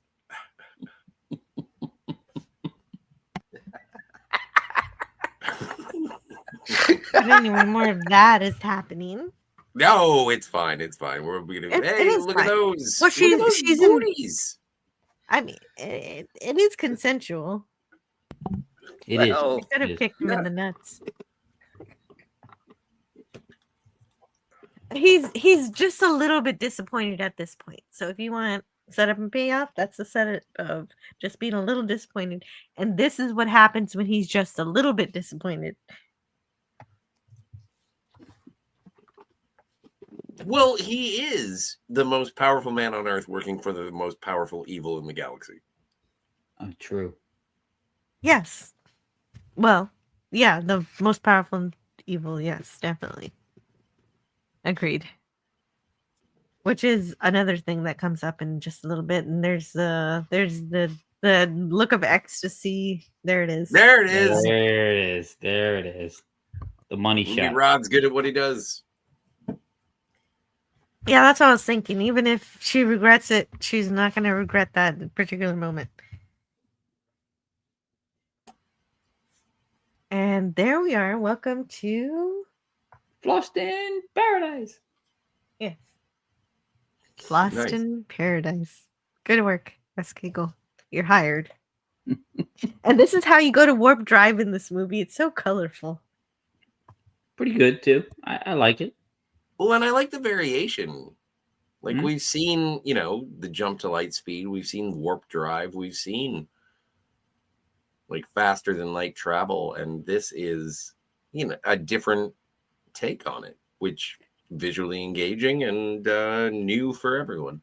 Although the Earth ships do look like, low rent Star Destroyers. Well, I like them. I think they are pretty good. I think they're pretty good as I far don't as see them. Go ahead. Well, what we might see as Iowa class battleships, or Nimitz class, carriers. It's what we might get. I think anyway. I think so too. No, I don't see another sci-fi in this. I see an actual shuttlecraft, like an actual shuttle that we had that just orbited the Earth before. Oh yeah, that would dock into the International Space Station, but just upgraded to be. No, but I mean the bigger sort of capital ships, because they have the like the spire that comes out from the aft of the ship. And so it kind of looks like the command tower from a Star Destroyer, but the shape of the ship is more sort of rectangular as opposed to a triangle. But that's the reason. Yeah, exactly. As Nema says, ice cream sandwich warships. It does look like a sandwich with a command tower near the aft, near the engines. And DVB says Gary Oldman does a pretty good futuristic hillbilly accent for English. I think so too. I always appreciate a good British man who can do an American accent. Of course, House is one of my favorites. Oh yeah, with Hugh Laurie. Well, and if you ever have the opportunity to see the movie Tiptoes, Gary Oldman plays a very convincing dwarf. I thought he was just crawling around on his knees. Well, it's like dwarf. Yeah, it was like dwarf. Okay, we're gonna skip over the terrible movie about short people and go to this phone call with Zorg. Yeah. And sure. The evil entity wants to talk about the stone. How are the stones doing? And Zorg says they're fine. But it wasn't easy. My costs have tripled. Oh, I actually have that. My costs have tripled. You know what is interesting, and it just occurred to me now, is the first general who fires into the evil increases the size of the evil by like the diameter of the planet by 200%.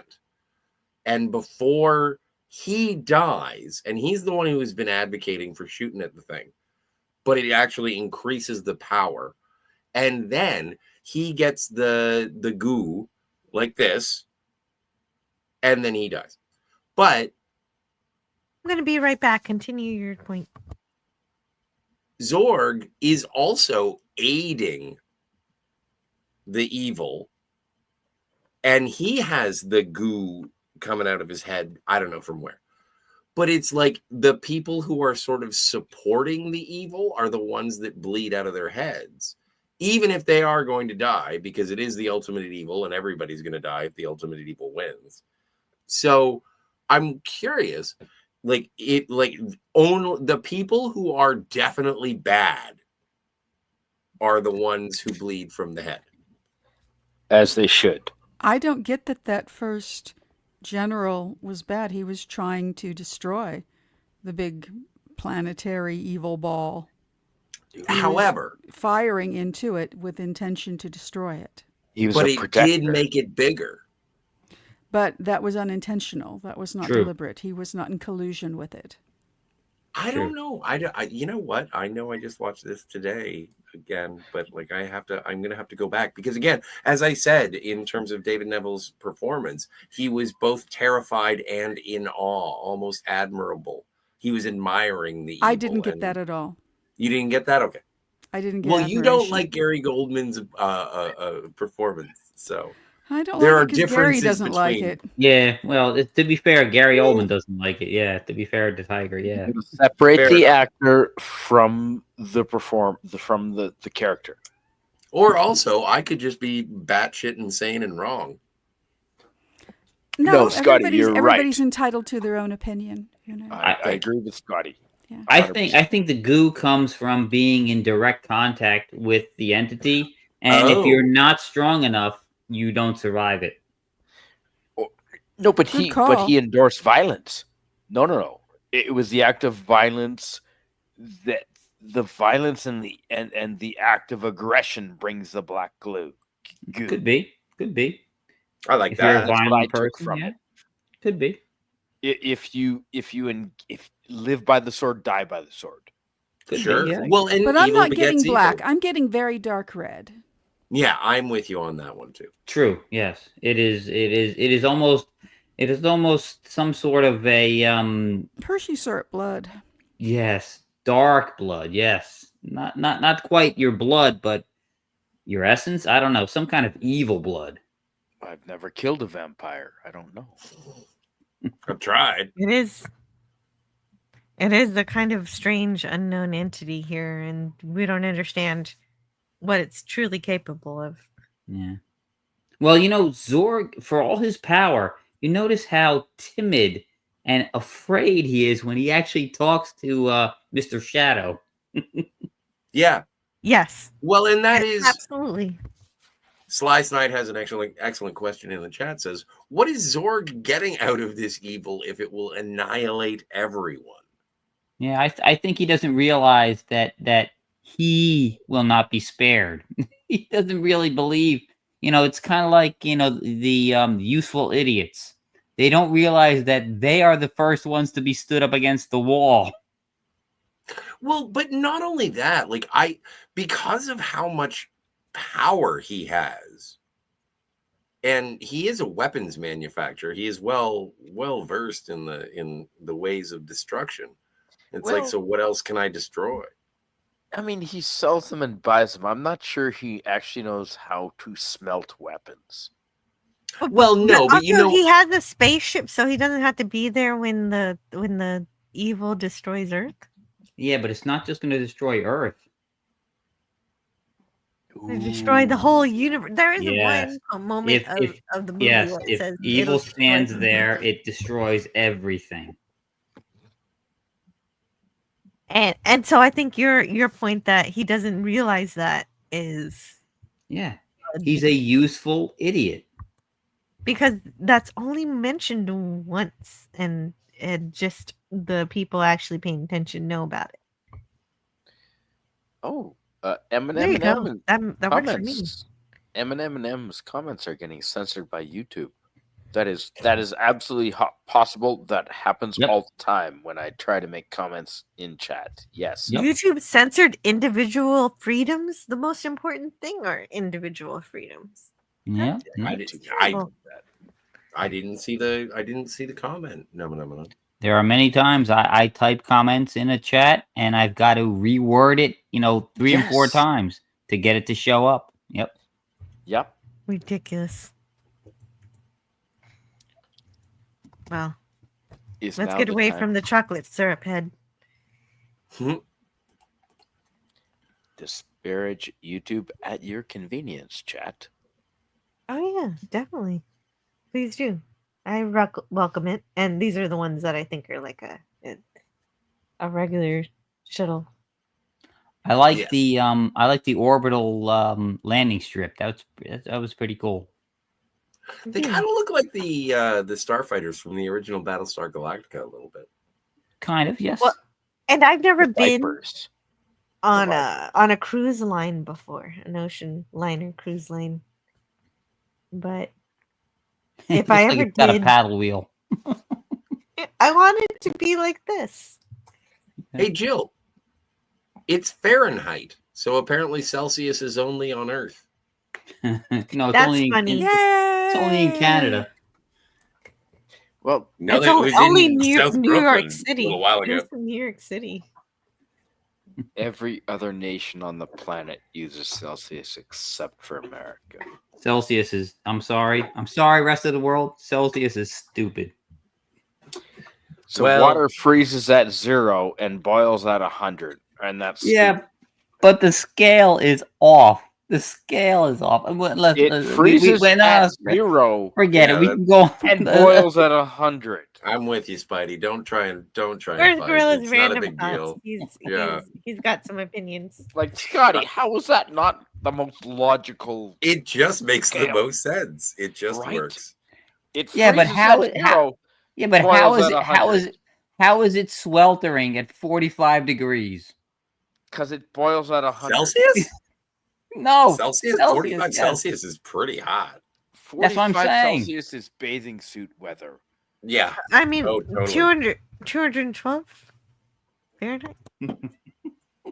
45 degrees Celsius is not 212 degrees. Well, when you become the 51st state, No. I think I'm talking about the boiling point, so I'm getting confused. Yes, 212. The boiling point of See, more 12s. 100 makes sense. Boils at 100, 12. freezes at 0.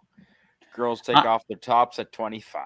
No, listen. I'm all for the metric system when it comes to distances because that's pretty good. When it comes to temperature, not so much. Wow. You are. You can listen to it next week on our brand new podcast, Fahrenheit versus Celsius Thunderdome. 77? No, 77 isn't hot. No, No. 77 Fahrenheit. Maybe 82. What did Spock have to say about the matter? He thought it was too cold all the time. Yes, because on Vulcan, temperatures are pretty hot. Yep. Pretty hot. He's got, and there's sand everywhere. You know what? I think we should gets just everywhere. When And it it's comes to coarse. distances, I think we should just revert back to Kelicams. Oh. Kelicams. Well, and everyone in this particular scene has Hawaiian shirts on if they're male. Yep. Required. Yes. Even though they're indoors and it's temperature controlled. Yeah, but if And you're in so- a tropical environment, you're gonna match the. You're gonna match the people who you greet when you first enter, which are also very Hawaiian oriented. So, Jill, when they tuck people into the sleep chambers on the way to Flossin Paradise, boy, did that ever reminded me of a Japanese hotel, little chamber. Oh, yeah, the capsule hotels. The Yes. caps, bingo. And that's in a Roppongi. borrow also from William Gibson's Neuromancer. Oh, I don't know. The capsule hotels. Capsule hotels. Yeah. What's the Neuromancer? Neuromancer won both the Hugo and the Nebula. Oh, both I don't the know Popular that. and the Writers Award. Oh. It is year it a. came out. When did it come out? 1981. I want to say 83. Okay. Like just squeaked in before Blade Runner. That's a film or a TV show? It's a a book. novel. It's a book. Yeah. It's a bleeding book. Oh, Written by William Gibson. It should have been a There's your movie. Scottish coming out, Tiger Stripes. Everybody's stolen from it. Oh, okay. And it is, it is it's widely amazing. credited as being the popularization of the cyberpunk science fiction genre. Oh, wow. Okay. It's, you know what? It's worth it, but it is also very, very. It's more interested in the description of the world than it is with the characterization, in my opinion. Disagree completely. Yeah, that's fine. I've been here before. I know what it's like to be disagreed with by you. This is Well. All I want to know is it worth my time? Will I like it? I like Douglas Yes. Adams, so It's worth your. No, it's not. It isn't his whimsical. It's a classic of the genre, and is. you should It read is. all the classics of the genre so that you're grounded and you know what you're talking about. I But think it's it's also certainly worth it. extremely readable and enjoyable. okay. Well, I wouldn't go that far. If It's it's a little. enjoyable, well, I mean, I'd It's a- probably fall in line with what Tiger Stripes thinks. Absolutely my is enjoyable, favorite so I'm science sold. fiction book.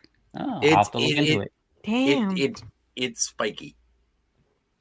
hey, That's ridiculous. I kind of like Spiky. I mean, I like you. I'm not saying that it's a bad thing. I'm just saying that's how I felt with it. you're a right, little- DVB. It's a We're little only 4 hours melancholy, in. but that's the nature of the world that it's set in. Yeah. Cool. I'm not It sounds like a disagreeing good with world. you. I'm just, again, I'm offering my opinions, and But I wouldn't call it spiky. I would call it because- spiky. Spiky. When he says spiky, he means abrasive.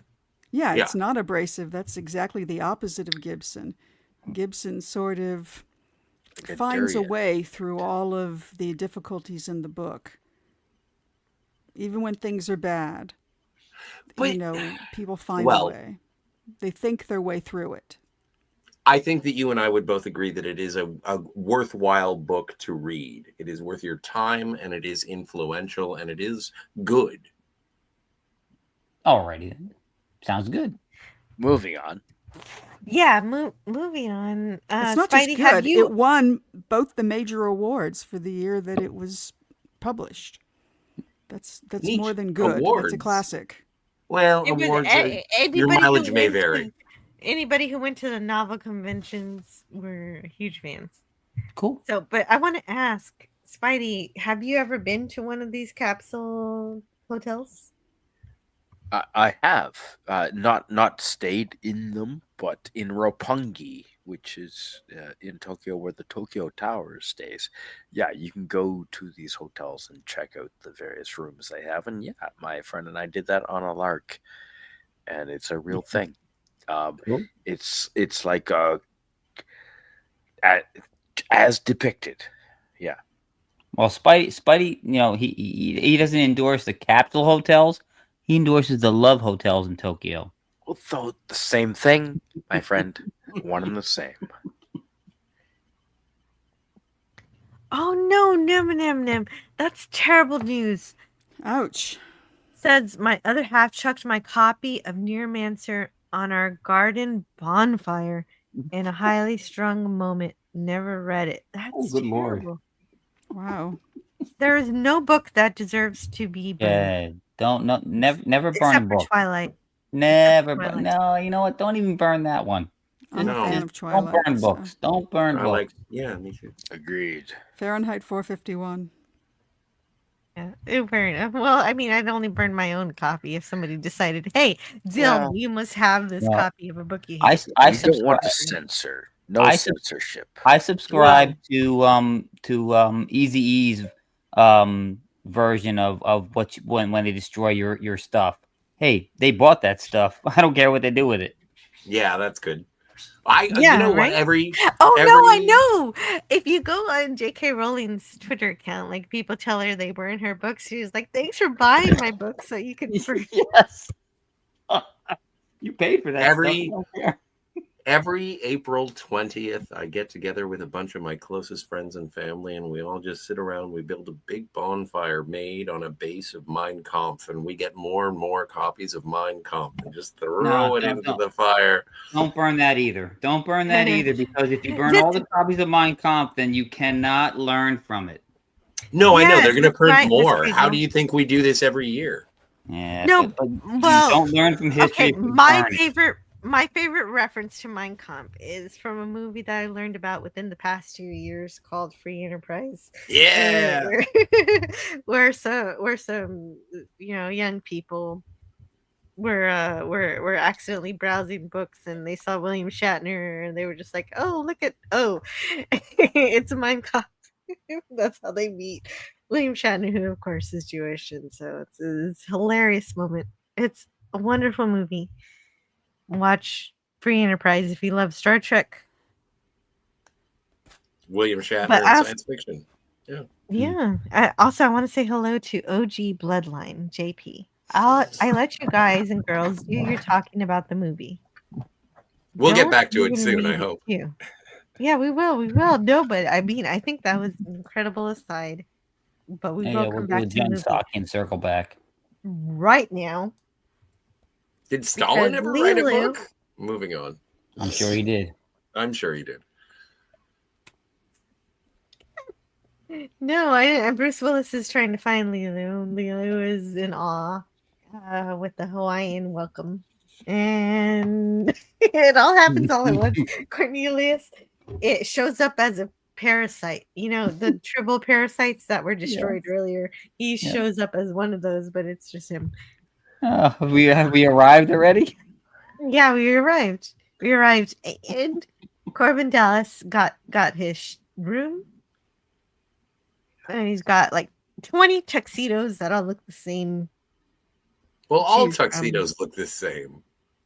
Kind of. That is the point. And this girl is a fangirl of Ruby Rhod. So talented, don't you think? I just love him. He's so sexy.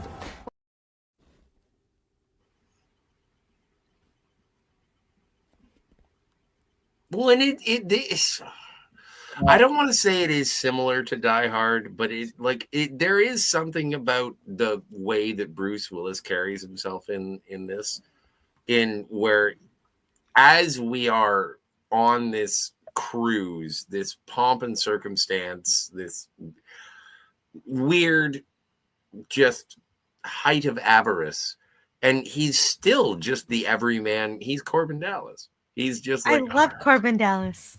Corbin Dallas is such a cool guy. And enough. I like that he's not starstruck. He still is like, he's not, the only thing he's really into is making sure that Leelu is going to be okay. But I did expect him to say yippee just flipped that. Leelu just flipped that on him, saying, "I'm gonna protect you," which kind of might have messed with him. But yes, he also doesn't say yippee ki. He does not. He does not say yippee. No, he does not.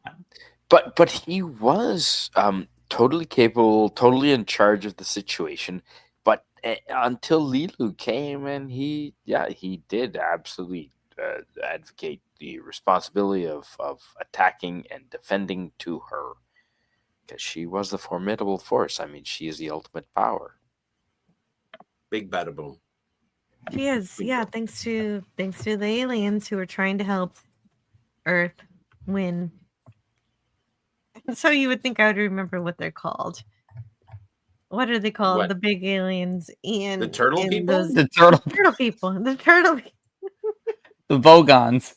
Not the Mangalores. Yeah, no, I'm sorry. No, it's not the Mangalores. It's the Szechuans. The Mondo Shawans. I was going to say shawarma. No, Mondo shawarmas. Shawarma. The Donaires. It is the most hilarious thing to actually pay attention to the lore of this and know the names. No, the of Mondo Chi ones were those big robotic even more looking fun. things. Yeah. Monchiwan. Monochiwan. Monochiwan. Konnichiwa. No, the ones that look No, like I think part-time planting is actually Monchichi? Monchichi. I think that's only a Canadian thing, Monchichi. But Is it really? I That's think not an American thing? I don't Yeah, think we had that's that in America. international. We had those in Oh, you had America. okay. Yeah, Monchichi, oh, so soft and cuddly. Oh my stars! Yes. Oh, wow. Wes Cagel's gonna start singing some of the gag here. I'm sorry, guys. I don't know what you guys said for the past 2.5 minutes because my That's husband loves this movie. And Oh, nice. when he was trying to tell me when Leelu was trapped in the tube when she was first born, that she mentioned that the Mondo whatever modified her DNA. Oh. And she said that in that language that she speaks. Yeah, in her divine language. And I'm not going to question my husband because I love this movie, but he loves it even more. He's the one who showed it to me. Wow. Nice. That's It's nice. number one. It's up there with Ghostbusters and Die Hard. And anyway, this is number 2. So we had number 1. Hey, there he is. That guy's awesome. Yes, I like that Okay, guy. before we talk about that though, that we had number 1 phone call with mom. This is number 2 phone call with mother. And so of course she's guilt tripping him even more for having actually taken the trip without her. Yeah. Don't talk to your moms. That's the rule. Well, What? yeah, I mean, well, no. I talk with my Tell mom her if almost you every win day. something. Or if there's already some big thing going on, don't try to drag her into it. Like I love my mother and I'll do anything for her, but You'll get yeah, over that simple. eventually. Keep it simple. No, I won't because she loves my kids and she takes no. What my mom and I have are great, but I can understand that there has been a moment or two where my mom will talk to me and she'll start talking to me as if I'm a kid again, like she does with Corbin Dallas here. And he does exactly what I've done, which is hold the phone away from you because your mother is speaking so loudly. She might as well be on speakerphone. And so you can still hear her if you move your phone just a little bit away. Anyway. Parents can do that. They, if they start doing that certain tone, all of a sudden you're 6 years old again. It's like, I'm 56. Stop talking to me like this. But at the same time, you'll always pick up the phone for them. And here's Fog. His name is Fog. That's really weird. Are you wearing clean socks, baby? Did you when you went to the store, did you get that thing for your thing? See, Yeah, that's Mom, I did the thing. exactly. You start telling your mom things, and she hangs up on you because she doesn't want to hear it. Yeah. You know, you really should go and apply for that job. Mom, they fired me. Moms are not all the same. No, I Moms are know. And different. my True, they're mom's not not. I was Jewish, just but for telling, some reason she and sounds like Estelle from but no, Seinfeld. my mom is incredible. Like if I don't know if I misrepresented her just then, but she's wonderful and she cares about me and loves me. You and did it's not. amazing. You're very You lucky. did not. I am. I am. But you did We have describe good her as a years. Sith Lord. No, she But all didn't. good moms are. All good moms are because that's how much they care. That they are willing to annoy you to tell you what they think you need. And the diva shows up. This guy's awesome. Yes. I don't know who this guy is. I love this guy. It's Lee Evans. Was he in Titanic? I think he was the guy that was saying iceberg right ahead. I don't think he He's was in in Star Titanic. Wars. No, I know. I know he was in Mouse Trap. Is it Mouse Trap or Mouse Hunt? The one with Nathan Lane. Oh, and he was in The Ladies' Mouse Man Hunt. with oh, it's getting late. What is his name? You know, the guy who played Leon Phelps, The Ladies' Man. Getting late. Anyway, no, he's been in a bunch of stuff. He's a great comedic actor. I Garrett think he was also in Morris? There's Something About Something About Mary.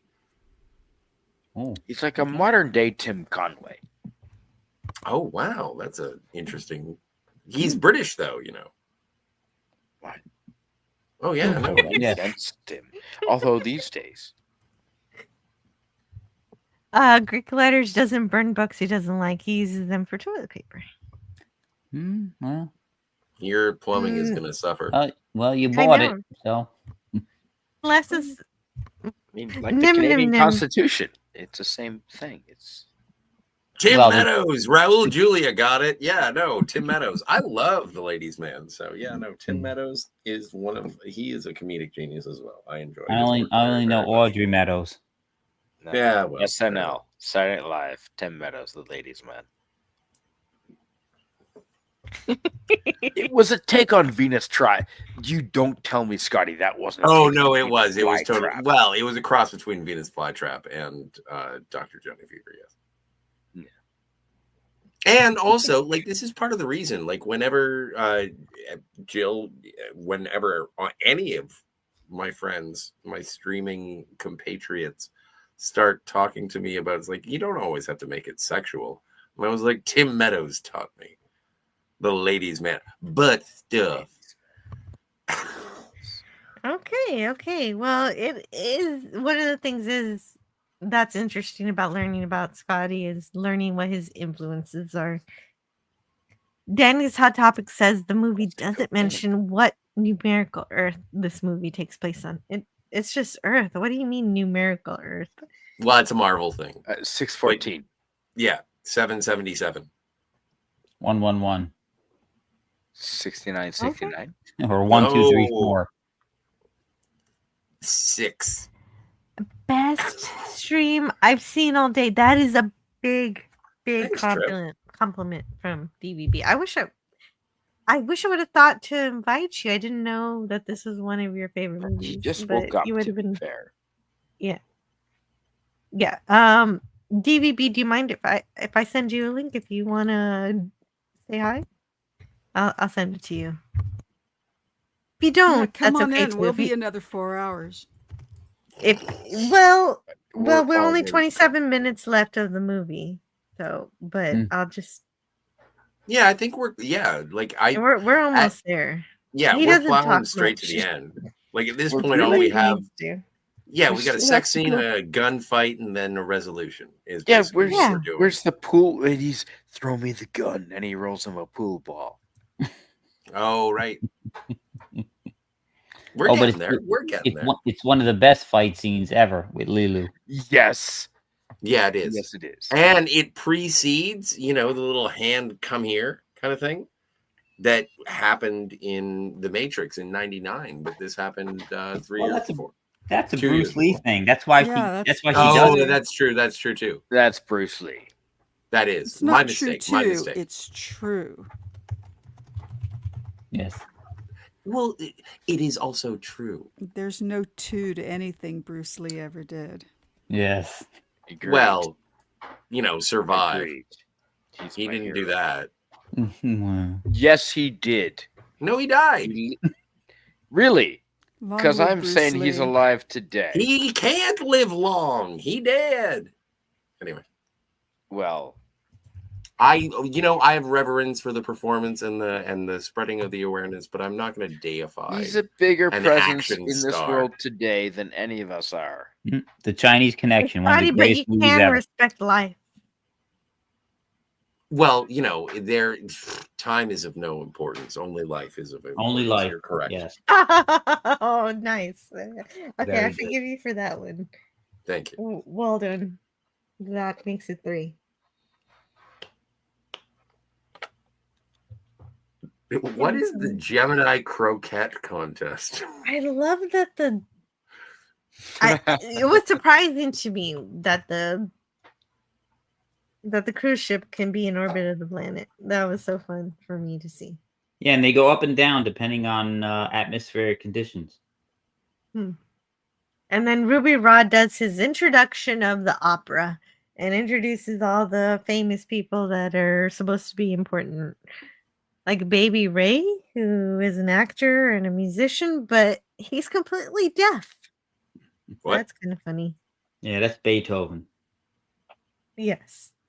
Yes, and Beethoven is obviously surrounded by lots of ladies who love him.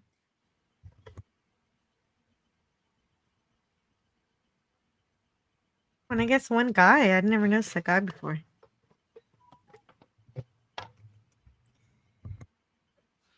And right. And also, we learn that Ruby Rhod is not too different from Fletch because he records ladies in intimate moments. Like he's got an audio recording of a lady who says that she sings. Who told him personally that she sings, and I extrapolated that does mean something more than is intended. Or maybe She's it is vocal. intended. Yes. Very vocal. She said, I love to sing. She recently confessed to me. By the way, I have a recording of her talented voice. So if you are a listener to Ruby Rhod, you can hear her voice if you tune in to his next broadcast. So why is that the same as Fletch?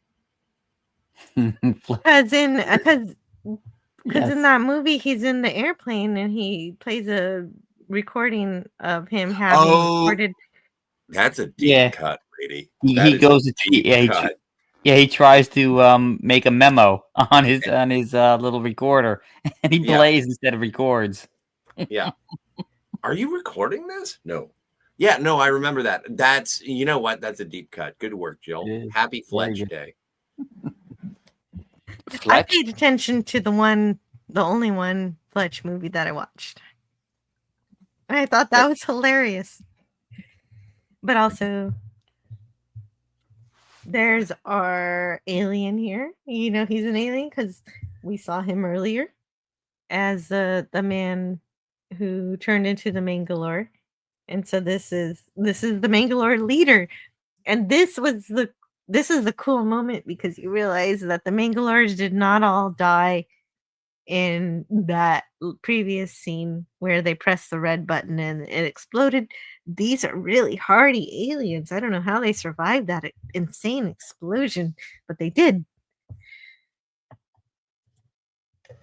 And I don't know the mystery of that. I can't help you with it. But we do have an opera. Is that a real ballroom? Like, how did they do this? That's not. It is. It's the London Opera House. They rented it. I'll be damned. It's so it is the actual thing that he claims it's a reproduction of, but it's the real thing. Well, there's a video Not on Albert YouTube. Hall. There's a video on YouTube of look it up. a little Asian girl, I think, singing this exact aria. And Yeah, That's not Albert Hall. She's actually an Asian woman. She's just Okay, small. She's a petite person. Oh, okay. With an amazingly big voice. And it's interesting because when the music shifts, there's actually I'm just going to say a group of rock musicians, playing the background music, and all the orchestra musicians behind her all kind of stop. Because the music changes. And I have to say, if you watch it and you look at their faces, they kind of have a bit of a puss on. It's kind of funny. I'm going to have to rewatch that. They just sort of like, okay, I guess we have to do this now. Okay, so this is yes, that part. I was actually impressed by that. Mm-hmm. Oh, she worked very, very hard. It took her 3 hours to get into the full costume and makeup, and she wore stilts, and she practiced for 3 months because even though she was not actually singing, the director wanted her to sing, and so to get the mouth movements correct, coordinated. So she worked really hard. Now, is this is the director's wife, right? That's correct. Stilts, and he dumped her. How could he dump her? Well, it's plenty of business with. Let's put it this way: when he met her, she was 12. When he married her and she had his baby, she was 16. And I think I've done the math, and in this shot, she is also 19, as is Mila. So. Well, yeah. Well, we don't have to say that the director was a very, nice guy. And Mila and the director were having an affair during the making of this film. Yeah, they spoke to each other in the divine language, and yes, they all and wrote lived each other happily ever notes. after. Oh my goodness! Oh no, Wow. they divorced 2 years later after. Yeah, right. And Besson married. 1999, they divorced. But I saw video today of this woman. The actress's name is May Wen. She goes just by one word now. And it was, I think, made 6 years ago, and she still looks remarkably youthful. And she said, well, I'm here to discuss the character and the role. No one's really asked me before. And she was so sweet. And she said at one point, well, I told him that I would not be in any of his movies because I wanted our relationship to be pure. And I didn't want to work with him. I just wanted to be with him. And the person that they cast in this role just disappeared. I suppose they were probably intimidated by it or something. Some German model, don't know who, but just vanished. And so she stepped in to fill the role. But my God, the video of her, she was so sweet. She didn't say a word against him. She just referred to him as the man I loved. Again and again. She was... Nice. Well, good. I'm sure she was really hurt. True love She said that she felt very strongly about the character being blue, and that she felt that the character was sad internally. But I think there may be some projection there, because how hard must this have been for her?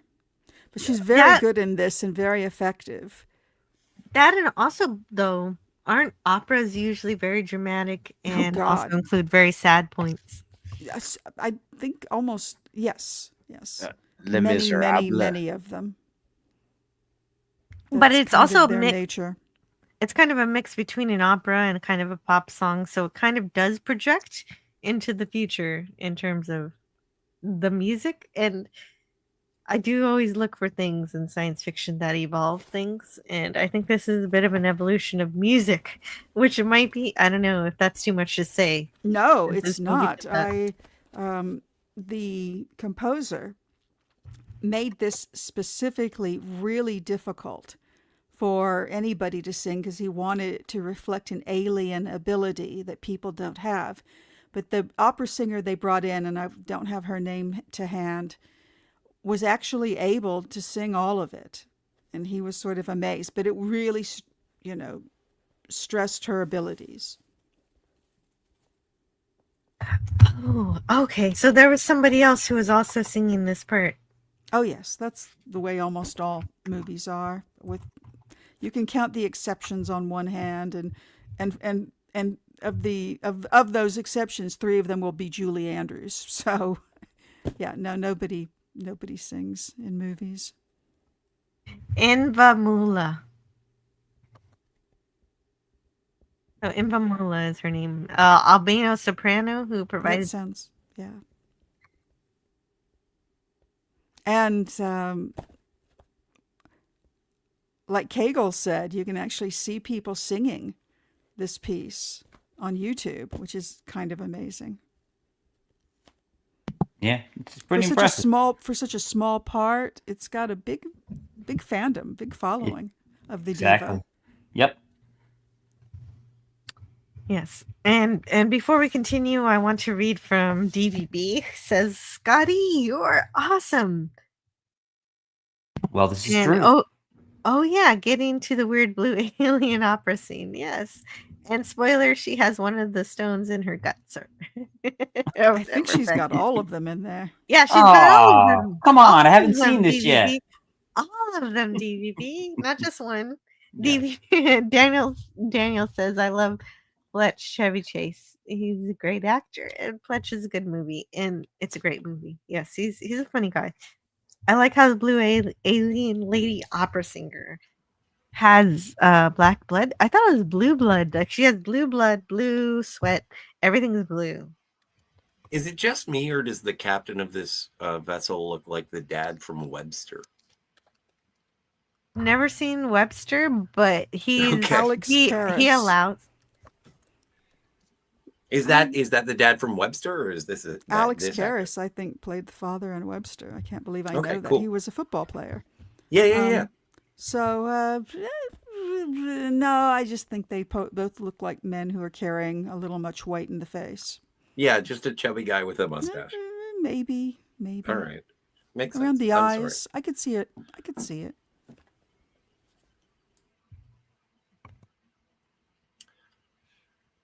No matter who he is allowing Zorg to be on his ship because the ship is saying, I'm in trouble, help me. And so they do.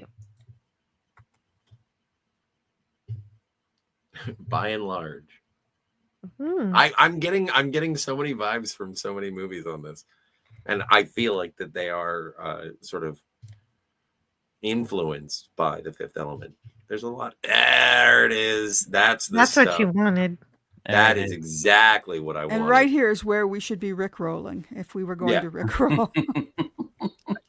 That would be funny. Never gonna give you up. Never That gonna is let awesome. you down. Well, and another thing that's awesome was this one. Was this moment. Yes. Yeah, I like that they cut back and forth during her performance of the opera and Leelu's fight. It's brilliant. One of the best fight season scenes, like this fight sequence, one of the best. I mean, I'm sorry, John Wick, but Leelu Dallas comes up next to you. Yeah, exactly. So she does. She just stacks these Mangalores on top of each other. Right. It's a great scene. It's wonderful. They had it coming. They did. Well, and they asked for it. It's an interesting story just in They regards to the soprano that was singing the arias and whatnot, and she looked at the sheet music and said, "This is literally impossible for any vocalist, any singer to try and make." And so when they recorded it, they had to record it individual notes because the transition between one like a high note and another high note. It's like, no, nobody can do that. But they did record it with a real soprano to recreate it, and I think it is Invamula. Well, she's an I'm a Kavula. alien. She's an alien superstar. Like, you're not supposed to be able Yeah. to do what she can do. No, I know, but yeah, absolutely, That was absolutely. the point, Scotty. Yes, of course. Also, speaking, like, if we want to go back to if David Bowie were to walk up to me and say, "Hey, man, what's up?" I'd be like, "Oh, it's David Bowie." I don't care if this blue lady. Usually, I'm all about the green ladies, but if that blue lady was like, "Hey, Scott, what's going on?" Ryan, I'd be like, "All right."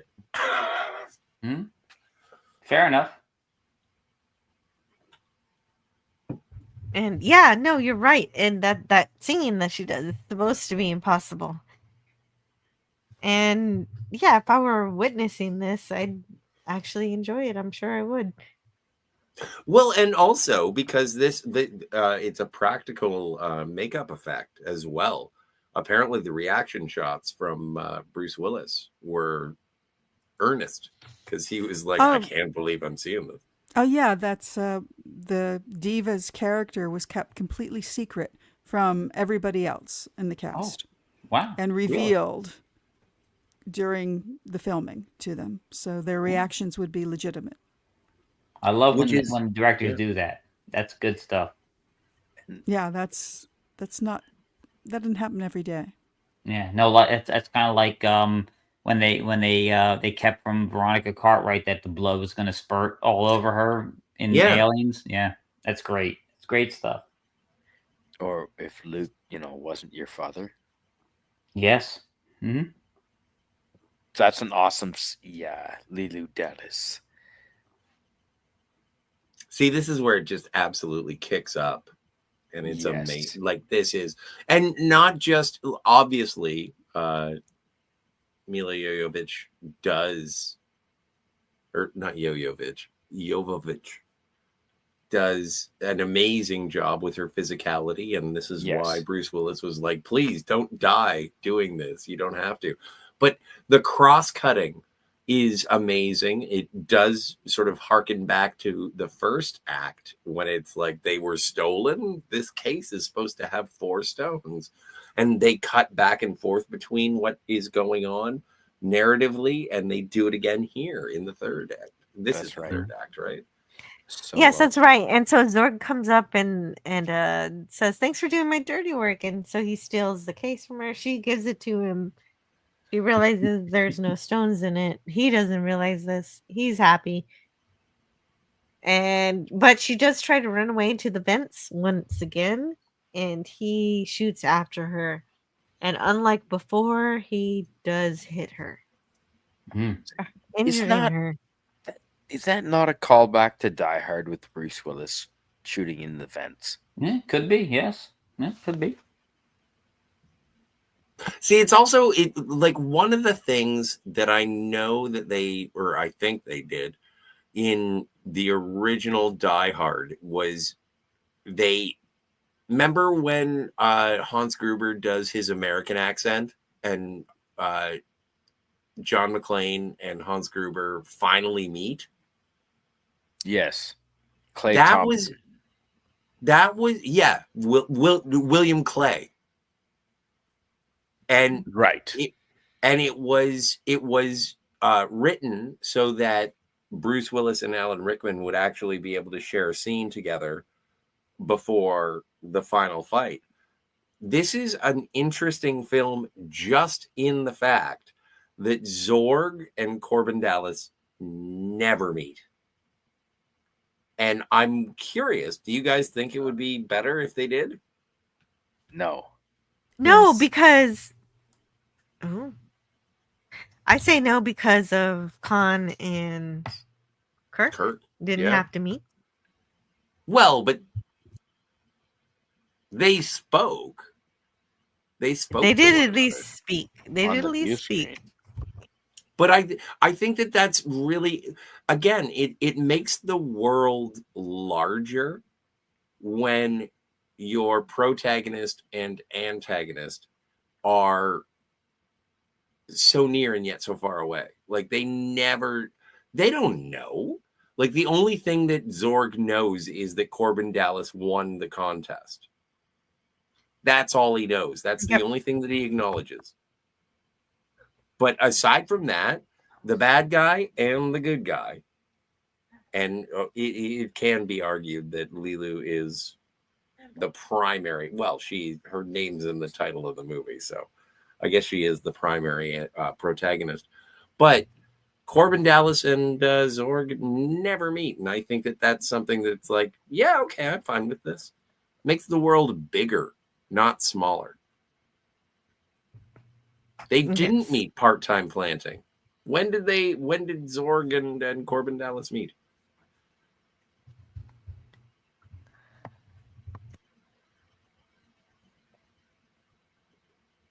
Never. No, they don't meet. They don't meet through the whole movie. No. David Bowie is cool. And also, rest his soul. Thank heavens that David Bowie existed. I'm glad he was here. Yeah, no. I'm glad I was on the planet with him for a short period of time. Oh, true. Elton John. I mean, go down the list, man. David. Oh, yeah. No, there's lots. Okay, but I'm reading the chat, and I want to Yeah. make sure to read the chat. And so, Raul Julie is here, and I want to say hello. He says, Hey, Raul. Tim Meadows, DVB is excited about something you're right about. Me too. Well, when is he never right? Well, often. Ask Tiger. I like how the blue alien lady opera singer has black blood. Oh yeah, I read that. Blue blood. Is it blue? And please keep that. Oh, okay. Yes, that's a good idea. What are we Thank you censoring? for helping. I don't know, but I trust Wes Cagle implicitly. Fair enough. Good. Yeah, sure. Yep. I trust Wes Cagle and I trust Lemon Pie. Yes, I would And give I them trust- both my bank numbers. Right. I would. I fucking would. What about me? Can I have your bank numbers? Actually, Scotty, yes. I Thanks, would man. trust you. You're an upstanding fellow. Yeah, you're gonna be out of money by morning. You can always Joke's on you, fucker. You can only buy so much Pabst Blue Ribbon though. No, money you from can. a stone. Holy moly, there's so much of it. I actually, you know what?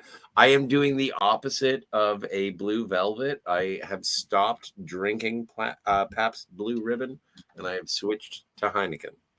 Oh. Okay, as long as it's a beer and not liquor, don't drink any vodka.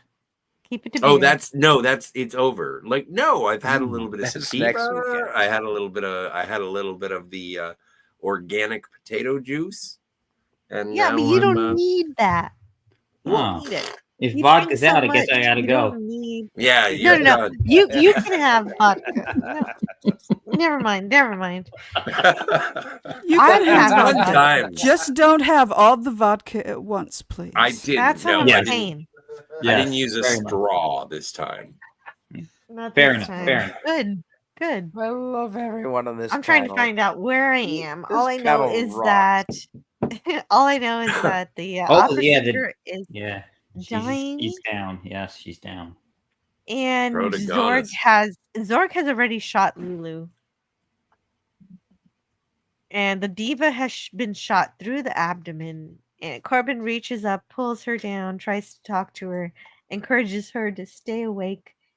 And she tells him about how strong Leelu is, but even though she's strong, she's more fragile than she appears, requiring both his love and support to do what she needs to do. Yeah, that's why she's not a Mary Sue. Exactly. Yeah. No, and I was just sort of posing the question. I wasn't actually making an Oh, no. accusation about it. No. It's a fair question. But we get the answer here. Yeah. And the stones are, of course, backpedal. in her. And so Corbin figures that out and pulls them out. Meanwhile, of course, Leelu is in pain in the ventilation And this And is the best Zorg scene. yeah, but before we get okay, yeah, I guess so. Yeah, and Zorg discovers that the stones are not in the briefcase. He does not have them. And yes, this is the best scene. This is my favorite scene too.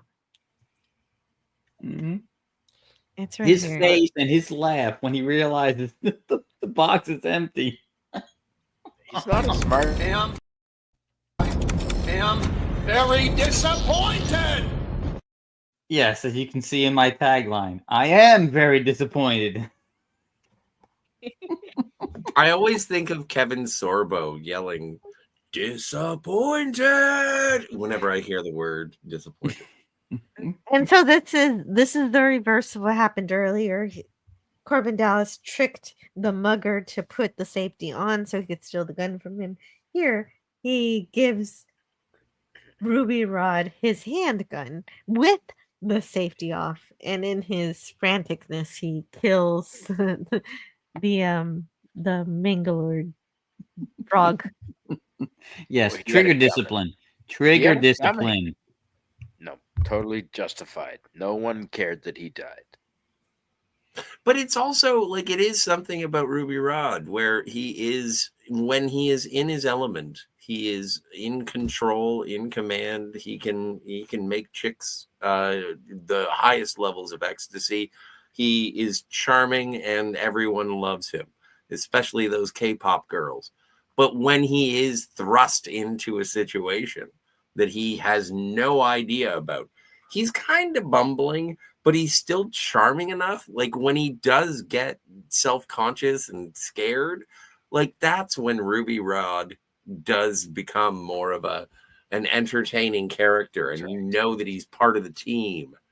Like he starts off like, fuck, Jesus Christ, guy. Stop doing what you're doing. And then by the end, when he's like, Corbin Dallas, and he's there and he's helping and he's shooting people, and it's just like, way to go, Ruby Rhod. You're not such a useless balloon and after all. Well, and the way he can bug his eyes out is worthy of Gowron.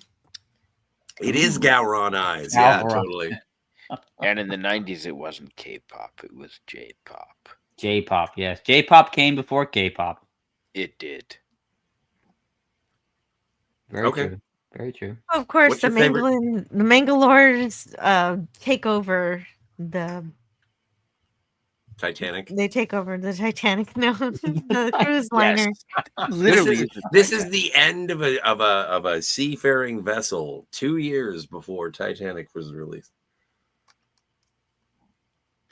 Yes, and Corbin, of course, goes against it, but of course, it's quite difficult to do, and he uses this bar as a cover. And the security forces were useless. And Yeah, Ruby Rhod really shows his shoulder. Like I was impressed with his shoulders in this. Well, he's pretty much dressed like a Miss America contestant the entire time. If there's the best Mangalore image, it's that one, the one that I just showed. That one. That's This the one? best they got. Yeah, that's pretty rad. Can we still get those masks today? Well, I don't know. Like if you're asking if it's in your local Halloween store, probably not. As Tiger Stripes would say, check eBay. Yes. I am an eBay-aholic. Really? Good. My name Good is on Tiger you. Stripes, Good. and I am an eBay-aholic. Wrong meeting. Work that. Yes. And he throws the pool balls. That's what I was. That's kind of funny. That is funny. He thinks he did well. He did think he did. he gives him the thumbs. Yes. But again, Bruce Willis, another average guy just stuck in a situation where, holy shit, I've got to be the superhero. Mm-hmm. Yeah. But he's not, and so he has to step up. But he's doing it for the power of love. Is this where he tells Ruby Rhod to start counting again? Yes. Yes. Huey Lewis, Scotty. Huey Lewis.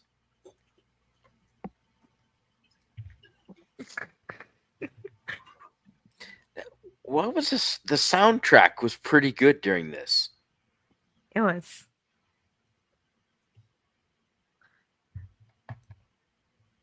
Oh, the score is incredible. It is all original. Like, there's no needle drops, I don't think.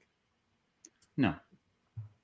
There you go. Count to 10. Count to 10. Count to 10.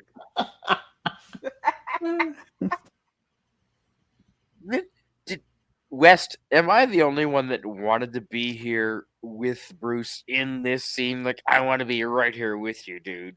Yeah. Like, count to 10. Fuck yeah. I'm in.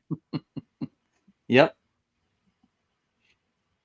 And for as frantic as Ruby Rhod is here, he's right side by side with Bruce to the bitter He's a military commando. Yeah, he does a lot of screaming. Like, he will squeal, but he doesn't lose the stones. The whole time he keeps track of them. He does what he's told to do. Yep. Yeah, he does go full on Cape Capshaw from Indiana Jones. Indiana and the Jones and the Temple of Doom. Yeah. Yes. That's a good analogy. That's perfect. Yes. Capable. Screamy. And Bruce Willis says to him, "We are going to die in here." Yeah. Not today. Not today. Well, and this is what I really like about Corbin Dallas. And I like Corbin Dallas a little bit more than I like John McClane.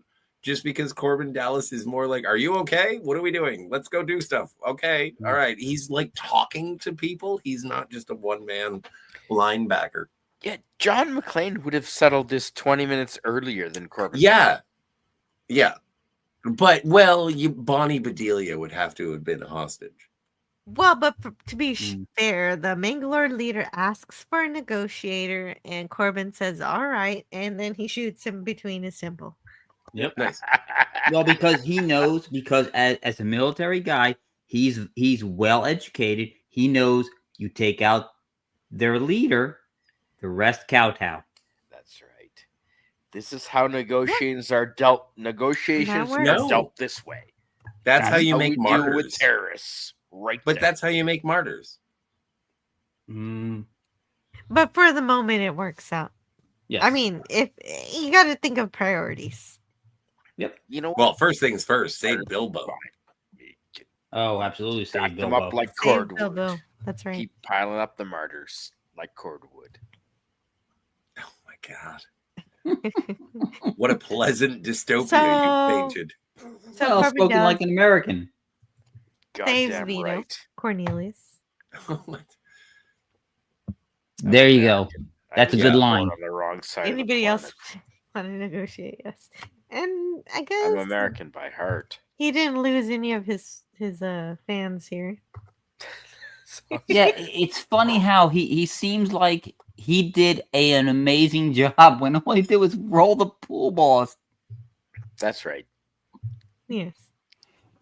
Well, I think he eventually did send him the gun, like throw his gun over. Now when he's gonna grow to a great career as a politician, I'm sure.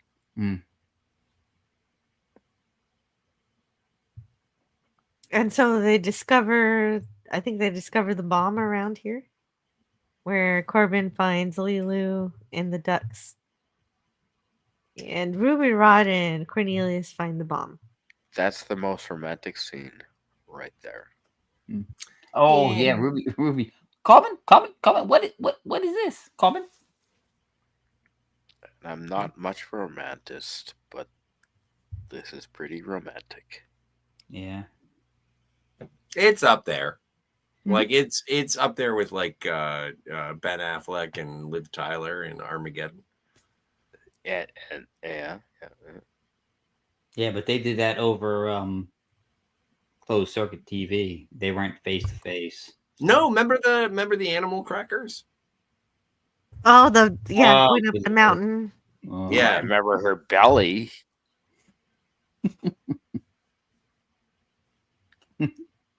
Turkey time, gobble gobble. Yeah. Oh my God. Was that a Geely Oh, reference? You weirdo. So in That the was- movie, Yes, back to the movie. everybody's told to evacuate, so everybody panics. But they do evacuate. And they get to the lifeboats, which of course are life pods. And Zorg, realizing that he doesn't have the stones, goes back to the hotel and knocks out these security guards with death. He kills them. I love his hair. I was wondering, do you think I could pull that off? If I No. Yes. Well, the Actually, lady said yes. no, so I'm going to go with no. Actually, Yeah, don't trust yes. Scotty, you've got the face, and the charisma to do that. Absolutely. I appreciate that.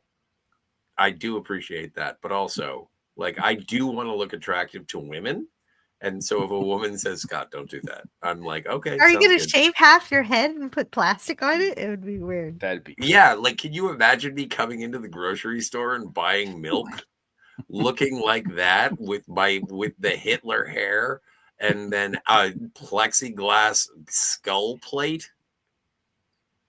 How are you? There are tattooed women that would be attracted to that. Yeah, you know what? That's true. That's true. Well, I'm not going to encourage this any further, except to say, since all of the security pods seem to have been taken, Corbin has to take Zorg's ship. Yep. Which is okay, because Zorg does not need his ship anymore, because the Manglers have their own bomb. For the Which is honor. hilarious. Yes, for honor. For revenge, really. Revenge! Yep, one of his best lines. Oh no.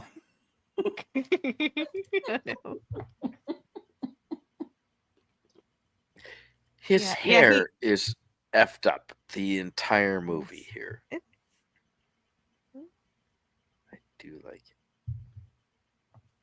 Oh, it's very stylish, like, for sure, man. Like, it's aesthetically interesting, but I don't think it's not something that I would want to do or have to manage on a daily basis. Have to explain to, Scott, what's going on with that? Well, I decided to get a haircut that was the villain from The Fifth Element, and then everyone who meets me asking me about my hair is going to be like rolling their eyes and being like, "Well, he's a fucking weirdo," just like the villain from The Fifth Element. Because they're not saying that already. That's a fine point. That's a fine point.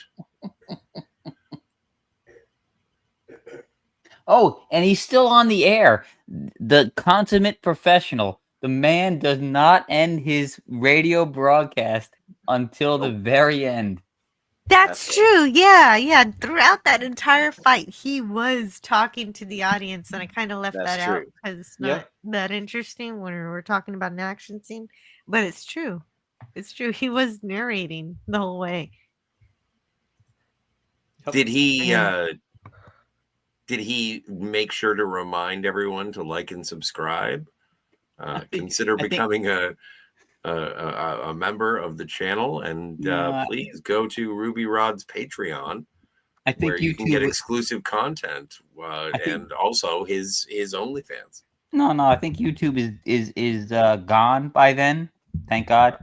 Not that kind of exclusive content. Best show ever did.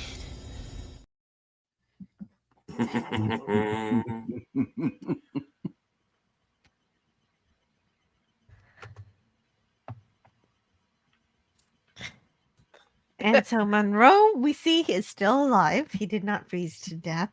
Thank you. And so we like him. So well, we do like him. I'm glad he lived. It just doesn't make sense. Major Dallas has 5 elements on board, so he reports that. And they're going directly to the temple.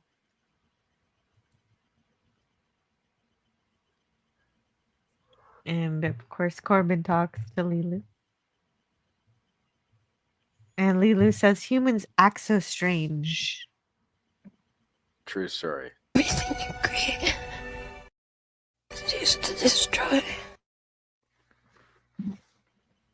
Everything you created is used to destroy. No. I feel like this is just It's progression. not everything, but 3D printers don't destroy. Well, It's true. she No, there are things that are creative, but she's just pointing out the destructive nature of Well, humanity that can happen. she's getting down, and she still hasn't even gotten to the point where she sees, the worst part. So. But this Meanwhile, is like the president is having champagne, thinking everything's fine. But this is like a pivot that happens. Like she does the fight scene, which is rad, and then she's kind of like winded, and she's slowing down for a second, and then for some reason, doesn't she just decide that humans use weapons to kill each other?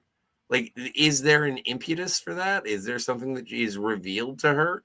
Because it's not until later. Isn't it on the way back where she gets past the letter V and she gets to the W in war? Oh, yes, because Yes. because Corbin Dallas says, "How far did you get?" And she said she only got up to a certain letter to V before V, and so now she's gonna get past V. Okay. Of course. Yeah, Right. here's where she And the really research. There it is. despairs. Yeah, she despairs here. Yes. Okay, Yes, my mistake. she's Yeah. learning the rest of the dictionary, including war. Wait until And it's she not gets the good. xylophone. She's shaking. She's crying. She learns about the atomic bomb. She learns about the evil humanity is capable of. Yeah. Yes. World War II specifically. So. Well, the atomic bomb arguably saved lives. Well, I think it's generally the stuff that happened in World War II really, unnerves her. Yes, but it's not a thing you just want to throw around. It's a very specific. Well, I didn't want to Weapon. be specific. No, I didn't want to be specific. But No, also, that's the tragedy, Spidey. Is the thing is that level of death was responsible for life, and the difference between taking life and saving life. Sometimes, you can't make an omelet without breaking a few eggs, kind of thing. Yes. But that, like, she is perfect. She is the ultimate being. And so for her, a savior, to have to witness, what am I saving? And it's people who murder. Yeah, that's whether or there. not that's whether or not that's accurate in the geopolitical situation or whatever. No, but it's like, because it didn't mention Mao, and Mao was responsible for 10 times more bad things than the funny mustache guy. Well, and not no to- one ever talks about Mao, but Mao was way, way, way worse. Right, Well, but we're talking about an innocent, ultimate savior, a perfect being who is so Mao would have witnessing. been. They should have forecast Mao as way worse than the funny mustache guy. Well, but Mao was the ultimate evil, and they didn't portray that. Well, she kept getting more and more despaired, and it wasn't until she saw, if you notice in the scene, they showed the atomic test, well, the thermonuclear test on Bikini Atoll with the low level radiation bombs. That one, she lost it when they showed that one. But her species is capable of way more destruction. I understand her heartbreak and her revulsion to the atrocities of humanity. I don't care where they come from. Pick your time in history. There's lots to choose from. So, but then as she has a mental breakdown based on all of those, we get a little bit of a puzzle game. Yes, but also the evil entity is racing towards Earth while the humans try to figure out the Legend of Zelda puzzle. Yes. Wind blows, fire burns, rain falls.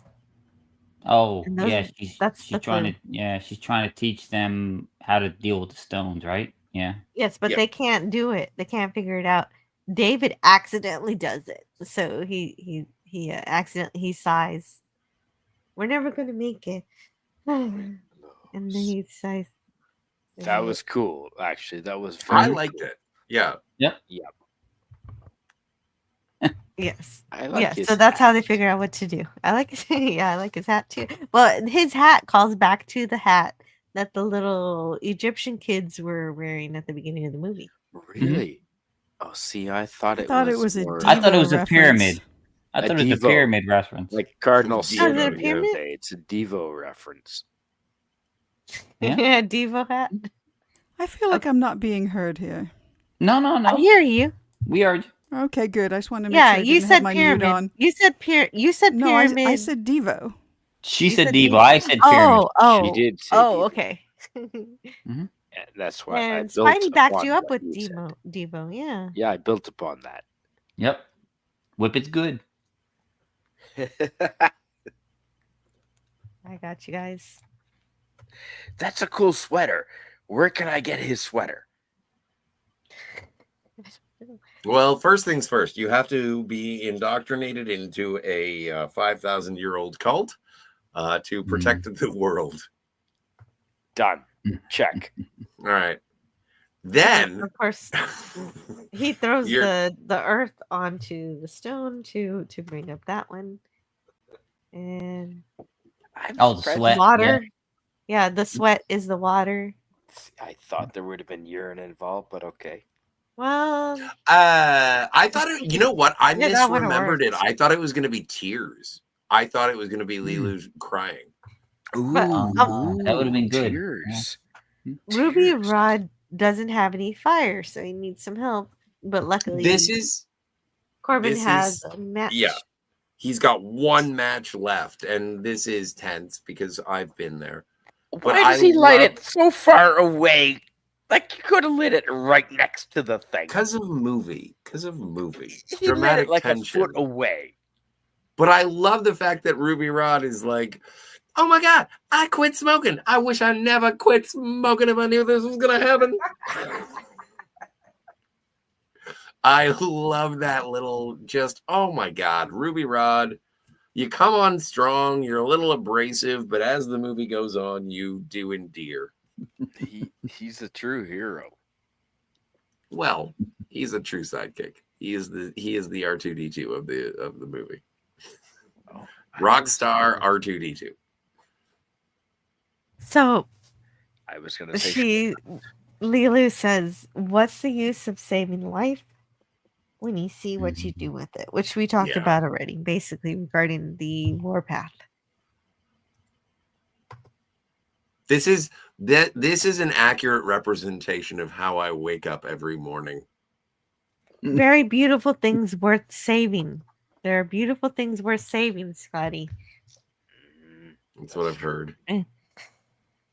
The A good world is example, a like love. good- Love is worth saving. Yeah. But she The said, world is a good place and worth fighting for. I believe half of that. which half? The second half. Hmm.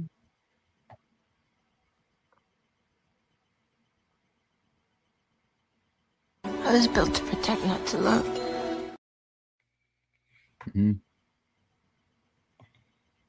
See, I think that's interesting because, like, Corbin Dallas is, despite all of the daring do, he is the one who's going to be, like, he's the damsel in distress. Yeah. He needs her to step up. Well, everyone does. Like everyone needs her to step up, and it is They need each other. Yeah, but he is the one who has to teach her the power of love to make sure that she saves everyone. Like usually it's the lady who is the one who's like, I love you. Like in with Trinity in the Matrix. And like, yeah. And so it's interesting to see this sort of that inspiration. Reverse. Yeah. That inspiration and the inspiration that he can provide her with his love. Leelu needs some vitamin D.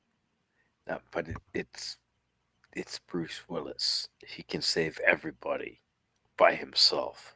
No, he can't though in this regard. No, but he can. Well, fine. He can. He then just let's go watch North together. We could still say Leelu could not save the universe without Bruce Willis. Thank you. Well, totally. No, you're wrong. You're wrong. You're wrong. Ginny. See, he's crying. Oh, I'm wrong. You need me. Why do you need me? Is what she was saying. I love you. And of course, there's a lot of more tension, a lot more build up, lot better. If you actually watch this scene, it is a lot better. She needed him to say those words, those exact words. I love you. I love you. Yes. Wasn't easy for him to admit because he's a very closed off person. Well, and they sell the emotion of the moment. And there you go. And see what I said about the thing at the statue at the beginning of the movie, Tiger? Yep. Looking straight up, doing the whole thing, laser beam to the sky, totes. Mm-hmm. Foreshadowing. Meanwhile, back on the Nostromo.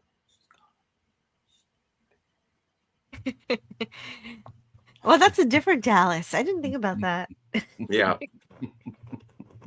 What? Dallas. You know, the one that went into the vents. Captain Dallas.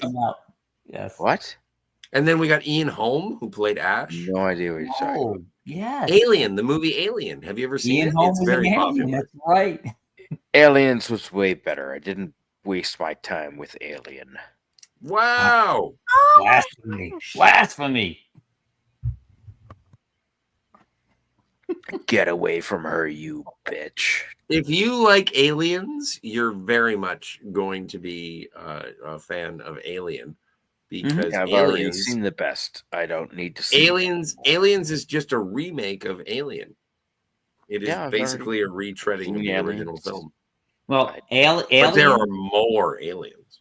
Aliens is sci-fi action. Alien is sci-fi horror. So agreed. Yeah. I don't like horror. I don't like to be scared.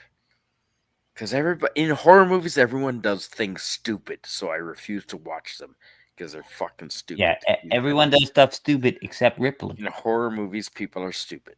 I don't. Except Okay, Ripley. well, yeah. The original Alien is a house horror movie, but See, this is the only time you get to see the old bald guy who usually counts backwards. This is the only time he says, and he's like, "Oh, the planet seems to have stopped at 62 miles from impact. It's become inert." Yeah, but the thing is, that's way too close with the 62 miles. That's not far. That would have that would have affected our tides. Like gravitational effects alone.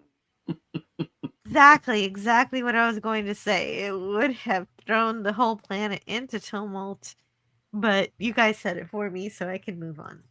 Yeah, but I like this movie very, very much. However, we've already established that they had minus 5,000 degrees.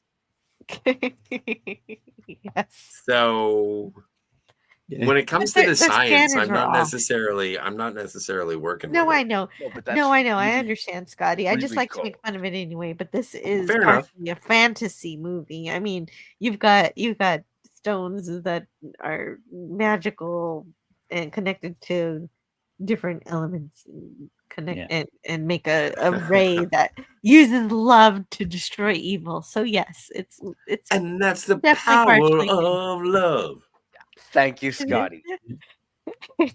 Thank you, Huey Lewis. Best soundtrack ever. It's true.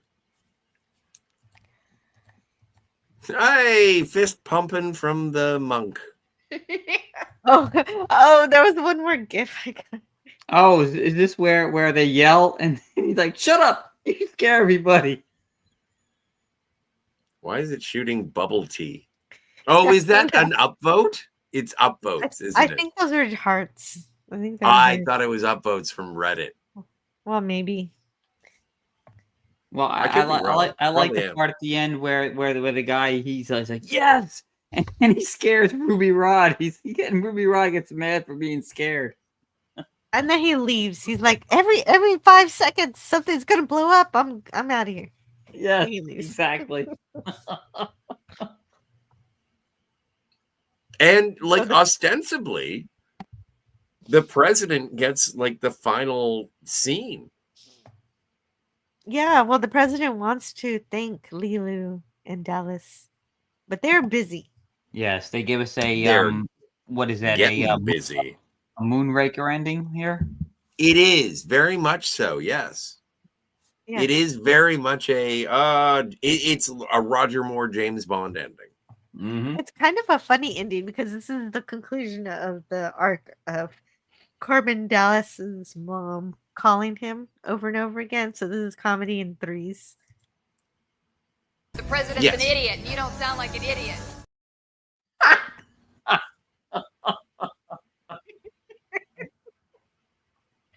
It works. I was annoyed by Corbin's mom the whole movie, and then that happened. I was annoyed with all of it. But like, I like it because it is something that normal people would say to a politician and be like, I thought you were a fucking moron, but you don't sound like a moron. You can't be that politician. I can see. Yes, exactly. Go on. And so I like it. I like it very much in terms of that interaction. And then there's this, I don't know. I don't like the final sort of send off for Corbin Dallas and Leelu. I don't find it satisfying. A satisfying way to say goodbye.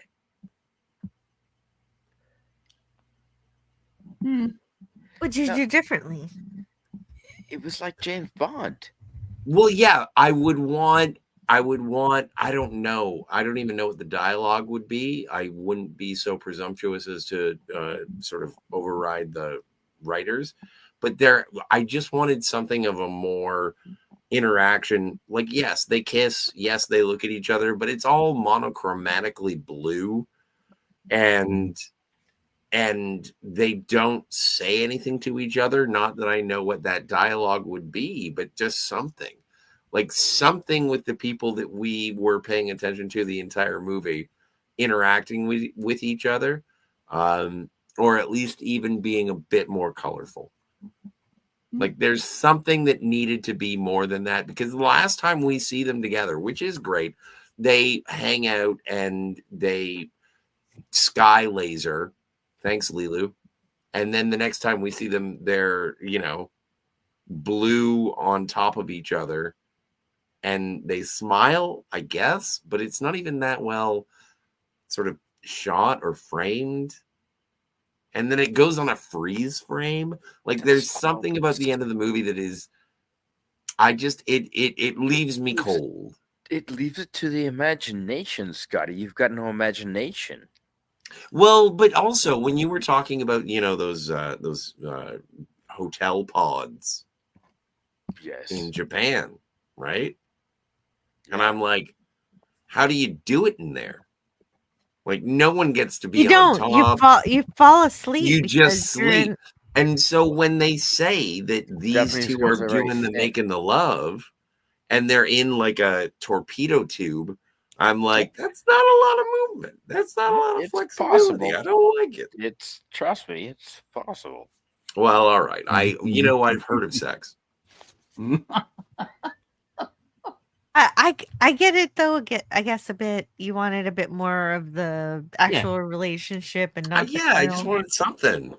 No, that's all we needed. They just in the blue. No, I don't know how that wasn't perfect. Like it Right. ended up in the blue light. You don't need to show everything graphically, and we know that they were ending up together. No, I don't see how that wasn't perfect, Scotty. Well, and you know what? I've been wrong before, and I'll be wrong again.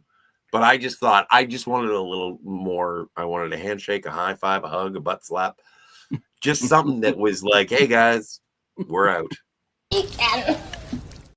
Use your imagination, I guess. You just Yeah, it's fine. Yeah. Old Man Bird in the chat. Jill, this is up to you. Oh my goodness. Is this a new super chat? When did Yes. this come? It just showed up. What? Wow. Old Man Bird, thank you so much for sending yet another super chat tonight. This morning. Or Sunday morning. Yeah. Old Man Bird for $9.99. Well, the first Midnight Continuum had a hell of a panel. Oh my goodness, my voice is going. Yeah. And chat. But there seems to be a singularity on my pillow. Good night. Yes. And we are about done. We're done with the movie. And We're so done it's with the perfect movie. time for you to go to bed. Hey Old Man Jill, Bird remember is when you leaving. said that Old Man Bird owed you $5? What? When did I say that? Oh no. The other night. I was joking. I didn't say that live on air. Well, it seems like he paid you back. More than no, he more than paid me back. No, that was a joke. Yeah, no, I know. You just called me up on a joke. Anyway. I was gonna play this for Old Man Bird for that super chat. Thank you so much for that. And of course, this is right here. Are you saying I'm gonna get to bed by 5? Yeah. No. Happy, happy, joy, joy, happy, happy, joy, joy, happy, happy, joy, joy, happy, happy, joy, joy, happy, happy, joy. Yeah, I actually didn't think this would end this early. I mean, this is the best movie ever, next to It is. Ghostbusters and Die Hard. Well, of course we could talk more about it, but Okay, I'm glad you said that. it's Let's like- go. Another go hour. ahead. Is there something else you wanted to say? Well, I'm gonna go have a smoke. Yeah, no, just the One of those weird cigarettes. Probably Tiger. One with the too long of a filter? Shit, Yes. I gotta go roll one of those. That is a good idea, Scott. No, just the visual effects. Okay, I've got to say, as much as people bang on about Blade Runner, yeah, Runner? no, rummer. I drink rum. I'm a maritimer. Blade Runner. Fair enough, but this film is The Fifth Element is so much more visually attractive. It's just amazing with the wardrobe, as I've mentioned before, the settings, the car chase, the scene that inspired, as was mentioned, the Star Wars scene. No, everything visually. Yeah, the car This chase. film is amazing visually, which is what a lot of things were lacking in today's movies. The visual effects were fantastic. I agree. It is. It's a gorgeous movie. It's bright. The It's colorful. colors, the costumes, the That was intentional. That was definitely what they were going for. But my question is, in 5,000 years, is this thing gonna recharge? Do you have to worry about it again in 5,000 years, or is Oh. it dead? Can we order a MULTIPASS today on Amazon? I'm sure. I guarantee you can get that prop Guaranteed. I want it from Gary Ambrosia, though. Well, he's got the stones. I don't know about the pass.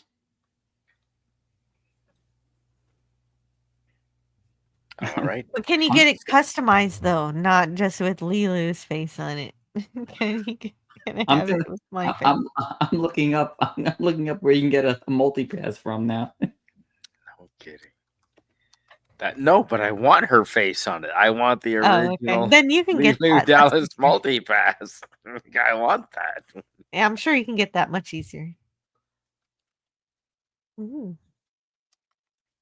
And just this movie has a lot more smoking than you'd get in today's movies. I don't know if that means anything. Just everything in this movie, just everything about it. Yep. Thank you for inviting us, Jill. You're welcome. And yeah, it's just a ton of fun. Okay, you can get it. You can get a Fifth Element Corbin Dallas multi-pass replica from Etsy for $17.96. No, I want a Leelu Dallas multi-pass. You can get that on Etsy too for the same price. I just love that so much happened in just 2 days. Because at the beginning of the movie, they say you have 48 hours to get this done. Mm-hmm. And Well, they do it. I mean, Nick Nolte and Eddie Murphy. True. Yep. That was the movie 48 Hours, which is a great movie. Jill. Oh, okay, gotcha. Yeah, yes. Haven't I seen the didn't get it. movie 48 Hours with Nick Nolte? You need to see that. Best rendition of Roxanne I've ever heard. And doesn't like Nick Nolte beat the shit out of Eddie Murphy on the side of the street? Yep. In front of everybody, and like it's okay. What, Like, in 48 hours? Oh yeah. Yeah, in 48 Yeah. hours. 48 Hours is one of the best movies for the hard R N-word. Yes. Yes. Absolutely. And Oh, hey, and the Padawannabe just showed up. Hey, Padawannabe. Hello to the Padawannabe. How are you tonight? We're done. We're done with the review of The Fifth Element, except for any final words people want to say. And I think Canadian Spider-Man gave us his final words. Let's hear what Scotty R37 has to say. You know what? I was not an early adopter of this film. I watched it and thought it was kitschy and weird, but it didn't strike me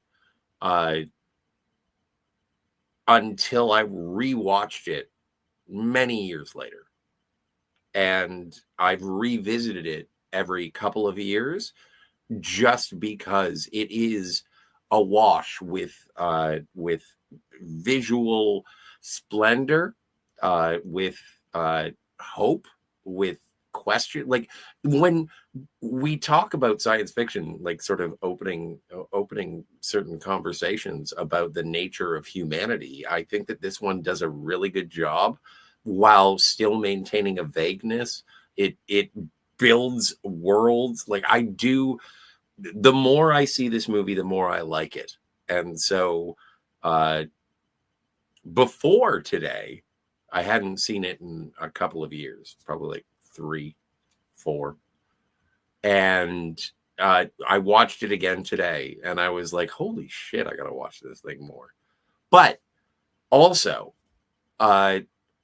if you enjoy this movie and would like to see the Kmart version of this movie, and you enjoy the director, I do recommend Valerian and the City of a Thousand Worlds.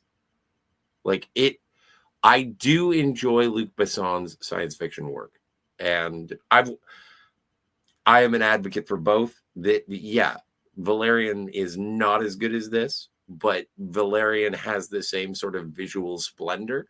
And yeah, no, I'm a more of a fan of this movie every time I see it. Yeah, me too. Oh, I can definitely get behind that, even though I was already a big fan before, but watching it Yeah. again for this stream makes me love it even more deeply than before.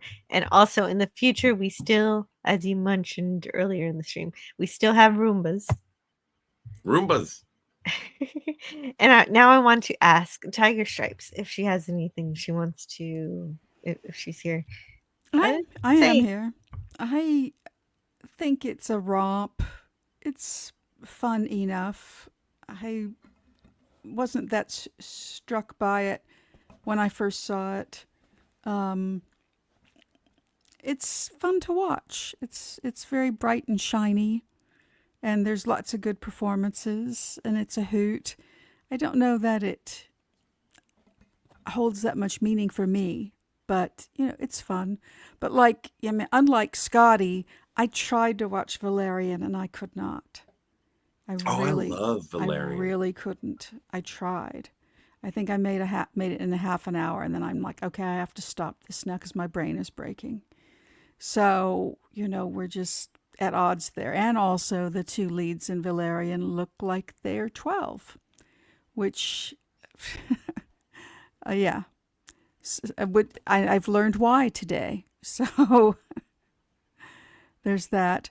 But I'm glad we're going to finish up with West, because I know that he unabashedly adores this movie. He clearly has it memorized, and we should finish, on that kind of note. Yeah. Instead of finishing on this note. I'm very disappointed. Sorry. That is classic. No. I just love that line. I don't really mean to make fun. Yes. No, that's why I have it as the No, tag. I love it. I love this movie because it's it's about the like Scotty sang earlier, the power of love. And it's fun. It's a good fun movie. Yeah. You can't defeat evil with more evil. No. And that's a very Martin Luther King message, and I love it for that. No, So, very true. Very true. Wes Cagle, do you have anything you want to say about this movie? Well, Tiger Stripes is right. I love this movie. It's very quotable. I've seen it so many times. I do have all the dialogue memorized. I mean, God, all the character. I mean, Spidey said it. In the beginning, all of the characters, even the side characters, are perfect. I mean, they all do a great job, and even the fact knowing that Gary Oldman, kind of phoned it in. He wasn't into it. It doesn't diminish it in my eyes. It just enhances it, because I'm like, I love the fact that he just phoned it in. Is how that character would be. I don't know. It just kind of cements Zorg. I don't know. I can't say enough good things about this film. It's one of my favorites. So. Yeah. Here. Oh, someone earlier in the chat said they never meet up. They almost did in that one scene where they missed each other by just a hair, because True. Zorg goes back on the ship and they're going to his ship and they miss each other very quickly. Yep. And that's just one moment. They're right next to each other, but they miss it. And that but that's fun. That's part of the fun too. Yeah. And moments like that. And one of the good things about, and I could be wrong, you can correct me if I'm wrong. There's no original source material for it. This is an original story. There's not like there's not like, they're not taking a book and converting into a movie. So it is pure Hollywood, the way Hollywood should be making things, instead of just plagiarizing everything and doing it wrong when they plagiarize. Two things. This isn't Hollywood. This is a European production. And then they're doing it better than Hollywood then. Yeah. And also, in like I want to elevate it in such a way, but not necessarily give it so many accolades, is that Star Wars, when it started, it was Star Wars and any George Lucas thing. It is reminiscent of previous works. So Star Wars was like Buck Rogers and whatever. He was picking up on science fiction serials and whatnot. And as Tiger Stripes had been saying, rightly so throughout our sort of discussion surrounding this, is that it is very it borrows heavily from is it Metal Hurlant? Yes. Heavy metal. Metal Hurlant. Yeah. Heavy metal. Yeah. And so I think it is, and other science fiction works as well. Of course, of course. With the wink at Star Wars because of the buns. Oh right, I forgot about the buns. Yes. On the sergeant, on the major. She was a major. Major Iceborg. Iceborg. Yes. I don't have a problem with the borrowing. I don't have a problem with the borrowing. It's just like I said, there is no like War of the Worlds came from H.G. Wells' book. Lord of the Rings came from Tolkien's book. The Potter films came from J.K. Rowling's books. This is an original work that, for the most part. I mean, it borrows. Everything is going to have, influences, but this is not something that was already made and then remade. Yeah. Oh, yeah. Yeah. And it's wildly fantastic. It's hilarious. It has every kind of sci-fi trope that you kind of want. Not just every sci-fi trope, but every story trope. You've got the MacGuffins and the setups and the payoffs, just tons of them, just jam-packed full of them, just to make you happy every moment. Mm-hmm. I give it a 8 out of 10, 8.5 out of 10. That's fair. That's very fair. Yes. No, this one's a 10 out of 10 for me. This is one of my top 10 movies. Top 10, top 20 movies. I'm not sure where. It's up there. I think I've only ever given a 10 to like one film, and that might be Raiders of the Lost Ark. Yeah. Yeah. Well, I'm a little more generous with my 10s. Yeah, the only 10 I've ever given out is Weekend at Bernie's. Because I also give that to Star Trek 4 and Star Trek 2. And Star Trek 5 and Star Trek 3 and Star Trek 6.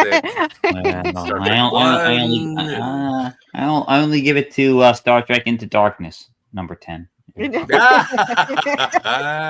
because of Benedict Cumberbatch. And Peter Weller. No.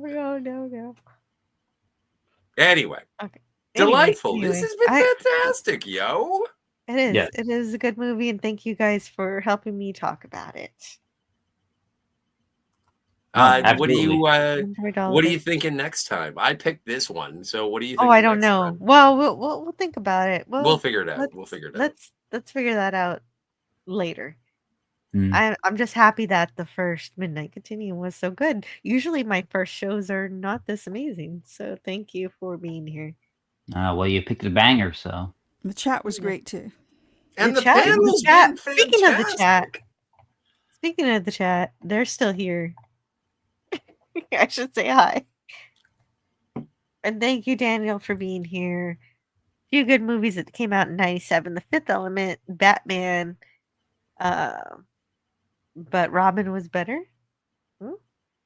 I think you're just busting chops, Daniel. Seriously, Batman and Robin you're was gonna say not Batman that and Robin. Well, the best thing about Batman and Robin was the nipple armor. So, well, the best part about Batman and Robin was that it ended. It was a movie. DVB says, whenever I heard the word protagonist, it makes me think of Mr. Plinkett saying protagonist.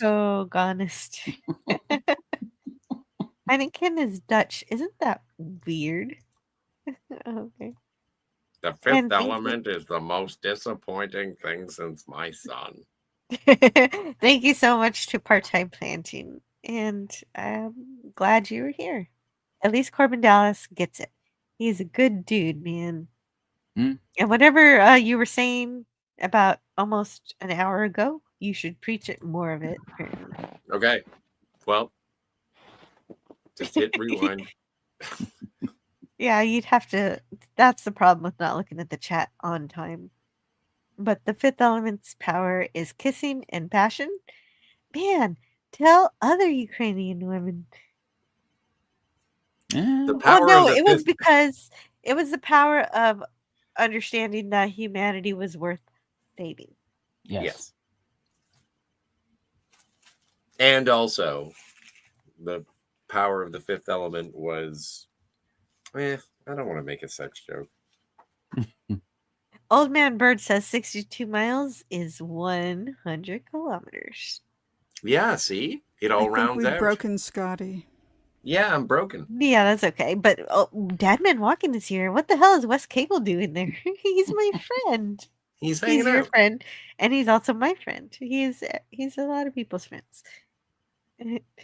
Hope it's been a great stream for a great movie. I think it has. I think you've nailed it there. It's 2:34 a.m. for OG. I wish it was 2:30 a.m. for me. That would be early. Yeah, I'm getting to 5. DVB sent to $4.99 super chat, and you do not know how special it is for DVB to send a super chat. He does not send those willy nilly. Those are every single penny is extremely valuable when it comes from DVB. Just like it might as well be a $499 super chat, not $4.99 from him. He says this is to cover Old Man Bird's $5 or whatever.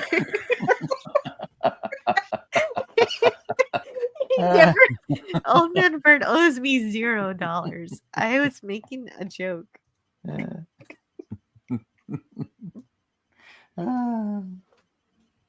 It never rained every day. This is good news, guaranteed. There we go, Ruby Rhod. Yeah, Ruby Rhod is pretty cool. Yes. Corbin Dallas. Corbin says that I'm awesome. Glad to chip in. But well, I'm only awesome because I'm surrounded by other awesome people too. A lot more smoking. It was only 4 a day, and they were Marlboro triple ultra filters. Yeah. Oh, the kind of wannabe. I should have read that a long time ago. That's hilarious.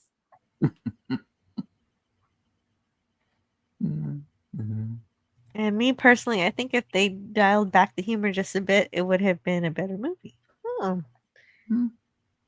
I don't know. I It was feel pretty I feel natural the same, humor. I feel the same way about Minority Report. Is that there are 2 sequences that are blatantly comedic, and I wish that they weren't, and it would have made Minority Report a way better movie. Like, I didn't want to see the chasing of the eyeball down the hallway because I thought that was just like, where did this slapstick bullshit come from? And there was another scene as well. But yeah, but it's also me going into a movie wanting it to be something, and Minority Report was so close to what I wanted it to be. And those 2 things broke the movie. And then for me, and then with this though, I watched it and I was like, oh, this is a little silly. This is too silly. And then I watched it again and I was like, yeah, it is. Calm down, Gladys. I was like, it's supposed to be silly. It's supposed to be. And so I like it more. I like it more once I accepted the humor. But with Minority Report, I've never accepted the humor in that film. Yeah, that's fair enough. Yeah, true. You know, if there are only 2 small segments in a film that you have a problem with, it's still a good film. I will share one thing. This is still my top 20 movies but the one thing that bothers me the most about this movie is that we have a movie that starts in 1914 and we're supposed to go 300 years into the future we go to 2263 instead of 2214. Ah, okay. But but I let it go because I'm having it because everything is so beautiful, so fun and fantastic. And that's why it doesn't So matter. they didn't get their simple math right, huh? That's No, it's kind okay. of funny. Ah. I forgive it. That's very French. Oh, did I say that? En français. Oh. But I think that's all we've got to say Yes. Yeah. about the Fifth Element. And so that brings us to the end of our journey. So we're gonna have to park our car and see if we've got any points left on our license. MULTIPASS. Yeah. Store your multi-pass for another day. Come on, Tiger Stripe, say it. Say MULTIPASS. MULTIPASS. Yay! Yeah. There we go.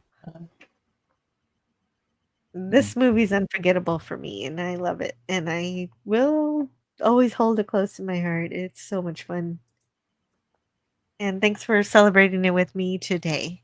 I've enjoyed everybody's discussions, everybody who's contributed to the conversation.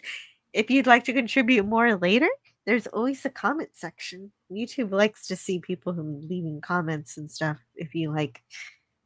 And if you enjoyed this stream, don't forget to like it or subscribe. If you haven't subscribed, there are some people who enjoy my content but don't subscribe. But that's okay too if you want to do that. And thank you to everybody who's lurked the stream, who's just been listening but not commenting, and people who watch this in the future, even if it's 300 years into the future. So just keep loving your heart, and you never know when that'll save the universe. Well, 350 some years, right? Because not quite exactly.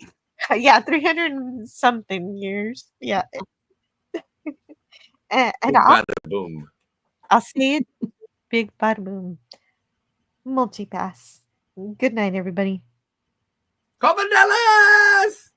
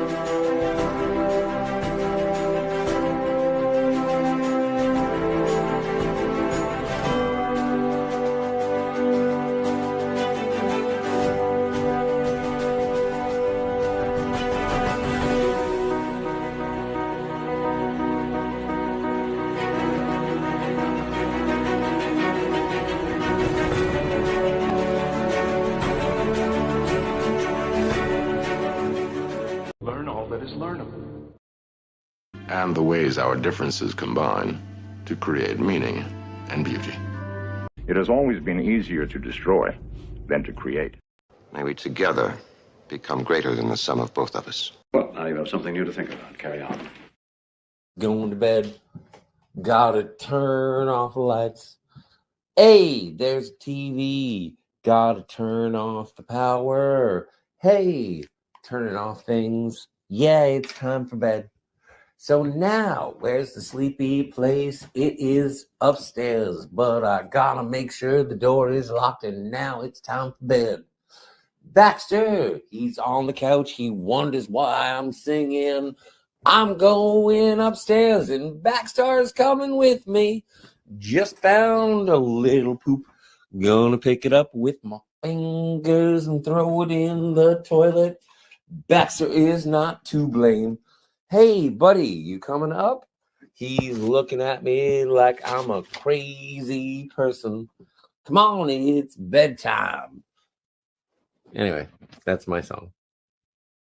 Mr. Turtle, how many licks does it take to get to the Tootsie Roll center of a Tootsie Pop? I never made it without biting. Ask Mr. Owl, for he is the wisest of us all. Mr. Owl.